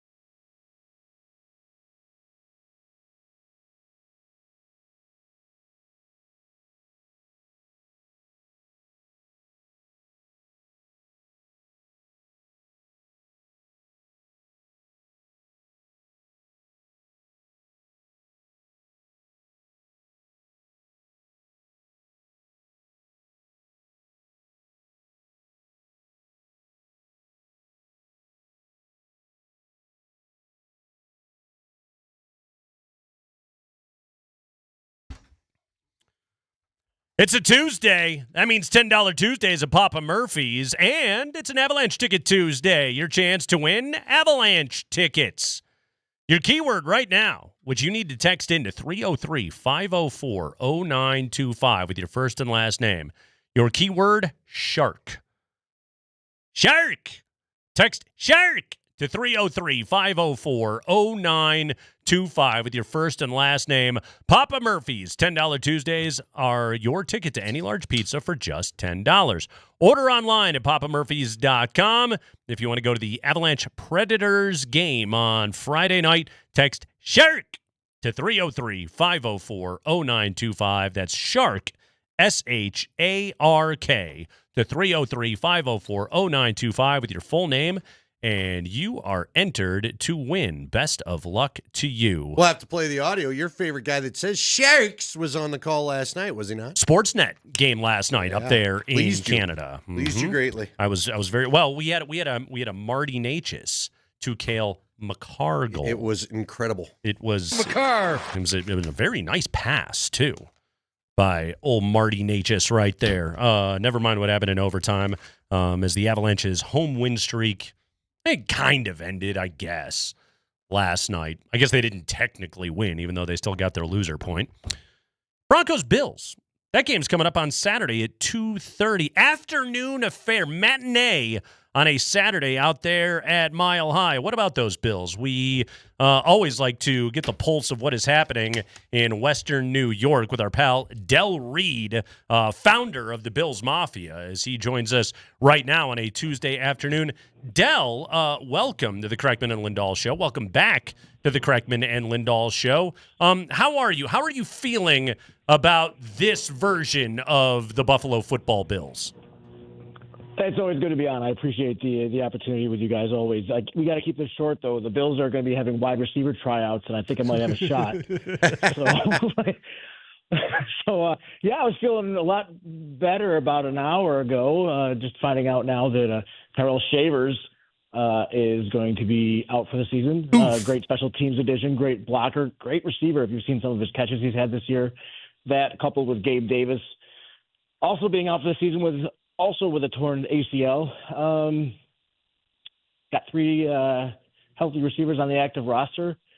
So, it's a little nervous. 3 warm bodies, Del. Yes. Let's talk a little bit about it in this way, Del. Like, Josh Allen, heard of him? He has a bit of pressure on him as, an MVP award winner and a guy that is considered one of the greats in the pantheon of the position in his sport. And yet, he has yet to go and play in a Super Bowl. This is a year, and Del, you know all the narratives. There's no Mahomes, there's no Lamar, there's no Burrow. This seems to narrative-wise shaped up to be his best opportunity to get there, and yet he's got nobody to throw the ball to. He just lost another wide receiver, so he's got an incredibly thin receiving core. And oh, by the way, his defense can't stop a runny nose when it comes to the run game. If the Bills don't get it done this year, what is your feeling going to be about Josh and about this team? Is it going to be on Josh, or is it going to be on the front office and Sean McDermott? Yeah, well, first of all, you just gave me a bunch of reasons why it shouldn't be on Josh, between the lack of prime receivers and the defense being in the shape that it's been all season. It's kind of frustrating, too. They drafted, first 3-4 picks last year were all defense. They've addressed it through free agency, and yet here we are having this conversation about how the defense isn't where we'd like it to be here in the playoffs. So I don't think it's ever fair to Josh, to be honest with you, when you were talking about the playoff success and whatever. It's not. It is a team sport. Wins are not a quarterback stat. If you've watched any of the playoff games, any of the losses, you'll see that he is balled out. Yeah. Every loss, he's balled out. What more can this man do? And so there's a lot of frustration. Not a lot, but there's some frustration with in the fan base, because we really would love. We need a replacement for Stephon Diggs. We need a true number one, got that dog in him receiver working with Josh. So I don't know. We're gonna see where it goes. And we'll see what the offseason holds.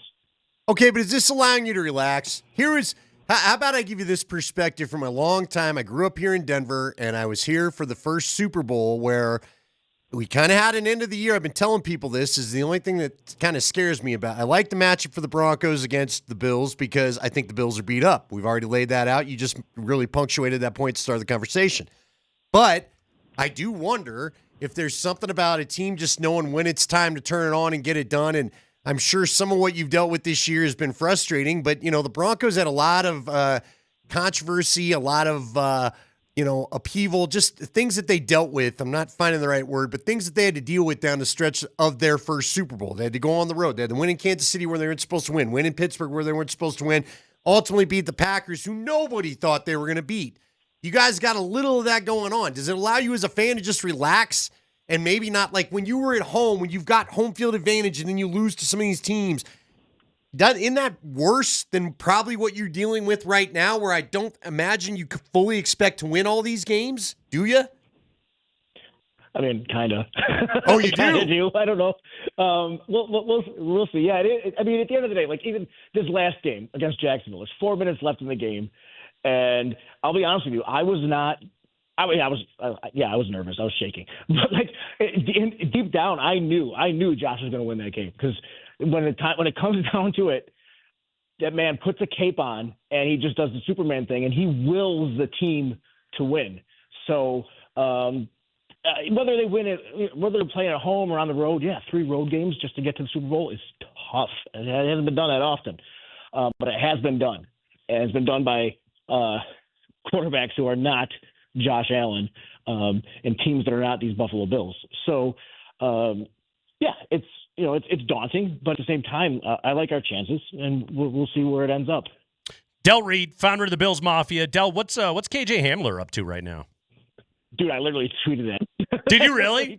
Or my employee did. I reposted him. Yeah, he was like the star of Hard Knocks. Yeah, let's go. Bring him in, dude. He knows the playbook. He's got speed. I guess he's got some rapport with Josh. Yeah, absolutely. Where's KJ Hamler? Dude, yeah, let's go. You guys have lost everybody that can catch passes. Del, what do you guys do for a road playoff game? You guys are so used to home playoff games up there in Buffalo. What does the Mafia do for a road playoff game? What do you and your organization get down with? And I know you guys are always raising money, so what are you doing this week? I mean, I was in Jacksonville last week. Oh, hell yeah. Are you coming to Denver? Travel. I won't be, unfortunately. But Bills Mafia is known to travel well. So I would expect there to be a decent contingent. I mean, obviously, it's a lot easier for, East Coast and even Midwest. So getting out to the Rockies might be a little difficult for some.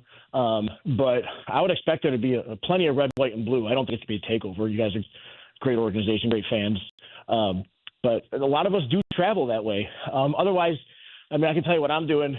I'm planning to just have a bunch of friends and family over and just watch the game and stress out and probably get annoyed that I don't have as much room to pace in the living room because we invited all these people over. But, so we're just be hanging out with family and friends. Speaking of the stress, are you in that spot where you're feeling like how many more opportunities are they going to get with the guy that's probably going to go down as the greatest quarterback in organizational history? A little bit. I'm not there yet. I'm not allowing myself to go there. But if you watch Josh, throughout the season, sometimes when I'm bored, I'll just throw on YouTube and I'll watch an hour-long clip or something, an hour-long highlight reel of just Josh Allen, right? You sound like a Wyoming fan right now when you say that, by the way. Oh, he's so great, though. He's so great. Everybody should watch it. He's great. But 2018, 2019, 2020, 2021, his game is different now than it was then. Mm-hmm. He's not hurdling dudes like he was. I'm not saying he's old. I think that if anything, I think that they've probably tamed him a little bit because they want to keep his career longer than it would be if he continues to play that game. I mean, that game against Jacksonville last week, Del, that was that thing was chef's kiss. He was perfect in that game. Yeah, no, it was fantastic. Even that 11-yard tush push that was at the end there right before the go-ahead touchdown. That was just an amazing play. I mean, that was him, but it was really Osiris Torrance, who I think won the angry runs from Kyle Brandt today. That was the offensive line, and everybody, James Cook, and they're just pushing and shoving, and the whole team got that first down. Have you guys made a new T-shirt, by the way, to celebrate the 10-yard tush push? No, not yet. I thought about it. I wanted to have one that said 10-yard tush push. Uh-huh. But I did do one that says Erie, if you're familiar with the Duval. Yes. Yeah. Small market. Just shouting your whole county. All right, that's fine. So we did an Erie County one. Okay. Denver County is going to be in the house coming up here this week. All right. 26shirts.com. That's where you get Dell's stuff. Del Reed, founder of the Bills Mafia. Del, thank you so much. As always, enjoy the game. And, hey, keep up the great work. Hey, thanks, man. Best of luck this weekend, but not too much. All right. That's Del Reed. Always gracious when he joins us here on the show. And all I ever think of is Del Griffith off of, the 10-yard. I think of former Lakers coach Del Harris. The 10-yard tush push. Del Curry. That play is going to be the death of Vinny Del Negro. That play is going to be the death officially of the tush push. Like, it was probably already done. Yeah. I feel like that play right there, like watching Josh Allen get carried by his dudes, it's kind of just like this is it. It's over. Farmer in the Del. Yeah, listen, what I thought was funny was I had to remind myself they didn't pass the rule because I thought they passed the rule. Again, where they thought they had the rule book to make this not allowed was what you just described, the actual pushing it. And like, I didn't think one offensive player was allowed to do what they did to get another guy over. I didn't think that was legal. I thought that was part of the problem. That was supposed to be what they were fighting about, right? Exactly. And that was like the worst example of it ever, right? Was it not? It was. Because to your point, like, did three guys pretty much have him elevated off the ground near the end? Oh, it's his center, Connor McGovern, like not Bronco Connor McGovern, by the way, was just like carrying him. How are there two guys named Connor McGovern? I don't know. They play the same damn position. I don't understand. Basically, look kind of the same now that they both because our Connor McGovern has cut his hair. Right. I either way. The Dells are coming in. That's what I love the best. Get the Dells in here. It's always good to have Del Taco. It's back, baby. Oh, it's Del Amitri. It's Del Rio. Speaking of Dells, I have no segue. I thought I had something and then I didn't. It just wasn't there. Deladon. Your keyword, Elena Deladon, Delaware. She was a Delaware graduate. All sorts. It was all over the place right there. Text SHARK to 303-504-0925 with your first and last name, and that enters you to win tickets for the Avs and the Predators. Predators on Friday. There is no word in the English language that I cannot pronounce less than predator. Really? I don't know what it is. You are so good at everything. I know. Can't say predator? I have outstanding diction. I am an outstanding enunciator. Predator. You're good at guessing when you don't even know what it is? Predator. It doesn't feel natural at all. I just, it's the D to the T sound. I feel like I have just learned English every single time that I say that word. Deladova, Del Boca Vista. By the way, we've kept the conversation to other things, so it's not technically run its course. Yes. Right? It is not. There'll be no meeting about this. Wait, Matthew Dellavedova? Sure. He got it there. Del the Funky Homo Sapien. Boy, you got to say all those words right there. Oh, that's one of my favorite rappers that has ever lived. That dude, he could spit the bars, as the kids say, right there, Dude, you're Andy. getting a Dell Computers. Man, I forgot. Is that an RIP or are they still with us? No, I think they're still going strong. They don't got the cow thing anymore going on, right? Was No, that them? I think they're doing okay. Didn't they have the cows for a while? Don't worry. I think their CEO is still on a 9-yacht salary. Is he? I think that guy's going to be okay. All right. By the way, at the boat, so I was out at the Sportsman's Expo. You were. And I found us a couple boats. We ought to hit the guy up, see if we can do a show from a boat. Live from a boat? Yeah, man. They had pontoon boats. Could have just go float on a pontoon one day, do the show. Why not? We'll just be on a lake. It's not like some wave is going to carry us off. Some may wish it would. Would the signal hold up? I don't know. Would we I'm do not okay? worried about that stuff. I got the boat. You got the boat. You guys work the crap out. We'll float on a boat up in Grand Lake. All right. You know what? We'll keep it dead in this city. Let's go get us a big pontoon boat. We'll do a spring Avs Nuggets spectacular in the middle of Sloan's Live Lake. from Sloan's Let's Lake. just go float on Sloan's Lake. We'll drop we'll an be anchor. in the middle of technology and stuff. What could go wrong? We'll do a radio show. Josh Allen and Dell, look, Buffalo fans love that guy like he's They the clearly second do. coming. And by the way, they should. okay? Yeah, you're not getting another one. Yeah, he's incredible, okay? That very much, you know what? They love him like we love Jokic. Like, that's, I And get they it, should. man, and you should, all right? He played so well against the Jags, okay? And that Jacksonville defense, they're not stiffs, okay? Like, those guys don't stink, but he had to be perfect for them to win that game. And it required a tip pass by Trey White and a late interception, and the Bills were able to pull that game out. Quite frankly, they probably still shouldn't have won, even as good as Josh Allen played right there, all right? So, is it possible for a quarterback to play that well against the Denver defense? Like, can you replicate Don't ask me that. against the Broncos front seven? No, but like, follow me on this. Is the Broncos defense too good to allow a perfect performance? All right. What did we see with Trevor Lawrence? I don't think that game was perfect by Trevor Lawrence. I don't think it was perfect, but Josh has the ability to put a ball on a receiver the exact same way Trevor does. Here's the problem. Trevor didn't have to be perfect that game because when they got in the red zone, the Broncos, they were the creme de la creme when they met Jacksonville and Denver in that week, 15, 16, whatever it was. 15. By the way, Stout's listening. Correct. Stout, hit me up. We need Don Beebe because I haven't had time to text you. Fire me back. All right. Anyway.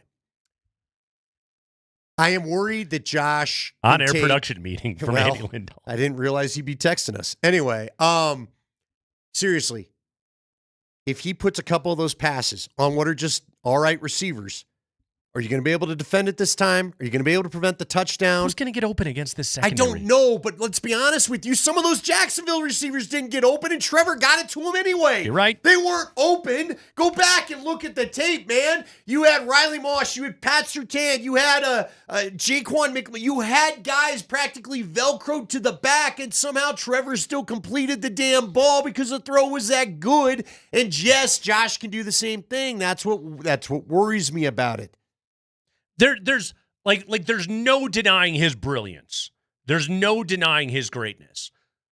Even with that, though, like, Josh Allen is usually good for a boob play a game. Yeah, but you better make it a pick six. He never made it against the Jags. Okay, let me ask you this, though. Didn't you just have the stat they haven't had turnover since 2023 or something? 22. You brought us that yesterday. He has not turned the football over, whether interception or fumble, since 2022. Now, what are we talking? 5 or 6 games? I mean, I know that sounds crazy, but in the playoffs, but that's against the best opponents. Yeah, I know. You're right, Nate. That's insane.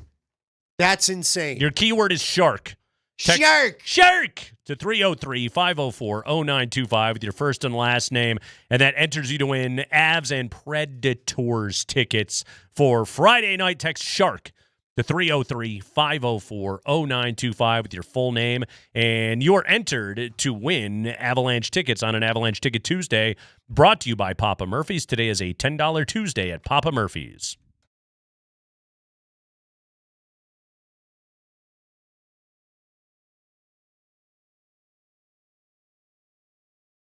It is Nate Kreckman, and I am here to tell you about my friends over at Roller Auction. It is the Front Range's premier auction house. If you are looking for the best place to pick up a government fleet vehicle or piece of equipment, electronics, exercise equipment, culinary equipment, and so much more, go to roller.bid right now and check out the auctions that they have available to be able to bid. And make sure you sign up to bid at roller.bid/altitude. That is roller.bid/altitude. Sign up to bid right there. One lucky listener that signs up to bid right there is going to win a pair of tickets for February 11th, Nuggets Grizzlies. Nuggets Grizzlies. Okay, you want to be there? You want to sit in a catered suite? Well, then sign up to bid right now at roller.bid/altitude. And then while you're there, check out all the auctions that they have available for you to be able to bid. Oh, man, right now, I'm looking at these brand new 2025 plate compactors. If you have landscaping work coming up in the spring, a plate compactor, that thing can get some work done in a hurry. Those things are fun to work with. So go and check this out right now. That's on the construction and contracting equipment auction. You can bid on that right now at roller.bid.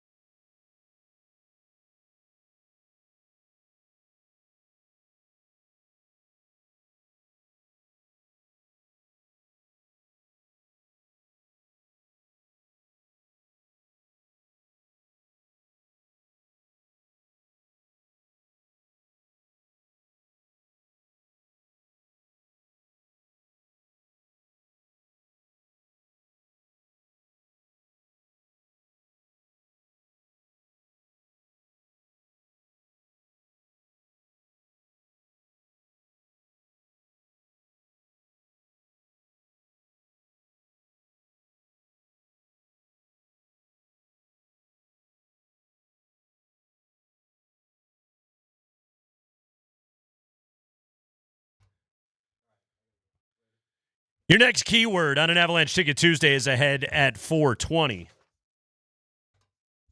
It's K&L, Altitude Sports Radio 92.5. Sean Payton just wrapped up at the podium. Andy, let's start at the top. Sean Payton is playing the Buffalo Bills. Opening statement from the Broncos head coach today. Yeah, I mean, you know, everyone, we watched the games during the weekend. There were a lot of good games. Certainly, it was a big win for them on the road. I've got a ton of respect, and I consider Sean a good friend in this profession. You know, he was back with Andy and Philly and the late Jim Johnson, you know, and Steve Spagnuolo, Sean McDermott. Jim was one of the, you know, finest coordinators our league's had a few, but he was a special guy, and you could see the impact he's had on these, and I'm not saying younger defensive coaches, but shoot, these guys that were all getting older. But I think a lot of him have a ton of respect for him, the team. And then you study the opponent and, you know, obviously the quarterback, but all elements of the team differently than, you know, as you sit there and you look at how the Chargers line up and play, front coverage, offense, they're different type teams. So, you know, we've really Sunday night, we'd already prepped, and then you're diving into once it's finalized. Yeah, one of the challenges that they are up against in this game, and Trevor Lawrence really did struggle to get comfortable against the disguises pre-snap and post-snap that was getting thrown at him in that game. He never looked comfortable back there. And that's, like, I worry about Bo Nix right there. Like, honestly, like, pre-snap disguises are the kind of things that can mess with him, okay? Now, again, what's the critical fix right there? If you lean into the run game, the way that Liam Cohen, like the Basil Tootin drive when he had like 3 carries in a row that went like 70 yards, it was just like, oh, okay.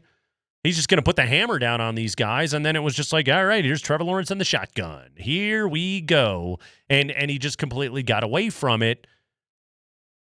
Can the Broncos, number one, lean into it? And then number two, the other question about the run game, Andy, and I know this is almost a separate conversation, but it's like between R.J. Harvey and Jaleel McLaughlin and Tyler Bidet, do the Broncos have the horses to be able to make Buffalo pay for it? I don't know. Yeah, well, I don't know the answer when it comes to Jaleel McLaughlin, because what did Leggy said? He had like a 6-yard average and you took him out? Yeah. I mean, can we see a healthy dose of the guy? I'm not saying don't ever run R.J. Harvey. I get the allure of R.J. Harvey, especially then when you can work it into the pass game. But there's no reason. I don't understand why Tyler Bidet gets as much action as he does, okay? Bidet just, not a lot happens. He's out there, he's fine. He maybe gives you one pop play every couple games, but there's not enough, whereas Jaleel, he's not explosive. Jaleel was the guy last time that made one guy miss and picked up 5 yards when it should have been a 2-yard loss. Why are you not continuing to run that guy more? Anyway, yeah, I think maybe you've got some options there, and I still would like to see you get creative, get Mims involved somehow again, get creative with that. But I don't know. Again, we kind of talked about it already in Cross at DMac, but I'll ask you, I asked about how we unlock Bo from Green Bay. Well, how do you think Sean calls this? Like, will Sean only get aggressive and a little more wide open if need be, in your opinion? Or is Sean going to start out with, let's get after it right away? You know what I mean? Are we going to see like a first half of the Raider game, and then if it's not quite where you want it to be, then you try to? Because to me, you need to come out and just get after it. Because if getting after it makes you lose it, then I guess you lose it. I don't know, Nate. But no, my concern with Sean Payton in a game like this is that I look, Sean Payton's not an idiot. Like he talked about it yesterday. They're well aware. They know the analytics. They know the deficiencies and what to attack on the Buffalo defense. Like their eyes are wide open to it. They fully know that.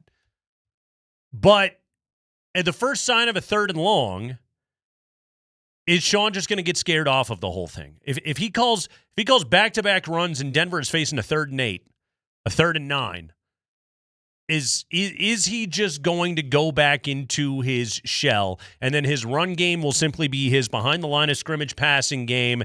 And my concern with that is that Buffalo's DBs are too damn fast for you to be able to do anything with it. Yeah. See, it's a great call, Nate, because again, when you may need to do what the Broncos did the last time they had 2 weeks off and then played a home playoff game. Yeah. That was in 2015. They faced the Pittsburgh Steelers. And you know what they did? Now, part of it was you had Peyton Manning in his mind, and that, James Harrison always, it's a famous quote. He said, we lost because Peyton Manning's smarter than our defense and checked in to run plays that they needed. But, again, what Kubiak always did that year and what Sean needs to borrow some from, and here's what. I felt like Sean was better at this when he had J.K. Dobbins, and obviously for good reason, but he's going to have to readopt the philosophy. You have to stay with the run early. You know what? You've got a team on a short week, and you've had how much rest since your last game? Right. Okay? You need to run the ball, make them feel the altitude, make them feel their bumps and bruises. And to your point, if the first quarter it's an ugly run game, okay, but you got to stay with it. You can't exit out of the game plan.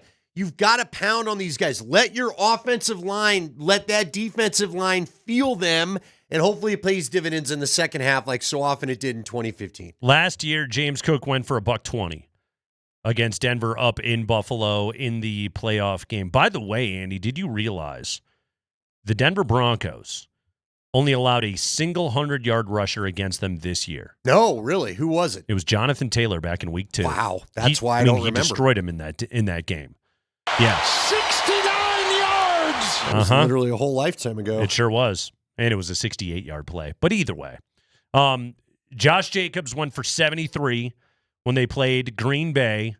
Omari and Hampton went for 70 when they lost to the Chargers back in September. But that's it, man. Denver gave up 100-yard rusher this year. And it's crazy when you see the disparity, what an outlier it was. Taylor going for $165 in week 2, and then the next best rushing total by an individual against the Broncos this year was Josh Jacobs in week 2 with 73 yards. That's damn near a 100-yard difference right there. So it goes to show you what an outlier that game was. Sean Payton was asked today about the way that Buffalo ran the ball against them last year in the wild card round, and if that was what prompted the need to go and get Dre Greenlaw and Talanoa Hufanga.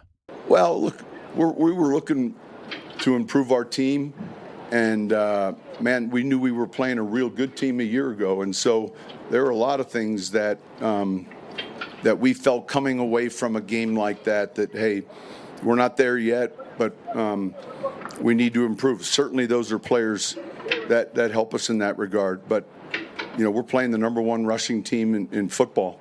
And it's the runner, it's the scheme. They're very well coached. I mean, 3 or 4 of the offensive coaches were on my staff in New Orleans that are there now and doing a great job. So we'll have to be ready. Yeah, you remember what the score was at half, though, last year? It was 10-7. It was. Yeah. Yeah, 10-7. That game really didn't get away from Denver until like late third, early fourth quarter, and then it turned into a rout. And which is typically the way that it goes against very good running teams, right? They're there, and then all of a sudden, bam, you can't stop them, and they just run you over. But Denver was in that game. They were. You were in it at the half. So this time, it's your crowd, it's your energy, you're the rested team. Let's do it. Did you kind of feel like Sean wanted to be like, it's a lot of my former staff in New Orleans that's there coaching those guys. So really, if you think about it, like basically like I created their These are game. both my teams. I win.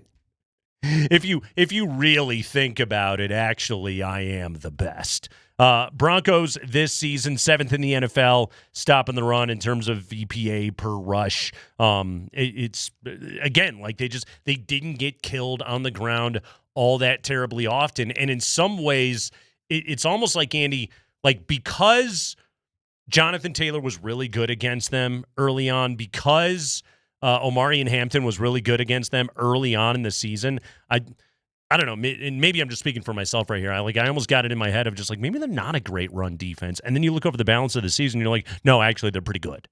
They're very good at stopping the run. Yeah. Yes, they are. I mean, it also helped that they, story. Played a lot of crappy quarterbacks and got to load up the box and all that kind of stuff, and gets a little bit more challenging when you're going up against Josh Allen. Heard of him? Kreckman and Lindahl, Tuesday afternoon. We'll take a quick break. When we come back, last night, the demise of Aaron Rodgers in Pittsburgh, which led to the end of the Mike Tomlin era there with the Steelers, it made me appreciate something that we have seen multiple times here in Denver. We'll tell you what that is next.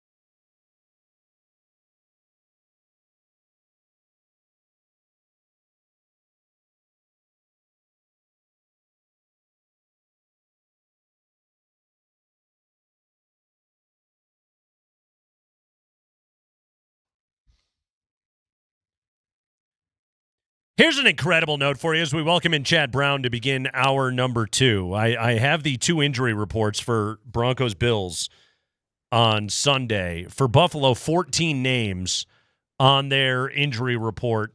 That includes Josh Allen as a limited participant, listed as a limited participant today in practice. Injuries listed: foot, knee, and R finger, or what he has going on. Is that right finger or ring finger? Which finger is that? Probably right finger, I'm That'd thinking. be right. That's the one he hit. Okay. Right? Isn't that the one he hit? I believe the right so. hand is the throwing hand is the hand he banged off the helmet. Is correct? R finger right finger or index finger, Chad? Because there's 5 right fingers. I guess there's 4 right fingers and a thumb. Which one is it? I don't think the NFL mandates the specificity as to which finger it is. Okay. So it's a finger on the right hand. So Andy was correct because that's his throwing hand. That's what he banged on the helmet. So one of those 5. Okay. It will be up to Nick Bonito to figure out during the game which finger he should pull on the bottom of a pile. Right digit. Also, you don't want to pull somebody's finger at the bottom of a pile. That could make it uncomfortable for everybody. Not if a grandpa asks you. No, I don't you know think what's so. going to happen there. By the way, ring finger, great 9 Inch Nails song. Nicely done for you Elite. right there. All right, so Chad, the Broncos have 4 dudes on their injury report, and everybody practiced today. Everybody on the 53 practiced today for Denver. I marvel at the health that this team has been able to sustain, but Buffalo just played an incredibly physical game on the road in Jacksonville, traveling to Denver on a short week. Look, nothing is promised to you in the NFL, but like when it comes to circumstances for the Broncos, 1 seed at home, having to play the Buffalo Bills, they're banged up. They just went through a war against the Jags. Like, this couldn't possibly shape up any better for the Broncos than what it currently is, right? It feels that way. And when you think about the receivers that the Bills have lost in recent weeks, Josh Palmer, Gabe Davis, Tyrell Shavers, all in recent weeks. So this, I don't know, the football gods favoring the Broncos, it certainly feels that way. How many backup quarterbacks they faced this season? Yeah. I think 5.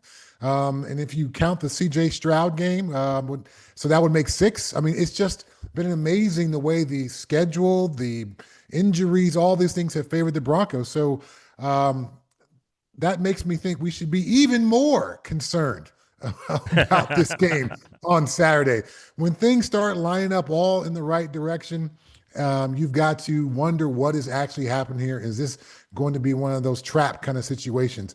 It seems as if Buffalo will have nothing more than Josh Allen and his ability to put on the Superman cape. But we saw other guys make plays in that game against Jacksonville.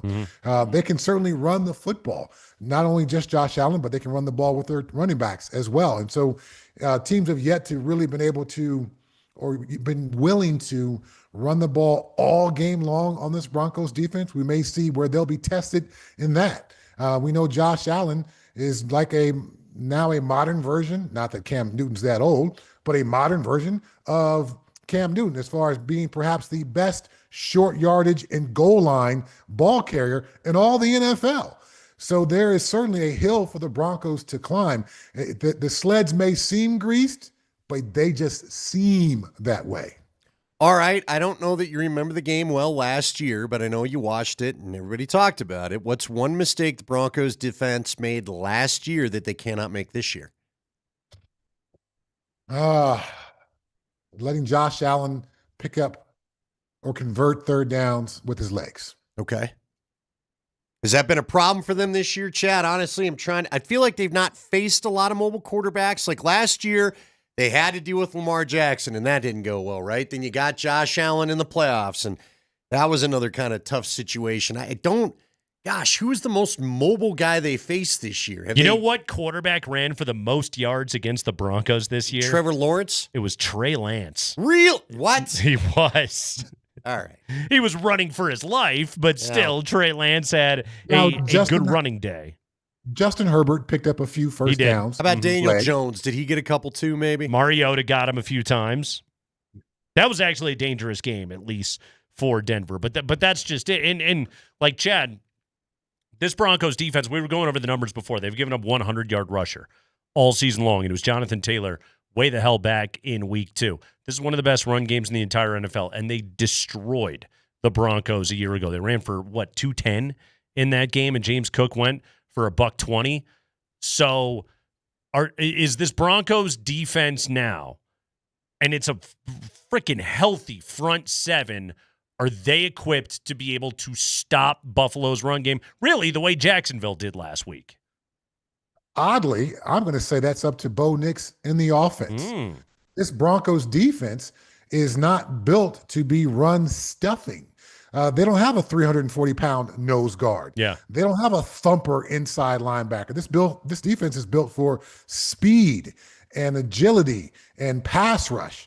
So if Bo Nix and the Broncos offense can have some level of success early on, where Buffalo, at least in spurts, feels obligated to abandon the run game, then that will give this Broncos defense a chance to rest. They won't be worn down by the repeated runs to James Cook and Josh Allen. And there's an opportunity there for them to withstand that. But if Buffalo can dedicate themselves to running the football, at some point, this speedy yet undersized defense, that will have an effect on them. So that's probably what Buffalo's discussing right now, is this is going to be another physical rock fight / bloodbath, and we've got to find a way to win it.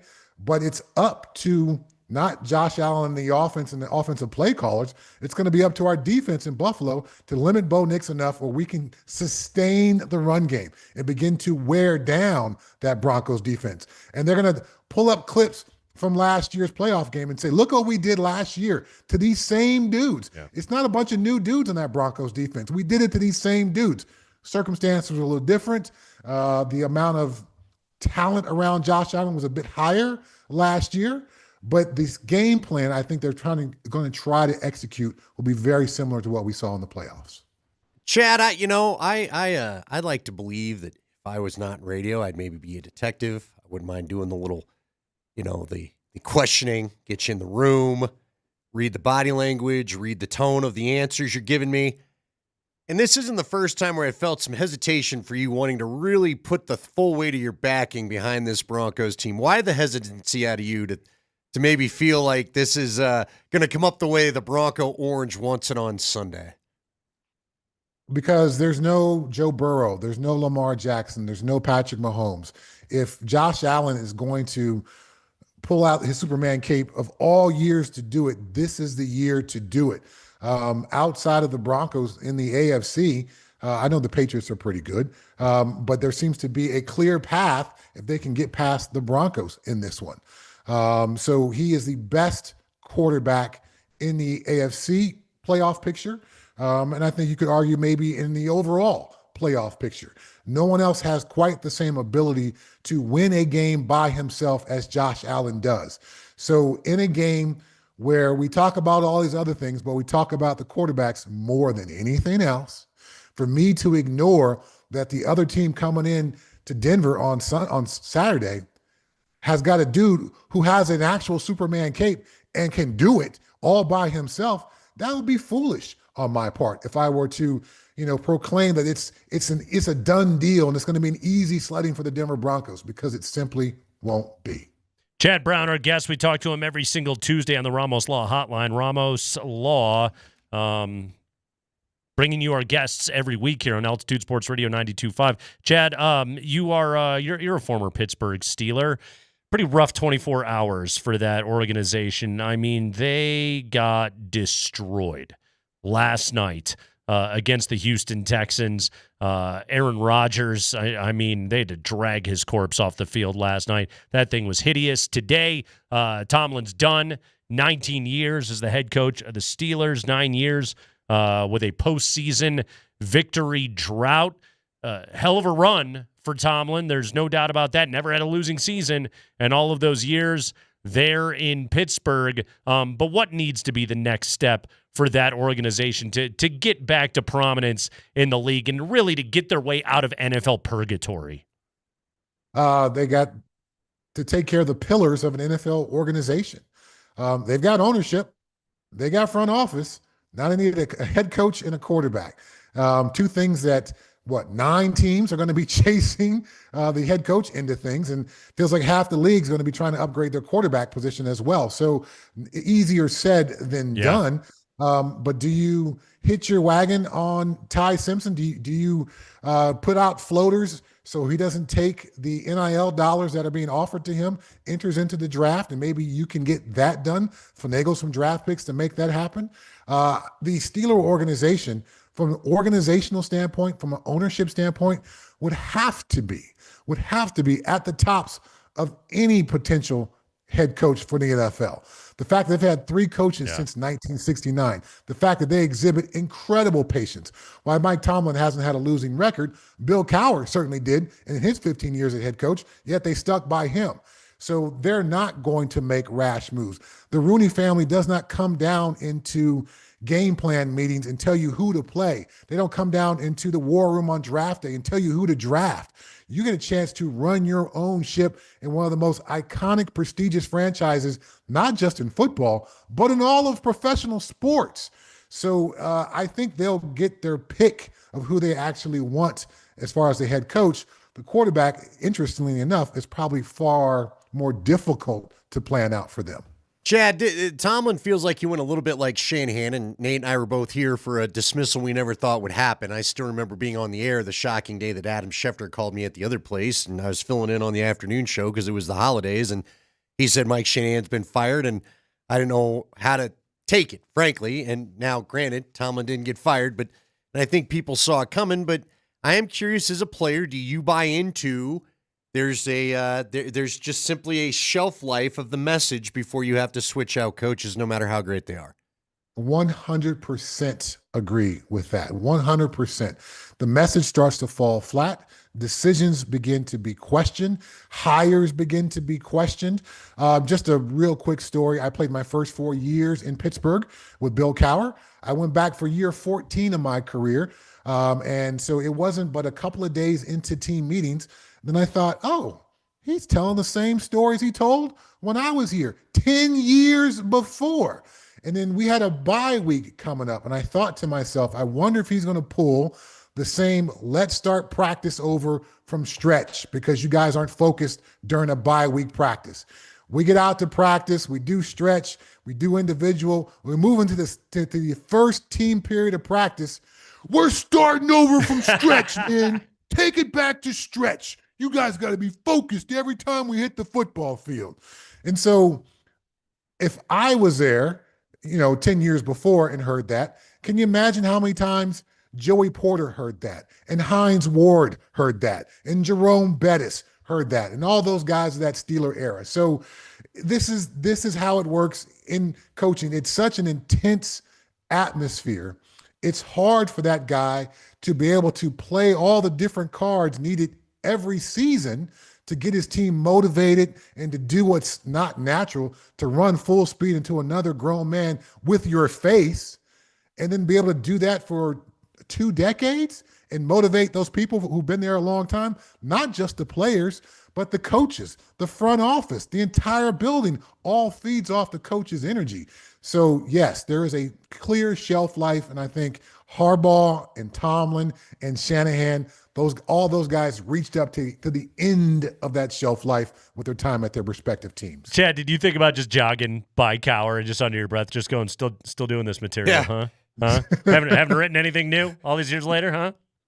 Well, later in that year, he and I, we had a heart-to-heart because his family was back in North Carolina, his wife and his kids. My kids and wife didn't come with me to Pittsburgh that year because I started the year in New England. And then I broke my hand and got cut and all that stuff. So they were in Colorado. So we would commiserate, on a late Wednesday night and talk about our families and this and that. And on his bookshelf, one day I was waiting for him to come meet me in the meeting room, and he's got all his notebooks from every single year. Well, I grabbed some from the years where I was there to start my career, And I was like, it's the exact playbook of what we did this year. You don't reinvent anything. He just would go back to his playbook and go, okay, we're playing Cincinnati. Let's talk about that. We are 3-3. It's a precipice of our season, man. Let me pull this note out. So, yeah, there's only so much material a guy can pull out when he has to be in front of you for 3 or 4 hours a day. Needed a new writing staff. Chad Brown, everybody. We talk to him every Tuesday. Chad, great stuff as always, man. We appreciate it, buddy. Thanks for having me on, guys. Have All a good right. one. Oh, wait, Chad, hold on. Don't log off yet. Really quickly, have you heard the Rocket Mortgage NFLPA commercial on TV? I have not. Okay. Whoever does the VO on that commercial, I swear to God, that guy's voice is a dead ringer for yours. Does anyone else know what I'm talking about? I know what right you're now? talking about, Yeah. Chad. I did wonder if it was you. I legit wondered if it was you. This guy sounds exactly like you. Did you do that commercial?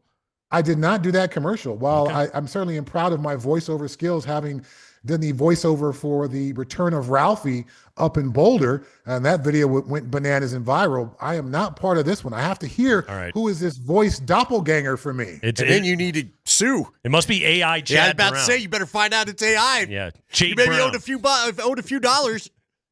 All right. Well, Chad, thanks for confirming it's not you because I put that in my notes to ask you about. And he wanted a mortgage. So now you've let him down. Exactly. So thanks, Chad. See you, fellas. All right. Chad Brown with us right there. Kreckman and Lindahl, your next keyword on an Avalanche Ticket Tuesday coming up after this.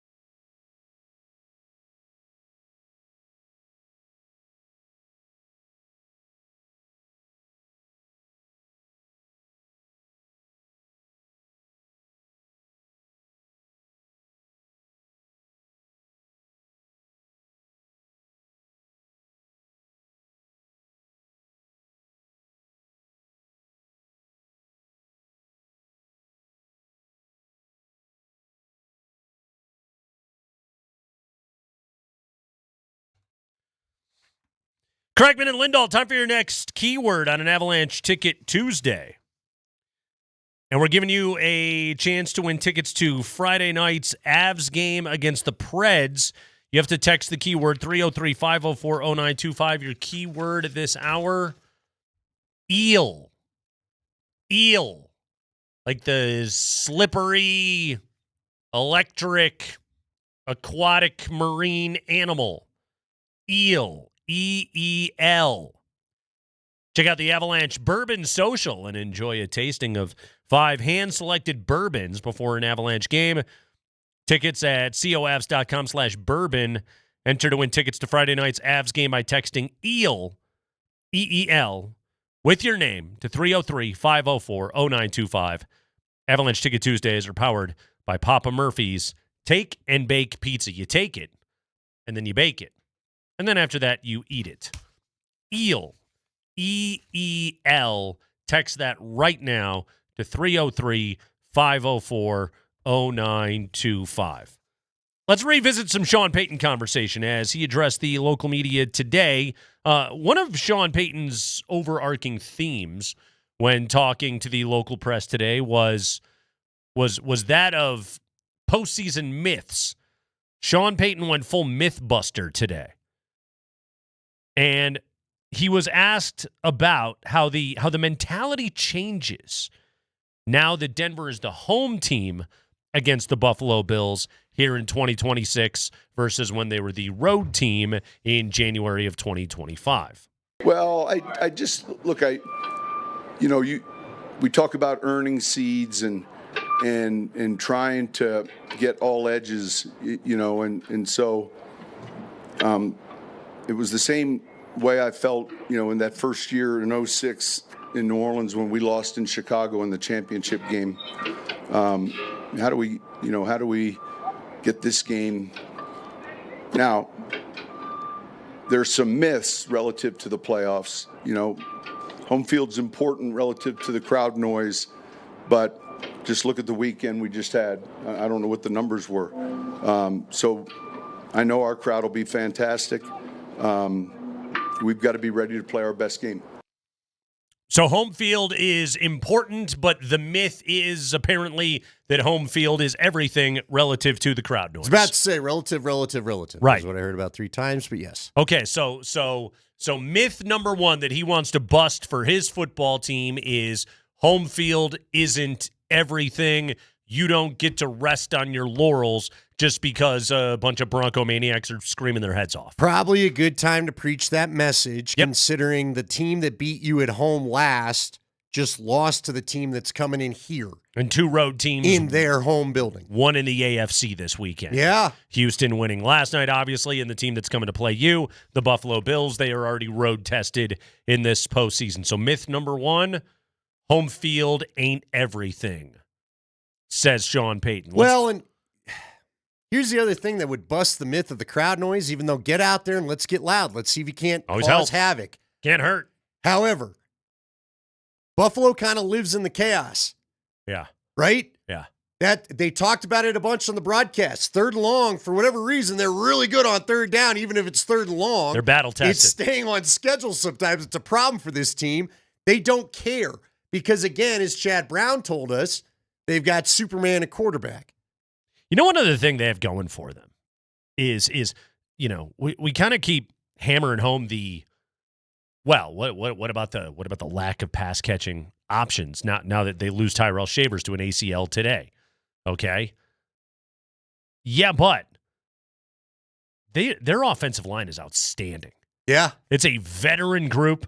Deion Dawkins at left tackle, that's a Pro Bowler, but they're loaded across the way on their offensive line. They're really, really good. And they played a lot of road playoff games, and they played well in road playoff games. So, the crowd noise, again, bring it. It's not going to hurt, but, it ain't Trey Lance back there. Yeah, this isn't Mahomes, unfortunately, trying to signal things out to guys and, hey, can you get this right? And, I want to make an adjustment. Then I've looked at, Yeah, this is a battle-tested They team. just kind of know what they need to do. Let's get more on the myths. Here's Sean Payton on the injuries. A banged-up Buffalo team coming into Denver. Let's get more Sean. Well, look, the rest is important, but that doesn't. The myth number 2 is that ensures a fast start. It doesn't. You understand this. We're playing a team that's coming off one of their biggest wins in the last 10 years. And so we've got to earn a fast start and take advantage of the energy, take advantage of the rest, but it has to be done out here. And today was a good start. So just because you have 4 names on the injury report and they have 14, you are not guaranteed anything. You must start fast. Like, again, Sean throwing these myths out, Andy, what he's trying to create is a sense of urgency for his football team, which is what he has to do. Yeah, and listen, I think we would all agree a fast start. This Bronco team, because of what happened last year, you need to start well and play well. Well, they did. Let the whole shut it down that happened last year, offensively. Yeah. You got to get some momentum offensively. How about I say that? They had a fast start last year. Your defense had a great first half last year, okay? Yeah. It's 10-7 at the half. Right. The offense has got to get something going and can't have just one offensive drive in the first half, period. No, they came out quick offensively. Jim Nantz got really, really excited about it last year. The Broncos! He sure did. The fraud. The Broncos! Are we going to get him on this year? Are we going to get him on this? Are we going to get him on this week so we can celebrate his win? Wait a minute. Did you make a drop of Andy? Yeah. The Broncos! Does that sound a little South Park, like if South Park does a little the character bit. of somebody? It's got a little Cartman. Am I now to a it. South Park voice? You are. The Broncos! It is Cartman-esque. It sounds like Cartman doing an impression of Jim Nantz now. The Broncos! Oh, hell no. We're just trying to survive this radio show. Text EEL. The Eel. keyword is EEL, EEL, to 303-504. So we have shark and eel? Shark and eel. Shark gets you nothing, by the way. Yeah, so don't no text more shark. Yeah. Text eel. Shark. E-L. Has jumped the shark. Eel. Eel is what you're looking for. That's right. Avalanche Did you Ticket ever Tuesday. grow up, we always talk about this from the 80s, people thought quicksand would be a problem. Did you ever grow up thinking you'd just have electric eels always a problem if you went to the ocean or something? Like every cartoon had an electric. Johnny Quest had to worry about electric eels all the time. The electric eels in the video games. And I don't think I've ever even seen an electric eel. I mean, I think if I was ever swimming in eel-infested waters, I would have eel That'd be concern. the first problem. You were at that point at that time. Yes. Yeah? Yes. Probably bigger problems led you to that point. Typically. By the way, apropos of nothing. Infested waters. Apropos of nothing. Uh-huh. I thought of you Saturday as I kind of hunkered down with my own little version of what you got, but only not as bad. Did you realize Cocaine Bear had made it to TNT this weekend and I tried to watch it? Oh, it's so good. I got through about 10 minutes. It's a great movie. I was like, I can't do this. I can't do it. Such a good schlockfest, man. Probably is better if it's not on TNT, though. Oh, Sci-fi. yeah. I think it was on Sci-Fi. I was going to say, that movie doesn't work on cable. Nah, you got to just let me watch all its terribleness. Let's get some more myths. Payton on how important it is for a lot of his players getting their first playoff experience last year, okay? Now they're postseasoned, so to speak. So let's hear from Sean Payton on this today. Myth number 3, postseason experience is important. Myth number 3. Obviously, they played in it, but historically, when you go back and look at teams and records and you look at rosters, now there's about 8 of these myths, but you hit one of them. Obviously, being in that environment and it's really the week. It ratchets up. It's different. Okay, so there you go. Hold on. Was there a committee that agreed there's 8 myths? Or has Sean just decided there's 8 myths? There's 8 magical myths. And Sean Payton, was the media able to guess all 8 of them today? They only uncovered 3 so far. I don't know. Did they get all of them? Someone asked him. This is their own. Can you just tell us the myths? Okay. And he said, "No, you have to ask." I feel like this is like the Denver media version of like National Treasure or something like that. It's the Da Vinci Code that everyone's got to crack right now. What are the myths? Why don't you just tell us what they are? No. Why don't you just tell us what movie you'd like to see? Okay, here we go. Did they uncover this myth? Sean Payton was asked about being an underdog as the number 1 seed in the AFC, as the Broncos are presently a 1.5-point dog at home. Here was what he said. Yeah, I can't control that. I don't. We don't pay attention to that, honestly. Really? Because you used it against Green Bay. Right. So now he's just like, I got no control over it. Andy, did you realize since the divisional round was implemented in 1970, that Denver is a 1-seed underdog at home? This is only the 3rd time it's ever happened. Yeah, I saw that note. I did not know it prior to reading it. And I'm not shocked, are you? You knew, I would say this. Of all the matchups they could have had, there were 4 matchups that were a possibility. They got, obviously, this one. Chargers were another one. They would have been favored against Pittsburgh. Or they could have had the Pittsburgh-Houston matchup. Pittsburgh probably would have been the only team they were favored against because everybody's fallen more in love with the Houston defense than they have Denver's. I think they would have been favored against the Chargers. Really? I do. I don't think so. They would have been a point or 2 favorite against the Chargers. We'll never know, but I don't agree. They were above them in every power ranking. They would have been. I think the last game would have influenced decisions because they played a bunch of dudes and the Chargers didn't, and it was still close. I mean, they won 19-3 and covered a 14-point spread. Still playing all their dudes. Ultimately, like that's the way the odds makers are going to look at that. So I'm not stunned that Buffalo is favored in this game. Like, look, when you just look at the metrics that typically odds makers are leaning on, point differential being one of the biggest ones, Buffalo had a better point differential this year than the Broncos did. Do you click, man? Again, I listen. I got a real good feeling about this matchup for Denver because they're beat up. But who was the help me out? They got the big defensive tackle back today. It looks like that's Ed gonna Oliver. Help. Who's the receiver? Wait, he's the old Curtis Samuel was is that the coming old back. Florida State kid? No, Curtis Samuel. I think he has like 7 catches this year. Oklahoma State Curtis Samuel, former 2nd-round pick, but he's got 7 catches all year long. He's not going to save their offense. It's a desperation move on his own. Look, Ed Oliver could be a problem. We keep talking about how you got to run. That's even more the reason why you're probably going to have to try it outside than up the middle. Broncos were 10-2 straight up this year as the favored team, but 3-9 against the spread. They don't blow anybody out. Yeah, I don't care if they cover the spread. I know great teams cover. I'm not worried about that. Just get the win. Well, they would cover if they won. Well, we'll see how much this thing changes. You technically need them to cover. Okay. Yes. You don't think Buffalo's going to get favored by more and more as the week goes along? No, I don't think so. No. If anything, I think the line movement would be in Denver's direction. Ooh, I just don't think Chad Brown was the perfect voice of the national narrative, was he not? Mm-hmm. He simply, when I asked him for a good reason, and when I was shocked by Chad's answer in this way. Yeah, but dude, that stuff national narrative and what Ryan Clark is yelling about on ESPN, like that stuff doesn't move. I'm not worried about that, but I think it influences the betting public to keep betting Buffalo. Mm-hmm. That's what I think. Mm-hmm. So I think could see them being big favorites, probably bring some money in on Denver because I don't think anybody buys Denver. I don't think even the betting public buys Denver.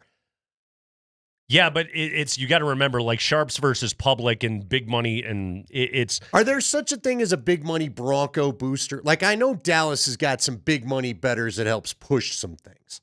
No, Dallas has the public on their side. Again, there's a huge difference between sharps and the public. And you don't think anybody's going to keep putting. All right, what changes this thing? This is why I've never bet. The point spread? I don't think it's going to move that much. It might move a half point either way, but I don't see this line moving much by the time we get to kickoff. Spring, do you remember how much it moved? Because Spring and I were both surprised. There could potentially... Jacksonville was favored by the end of that thing last week. Like, I could potentially see a little bit going like in the Bills' direction, like morning of game, but I don't see this. There's not going to be a ton of swing in this thing this week because it's like, again, like a Tyrell Shavers injury. That's not affecting a point spread. That's not going to move the line all that much. What about Ed Oliver coming back? Is he? No.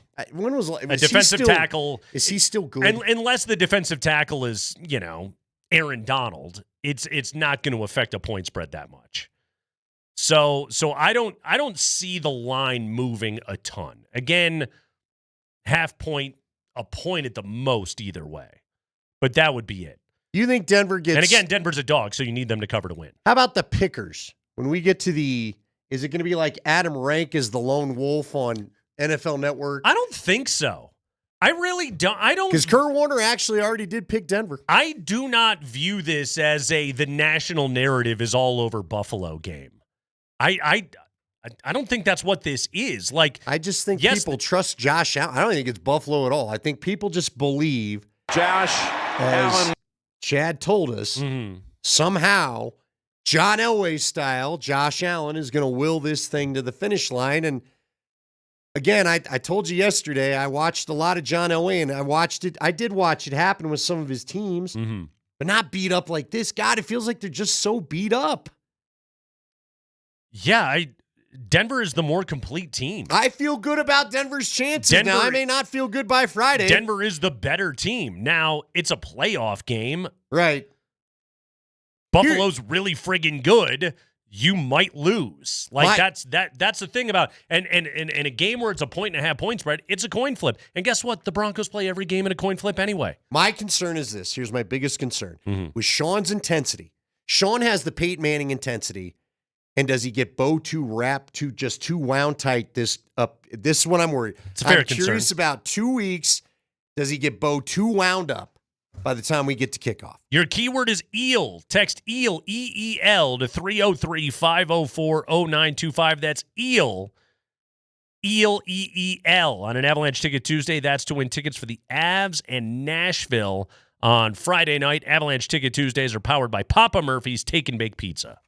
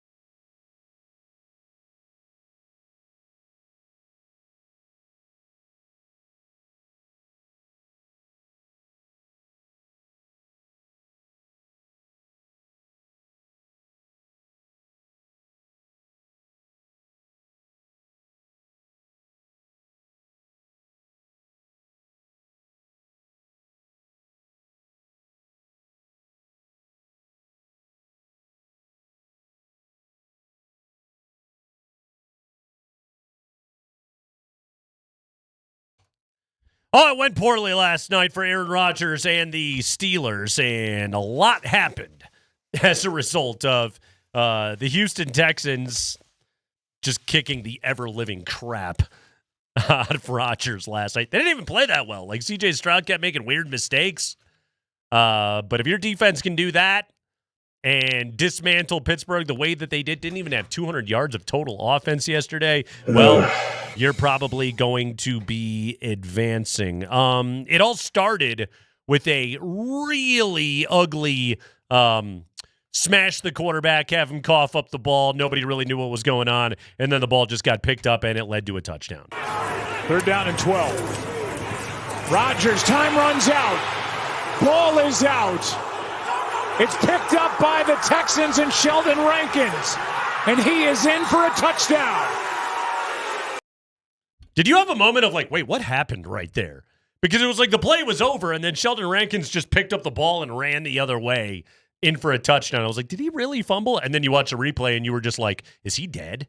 Yeah, well, I knew he fumbled. I guess I because he got drilled. Nailed. But I was like, there's no way. I didn't realize Rankins was the guy that, like when I first saw it, I thought Rankins had got up and grabbed the ball. Yeah. I'm like, so this isn't going to count. What are we doing? And then no, as Aikman pointed out, he was standing up. He grabs the football. It's a fat guy touchdown.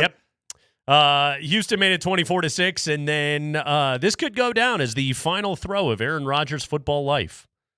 Here's an interception for good measure. It's picked off by Bullock. And Rodgers is in his way, trying to make the tackle. Can't.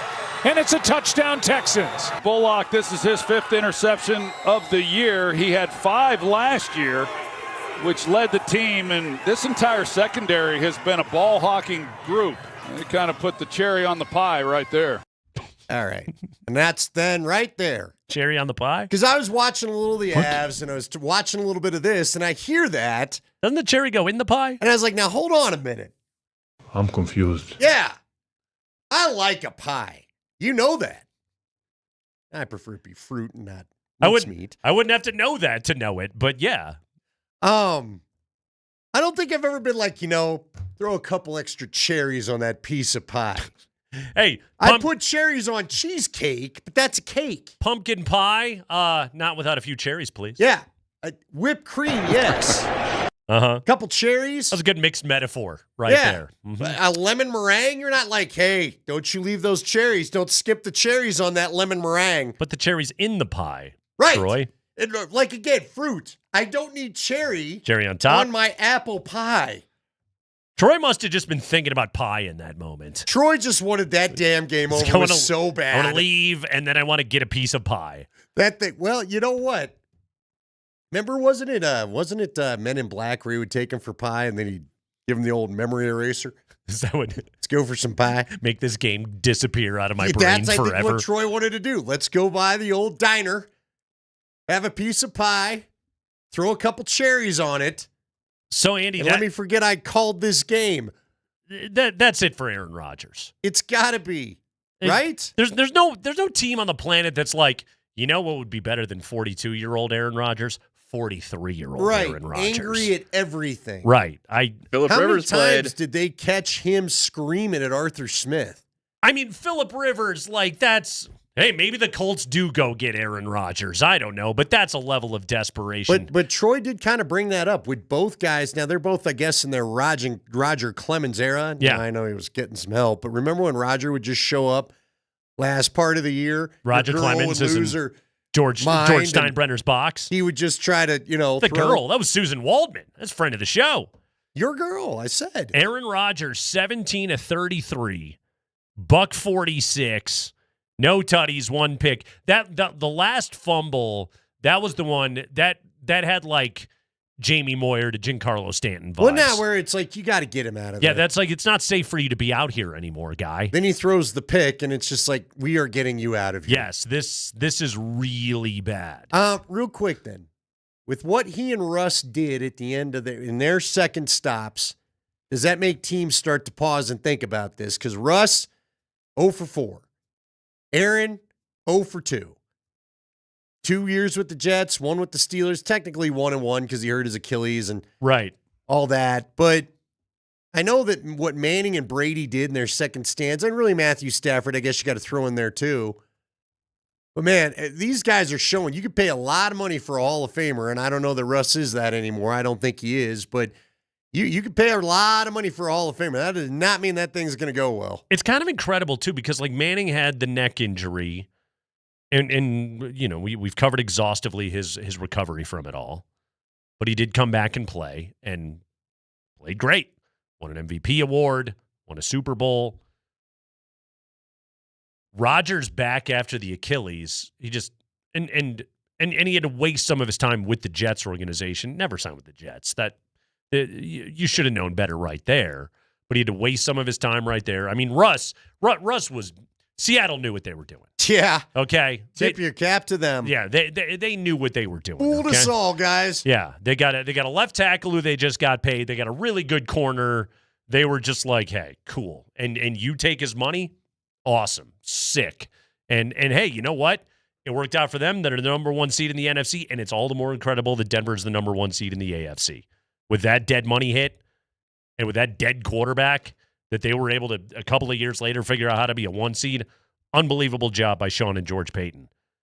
But yeah, the second act, late career renaissance that you're hoping for out of these guys, it usually doesn't happen. Yeah, even Joe Montana. It makes what Manning and Brady did that much more incredible. Remember, Montana was 13-3, early exit. And the Chiefs. 500 the next year with the Chiefs. That was that. Didn't he go to an AFC championship game with the Chiefs? I think he did, but lost to the Colts. Yeah. Would it have been the Manning Colts? No, I don't think so. No. Manning wasn't in the year. He wasn't in there. No. Yeah, I think it was the Colts, though. God, would that have been the Jim Harbaugh Colts? Really? Who the heck did they lose to? Now I got to, somebody knows, you can text it in, otherwise I'm going to look it up. Scrape your memory banks here for a second.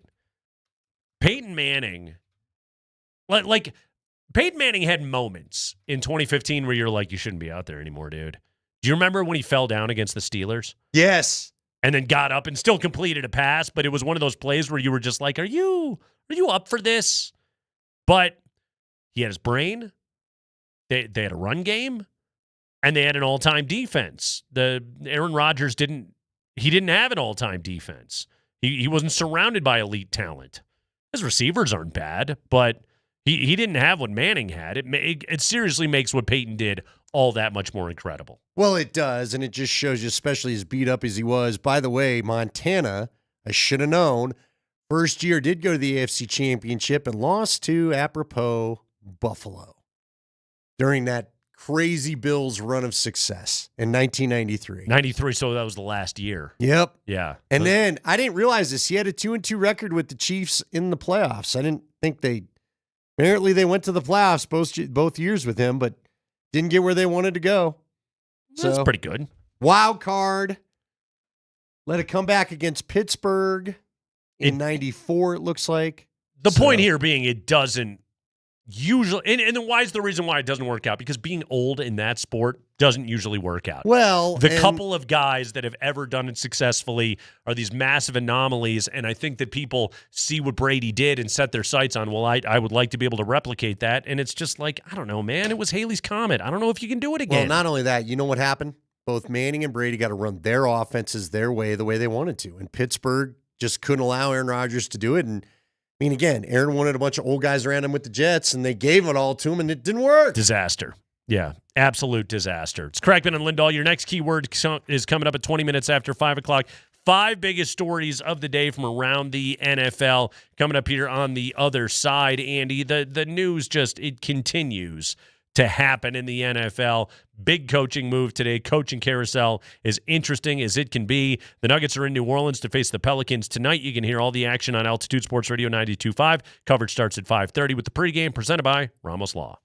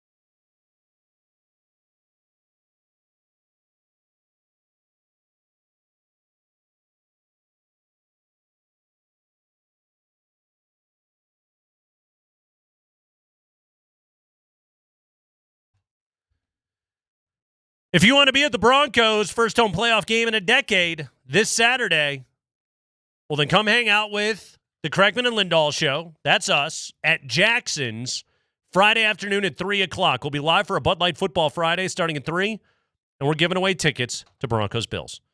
We'll see you at Jackson's on Friday, but that's right. You got to be there. Come down to Jackson's Lodo, and we got a pair of tickets that we are giving away courtesy of our friends at Bud Light, the official beer sponsor of the Denver Broncos. Don't say we didn't give you a chance to make plans, cancel whatever you got going. We hit the air at 3, get your rear ends down there, get in the running. Got to be there and got to plan to stay there to win. Get your front ends there as well. All of your ends should be at Jackson's Lodo Friday at 3 o'clock for a Bud Light Football Friday, because we have got a pair of tickets for Broncos Bills Saturday, 2:30 in Power Field at Mile High. I'm getting that burrito. Nuggets and the Pelicans tonight. Jamal Murray still listed as questionable. We have not seen an update on if Jamal is going tonight or not. AG and Spencer Jones both probable, so they're both going to play. Christian Brown is going to be out again with the ankle. I got a feeling about that ankle injury. 1 minute to go. Ooh, what do you got Jamal for the minute Murray to go? available. Really? Available. All right. Go get this thing. Pelicans. Okay, if he plays tonight, he doesn't go tomorrow, does he? Ooh. Maybe. Does anybody go tomorrow? If the illness is cleared up, although this illness, it's a lingerer. Not a fan. I could really do without it. Well, I mean, again, are we going to get will the Dallas game tomorrow, right, look like the Philly game a week ago? Jalen Pickett game? Jalen Pickett and everybody else on the bench. Hunter Tyson game? Curtis Jones game? Because, again, this is like they've got like 3 games in 4 nights. Yeah, it's a brutal portion of the schedule right here. Nuggets and Pelicans tonight. Listen to it right here on Altitude Sports Radio 92.5 right now. Football news. Mark Springer. What do we got?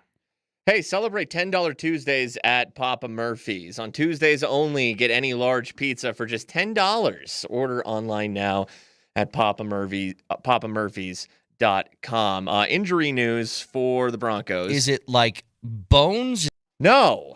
At least for, let's start with Brandon Jones. Sean Payton was asked about Brandon Jones today. How are his bones? Well, he had pec surgery, which is attached to some sort of bone. Okay. So it's not bones. Let's just start with this. Sean, any chance Brandon Jones will return in the playoffs? I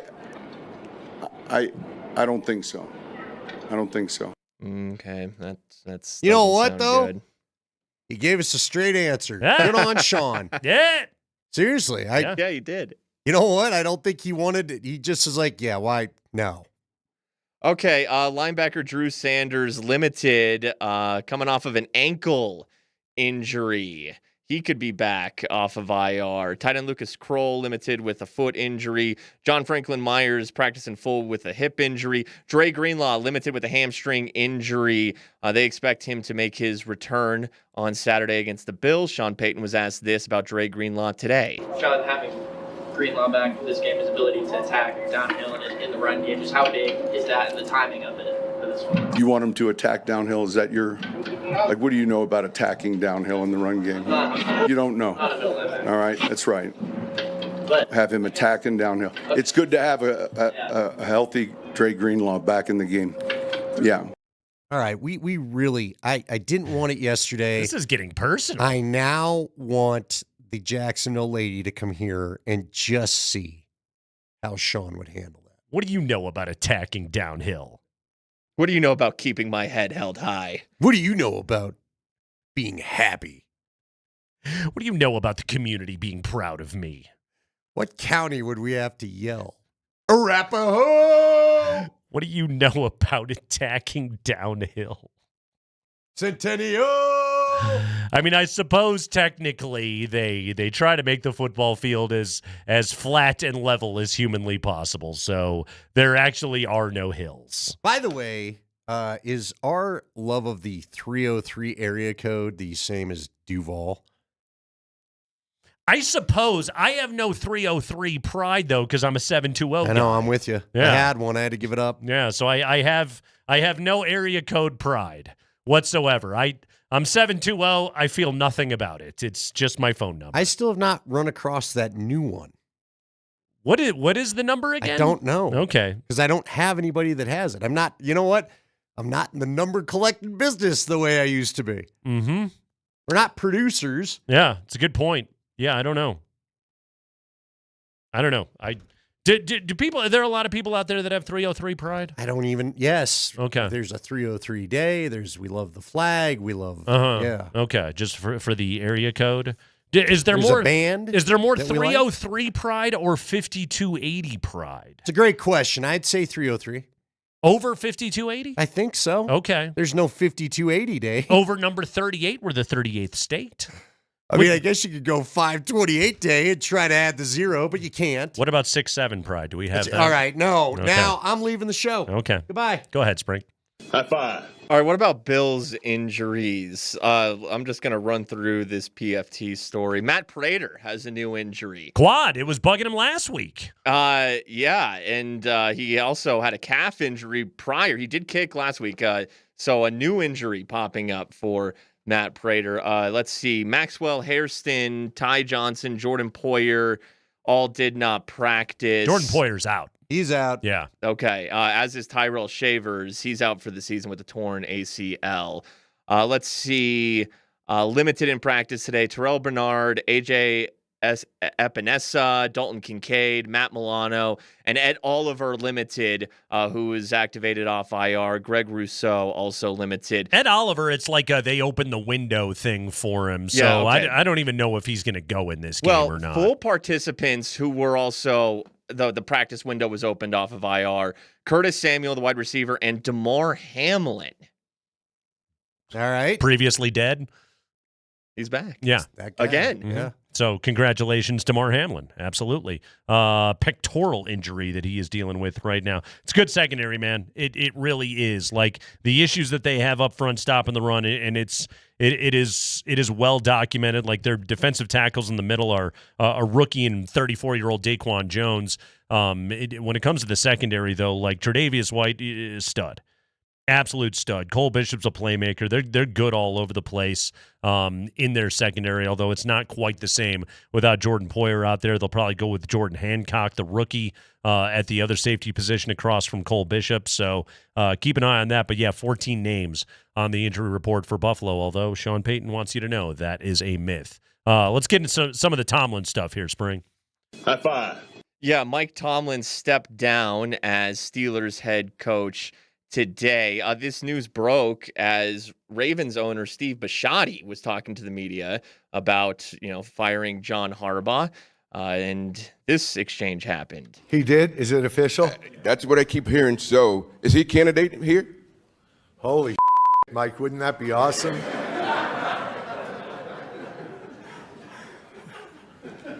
Only if John takes the Pittsburgh job.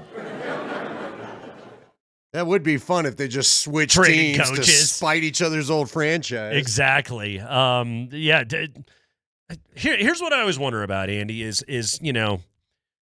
Sean Payton has, you would argue, with the number one seed in a 14-win season, has been able to replicate it, okay? But we've seen plenty of coaches who can't. Pete Carroll this year with the Raiders, just again, the latest example. There's plenty of coaches that go to a new place and then they're butt. We've seen it happen over and over and over again. I would say for both Harbaugh and Tomlin, for as long as they were in those positions, take a year off, fellas. Go make TV money. I mean Tomlin, like he could make top of the market TV dollars. Take a year off and then jump back in as the most attractive candidates, and you'll have your pick of the litter when it comes to coaching jobs. Quite frankly, it's also one of those spots where, like, if you take the year off, you can back channel it over the course of a season and just pick out your job and let the owner know, like, hey, if you want to fire your guy, I'll be available. Yeah, like you said, and just the longer you stay out, the richer you're going to be. Right. Don't stay out too long, but yeah, it's take a year off, jump back in, pull a Sean Payton, you're going to do great. Trying to find this tweet. I thought I saw a tweet from one of the national insiders saying that the Steelers still actually own his rights for a year because he wasn't fired. Yeah, so they can control it'll where be a he trade goes situation, or trade like it him was or with whatever. Payton. Yeah, which probably speaks to Mike Tomlin getting a taste of the TV life. Yeah, and again, he can make good money and have a slightly lower blood pressure count for a year, and that might turn out to be really, really good for him. The whole like he stepped down thing. Yeah, I know. Doesn't that kind of feel like a George Costanza? No, I am breaking up with you. Yeah. Never saw it coming, did you? I have hand. Although I will say this, I think Tomlin was going to get fired, and this is just like hey, now you get to have all the dignity in the world, and we don't have to make it ugly. Fair enough. I think Tomlin was probably like, I'm kind of over this. I think even Tomlin was tired of his own success keeping him from actually drafting a quarterback or, Right, being able to get that thing kind of handled the proper way. He was stuck in NFL purgatory, but also it was his own doing. Yeah. Tank it out for a year, dude. Sometimes you just have to do it in the NFL. You should not have agreed to sign the quarterbacks you've signed the last 2 years. Sometimes you just have to stink. Drafting Kenny Pickett was not going to fix your franchise. And going and getting Russell Wilson and Justin Fields in the same year was not a great idea. No, I can't believe that didn't work out for you. What's next, Spring? High five. A couple of NFC notes here. One, the Eagles have fired their offensive coordinator, Kevin Patullo. Saw that one coming. Yeah. He got thrown under the bus. Speaking of OCs, Chargers fired Greg Roman today. That's true, too. And their O-line coach. That time. Yeah, we knew that was going to happen. And also the Niners have opened Fred Warner's practice window. He has been on IR. Wow. I did see that Fred went on. He can't go this week, though, can he? No, he said he saying could. NFC He said he Championship. could, but the Niners are thinking maybe the NFC Championship. Yeah, use extreme caution. Yeah. But I would say probably be careful with that. I'm surprised by that. But yeah, Fred Warner hoping to be able to play if they can get to the NFC Championship game, but they would have to be able to win at Seattle to be able to do that. That is the 5 biggest stories of the day from around the NFL. We have got the Nuggets and the Pelicans coming up here at bottom of the hour is the pregame show with Mark Bertinoli, and then we will get you the tip-off a little bit after 6 o'clock with Kaz on the call right here on Altitude Sports Radio. We have one more keyword on an Avalanche Ticket Tuesday. We will give that to you next, so keep it right here.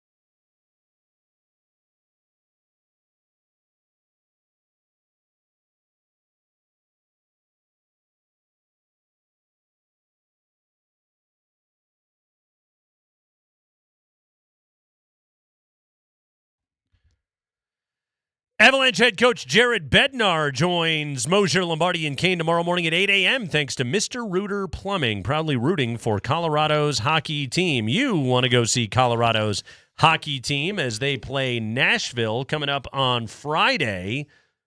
Well, you can enter with a keyword right now. If you want to go to the Avalanche game on Friday night, text Barracuda. Barracuda. Dun, dun, dun, dun, dun, dun, dun, dun. With your first and last name to 303-504-0925. My voice is not letting me hit the riff. Avalanche Ticket Tuesdays are powered by Papa Murphy's Pizza. On Tuesdays only, get any large pizza for just $10. Order online at papamurphys.com. Again, your keyword for Avalanche Preds tickets, Barracuda. Text it now, and good luck. And remember, if you want to come in and hang out and watch the game with me at old number 38, the number 38 Saturday is the place to be, as we will be there. We may have more than just the game going on, but right now, plan to show up there and let's watch the game together. It's going to be a lot of fun. Number 38 is a great place to watch all the action. We're going to be there with Tullamore Dew. We're going to be off of 3560 Chestnut. Stop by. That's in Rhino. And let's go have some fun. Great wings there. Great pizzas. And Tullamore Dew. So you and I have done a few shows. We have. We're big number 38 guys. Favorite number 38? Mike Anderson. I know. I can't really think of too many off the top of my head. Reggie Rivers ward for a while. I know. I was trying to think of Is another there a one. Nuggets 38? Probably. Is there an Avs 38? There probably is. I don't remember these things off the top of my head. Nuggets and Pelicans, by the way, coming up next here on Altitude Sports Radio 92.5. Couple of items to hit on really quickly here, Andy. Jordan Seaton has entered the transfer portal. His time at Colorado is done. Freshman All-American. During the year, they were good. He was second team all Big 12 last year and then was just kind of like, my ankle hurts. I'm not going to play as much anymore. And now Jordan Seaton enters the transfer portal. I believe he is the number 4 overall ranked player in the portal. Currently, the Jordan Seaton tenure in Colorado is done. Yeah, I can't say I'm surprised. It sounds like with what the new offense is going to look like, I don't know that it'll be a pass-first all-the-time offense. Were you the one telling me in this go-go offense, you almost need I've been told that you're almost as much running back as you are quarterback at that position in a way. So they want a dual threat. Right. Yeah. And look, Jordan Seaton wants to play on Sundays, and I think he wants to do it in a classic drop-back offense. I think that's what he thought, and that's what it was when he was protecting Shedeur. Andy, I think he wants to go and play for a winning program. Yeah, too. He's also the most sought-after guy in the country, and I imagine there's been a lot of high-dollar offers made to him. Yeah, so not a good look for Deion, losing his best blue-chip player on his entire team. Deion's doing what he can to be able to build this thing back up, but does Juju Lewis follow soon? Because didn't Juju Lewis say at one point that he was tied to Seaton's decision? Hopefully not, but that's something to keep an eye on for, certainly. Hey, Nolan Arenado got traded to the Arizona Diamondbacks today, Andy. How about that? Yeah, so as a part of that trade, he is still owed $42 million on his original contract that he signed with Colorado that the Cardinals then picked up.